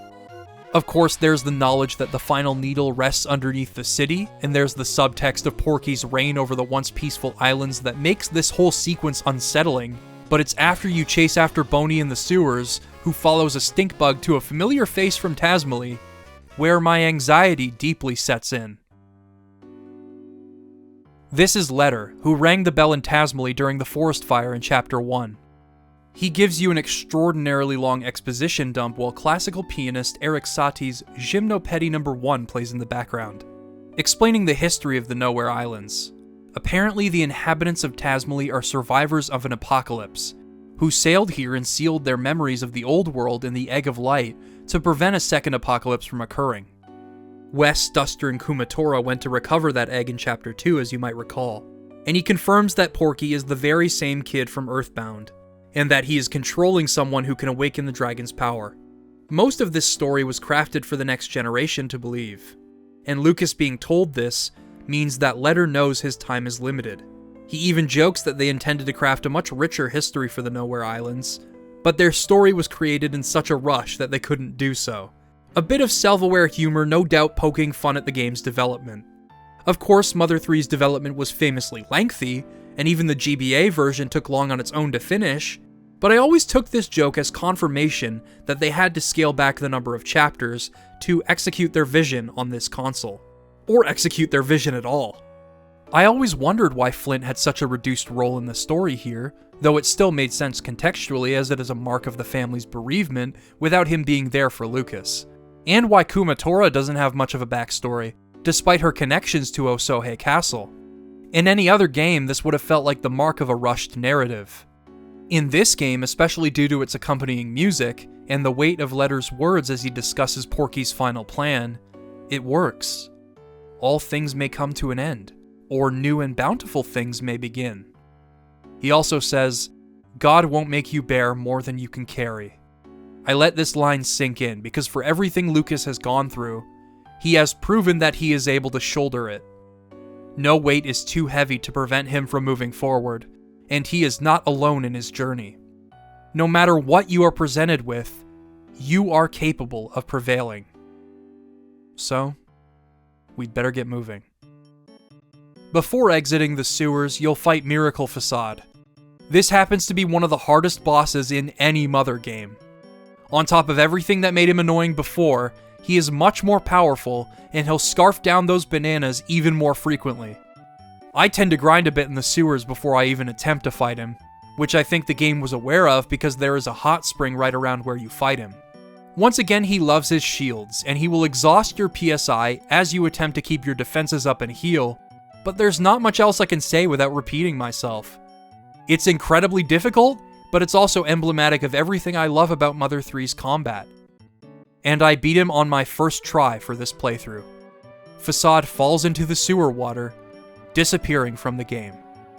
Letter mentions that the last Magypsy, Locria, is a traitor, and on the 100th floor of the Pork Tower, you'll actually find Locria's bed, adorned with bananas, horns, and a memento. You can probably infer what this means, and it's quite depressing to think about. I never thought Facade would be a character that we get closure on, but I suppose even the most pure beings, such as Magypsies, can be easily corrupted too. Now it's time to end this. Let's head into the Colossal Pork Tower, take Porky down, and pull that last needle. But first, let's throw a New Year's Eve bomb at the Porky statue for some free experience. Apparently it is possible to do this without the bomb, but you'd have to be an utter god at this game to do so, as well as have an inhuman amount of patience. DCMC will be waiting for you upon your arrival to the tower, and Duster will be able to play with them one last time as a send-off. His leitmotif even appears in their performance, and I won't lie, I can add this scene to the list of scenes that made me a little misty-eyed.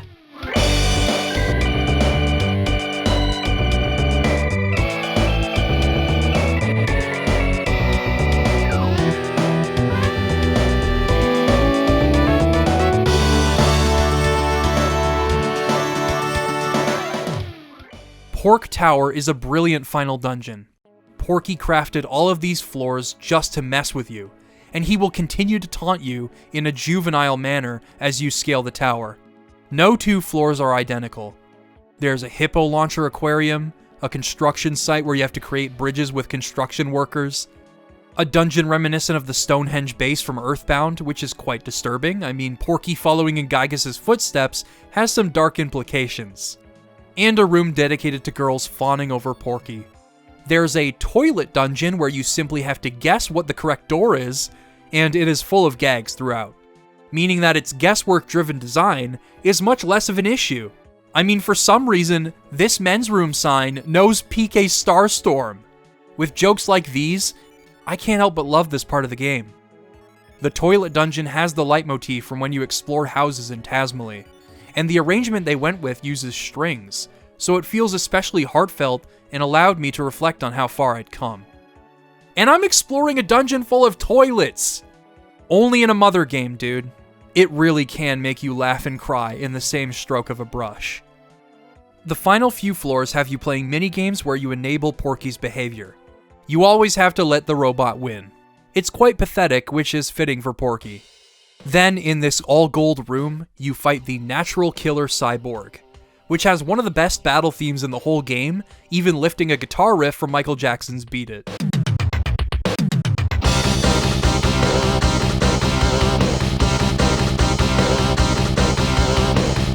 But hey, this makes it even easier for me to combo on.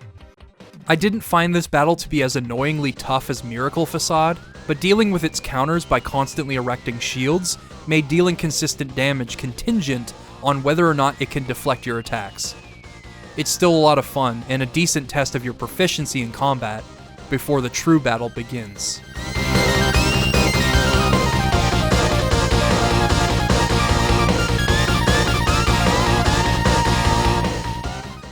You'll take a ferry to meet Porky himself as Pollyanna plays in the background, and you'll see multiple replicas of props and characters from EarthBound. Knowing that this would be the final game in the series, it is fun to reflect a bit on the game that Porky came from. It makes it seem as though he holds some fondness for that world, despite being its antagonist, which would be appropriate for someone as self-centered as him. The final gag with the 2 dots actually ended up being something I missed in EarthBound. You can find them in the desert outside of Forsyth, apparently. The fact that they put that in here is a hell of a deep cut, and this whole ferry trip proves to be Mother 3's final instance of levity. Mother 3's finale is intense, and that's an understatement. Anyone who's played this game knows this, but let's tackle things one by one. Set against a gray, thunderous sky, you are forced to survive an onslaught of Porky robots, disassembling their shields and surviving their explosions all in one battle, without a single reprieve. Porky will even start throwing in enemies from across the game, and just when you think you've cleared them all out, he throws in more. It's brutal, and you might not think you have it in you to survive, but DCMC comes in to help just when all seems lost. You gotta have one of these moments in the game, and it works really well in the face of a marathon like this. After the battle ends, Flint, Wes, Alec, and a few other friends come to help you see things through. Porky emerges, looking visibly aged to beyond any human lifespan, thanks to his interdimensional travels, to the point where he is basically kept on life support as he coughs and hacks away, his skin having turned a sickly gray and his hair entirely white. Additionally, he says that his slave pulling the final needle, that slave being the masked man, is merely out of a desire to satiate his boredom. After everything, Porky still sees his circumstances as a game, or a play, and he is still just as childish as he once was, despite the time that has passed. Lucas, Kumatora, Duster, Boney, and Flint are all sent plummeting to the island's core, as this thoroughly discomforting music plays the whole time. You can even find a doorknob that came off earlier. It's been traveling around the entire game, and here it sits waiting to be found. Oops, I dropped it. This entire area reminds me heavily of the place where you fight Gygas and Porky in EarthBound, but with much darker colors, a reflection of the islands being so close to their own demise, and the weight of your journey looming over you, something reflected in Flint's words to Lucas as he realizes the harrowing truth.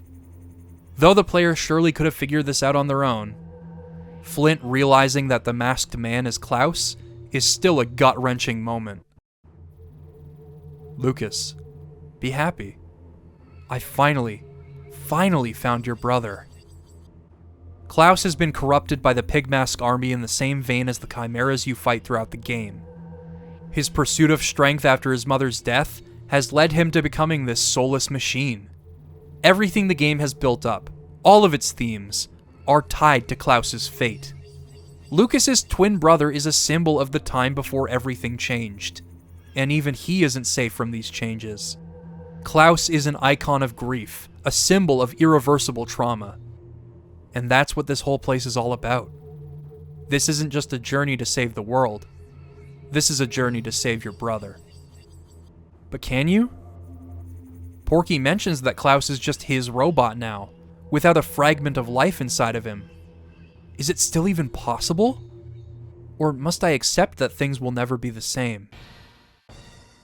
Here we are at the penultimate battle of Mother 3, and what a battle it is.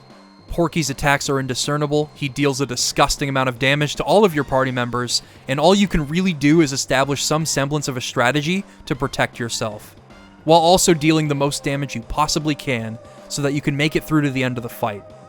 He'll taunt you throughout the fight, each speech about his immortality eliciting this sinking feeling in your stomach that Porky has essentially placed himself in an eternal coffin. All the while he remains conscious of his surroundings. Even if the dragon awakened and the world was destroyed, he would survive, living eternally alongside it. At this point, granting him anything resembling death would be a mercy, even if he does not know or understand why. Each of these speeches happens to be an indication of your progress in the fight, but you cannot waste your resources here considering how long it can go on when you're not dealing an inhuman amount of damage every turn. If you need to play the long game and stay alive, then you'll just have to do so.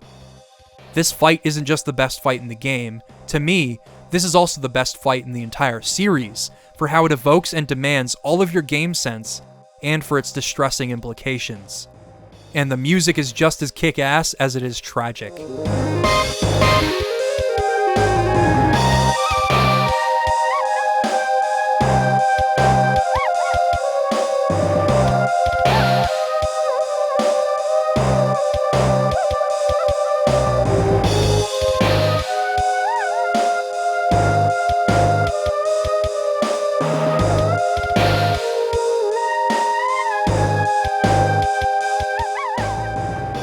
Toward the end of the fight, Porky thanks you for playing with him all the way to the end, and he seals himself inside of the absolutely safe capsule, something that he tricked Dr. Andonuts and the Mr. Saturns into creating.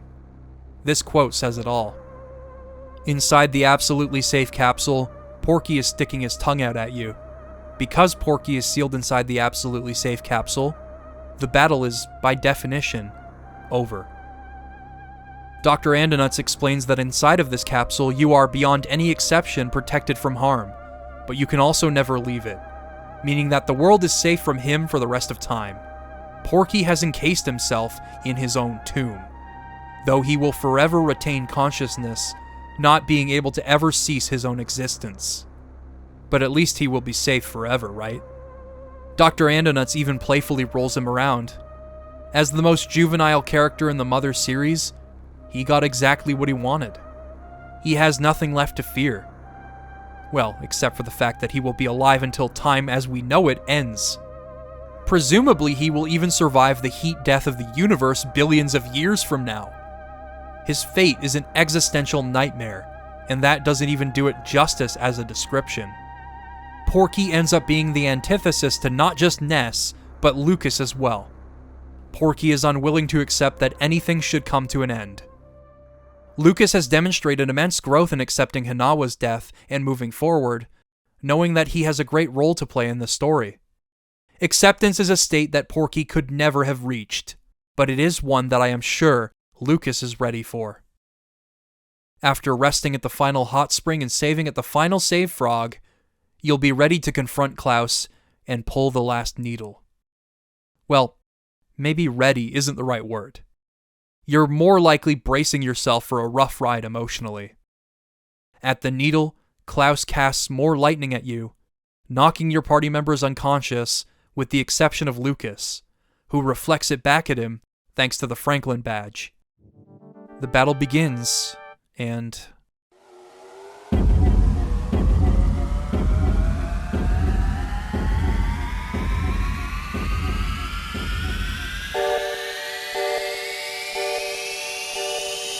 no matter how hard you try, Lucas will be unable to bring himself to hurt his brother.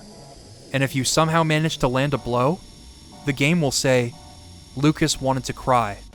The music tries so desperately to morph into some over-the-top final boss theme, through its drums and its discordant scattered fragments of melody, but it is overpowered by noise and anguish.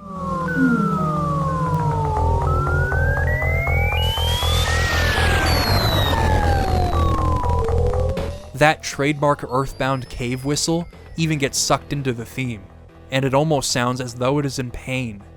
Since you can't attack Klaus directly, all you can really do is heal through his attacks and stay alive. And though it makes for an unbelievably memorable final boss, one reminiscent of both previous games, it is quite upsetting to endure.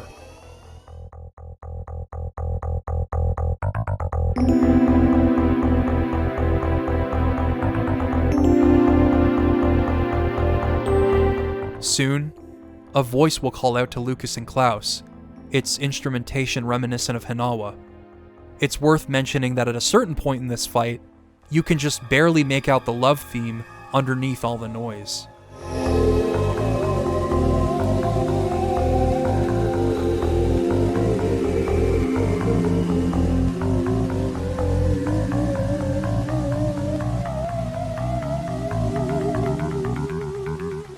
Hinawa tries her hardest to stop these two from fighting, but her voice only gradually begins to reach Klaus.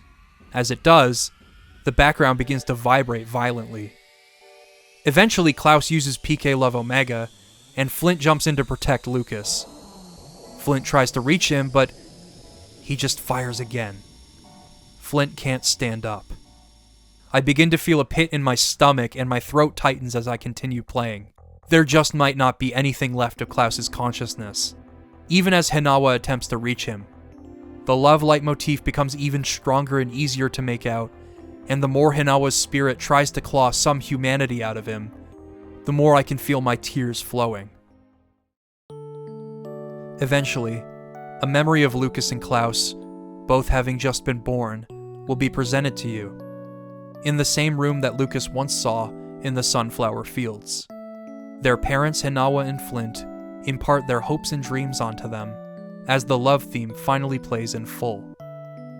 Make us proud, they say.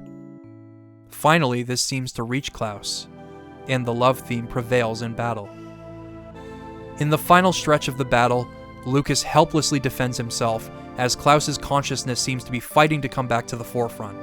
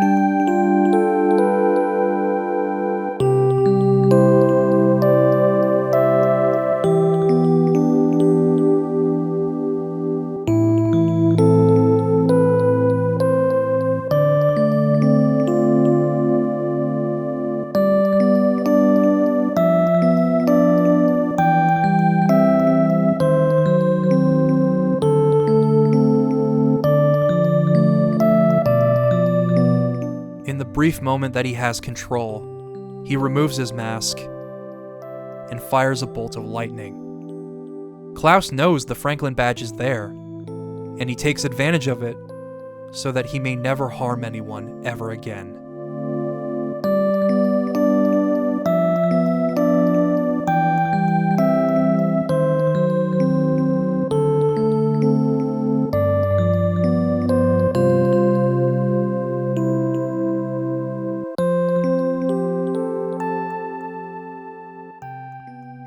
In his final moments, he is able to reunite with his brother, embracing him. After being apart for so long, Lucas remembers Klaus's smell.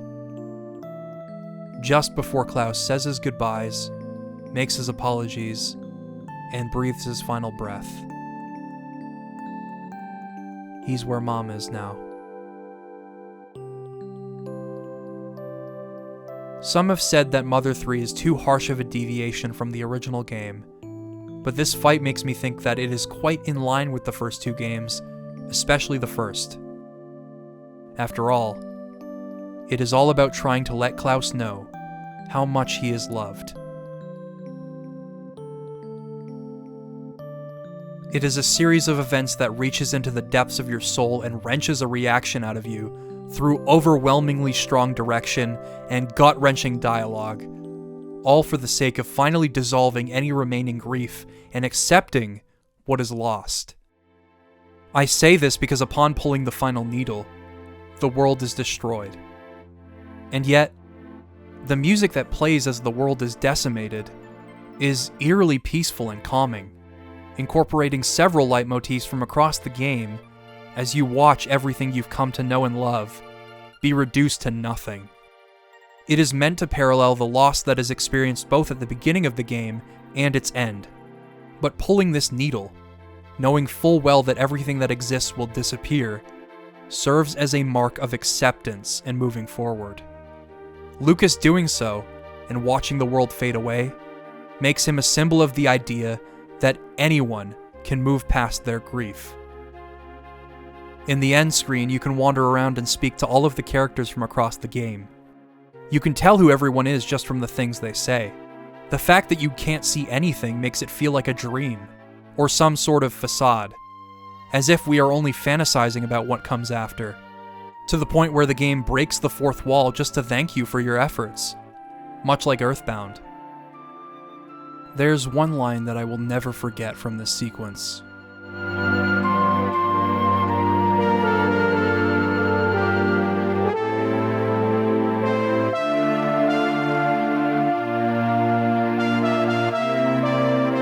This line always makes me look inward. Hinawa's words to Klaus echo in my mind. I am so exhausted. I continue to romanticize the past and try to force back what was lost after I got sick and things felt so different.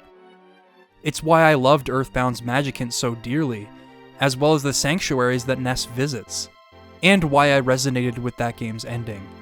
It's why I identified with Gygas as well in Mother 1, when he was reminded of those nostalgic melodies. Each of these games have shown me exactly what I needed to be shown, as sad or as troubling as these scenes might have been. A lot of Mother 3 reflects things that I think about day to day. The loss of innocence, and the grief that ensues. Technology creeping in that introduces changes in people and the world. The world is divided as a result of greed and ambition. I feel everything is changing quickly, and I am constantly resorting to a time before those changes came. Mother 3 showed me that there is another side to all of this. It's not that everything is changing too quickly. Things are always going to change. It's that they are changing while I am the one attempting to claw my old life and my innocence back. I may identify with Lucas, but I feel I am much more like Klaus. I may not want to admit it, but I'm the one that very much needed to be reached by Hinawa. That's why when I reached this screen, where Mother 3's logo is purified of its metallic look, and I reflected on the game's themes, I knew I had been reached. I felt ready to pull my own final needle, so to speak, in acceptance. I had wept over the final fight with Klaus and that line in the game's epilogue, but here, my tears felt cleansing. I feel better now.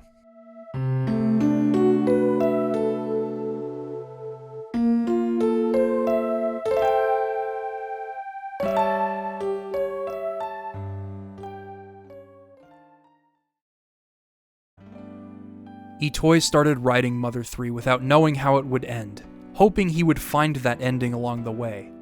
This is how Hayao Miyazaki tends to write as well, and it is a technique that I have adopted. Even with a thesis in mind, I have no idea how I am going to articulate what these works make me feel. I feel these things, but I cannot translate those feelings to words right away. I feel out the ending as I go.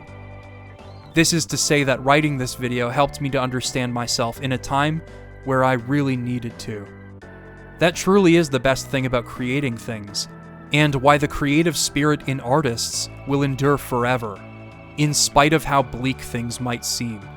Both creating and consuming these works help us to work through complicated emotions, and both playing Mother and writing this video are emblematic of that for me.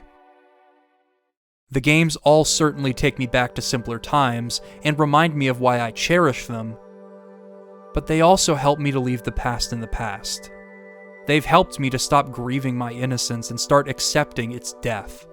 They've helped to remind me that love is not something you can extinguish through death, but something that you live with even when the person you loved is gone. They've shown me that everything is going to be alright.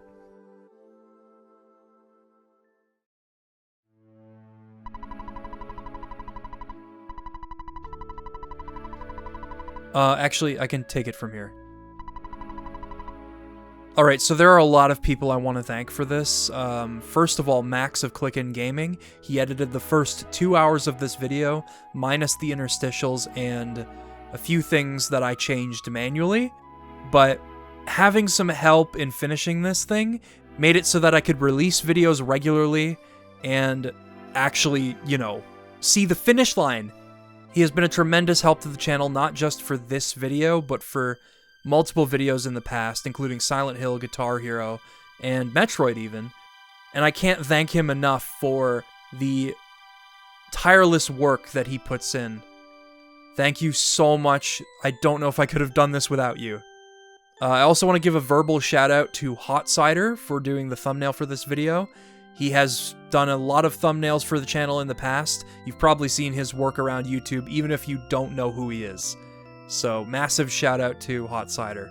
I also want to give a special thanks to tcrf.net for all of the development material and pre-release material on the Mother series, starmen.net for being an amazing fan community, and the EarthBound Wiki for being a fantastic resource in my research into the mechanics and all of the details that make these games tick. Also, the interstitial text boxes that you see in this video were created using a tool on earthboundtext.com that was written by Bill Eager. That tool made those interstitials possible, so I have to shout out that tool.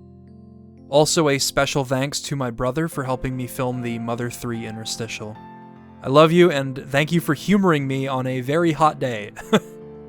I have all of the sources I mentioned in this video linked in the description. Other than that, I just want to say thank you so much for giving this video a chance. It meant a lot to me to write this one, and I'm just really happy that I can finally put this out into the world. Anyway, with that said, I've been Liam Triforce. Thanks for watching. Goodbye.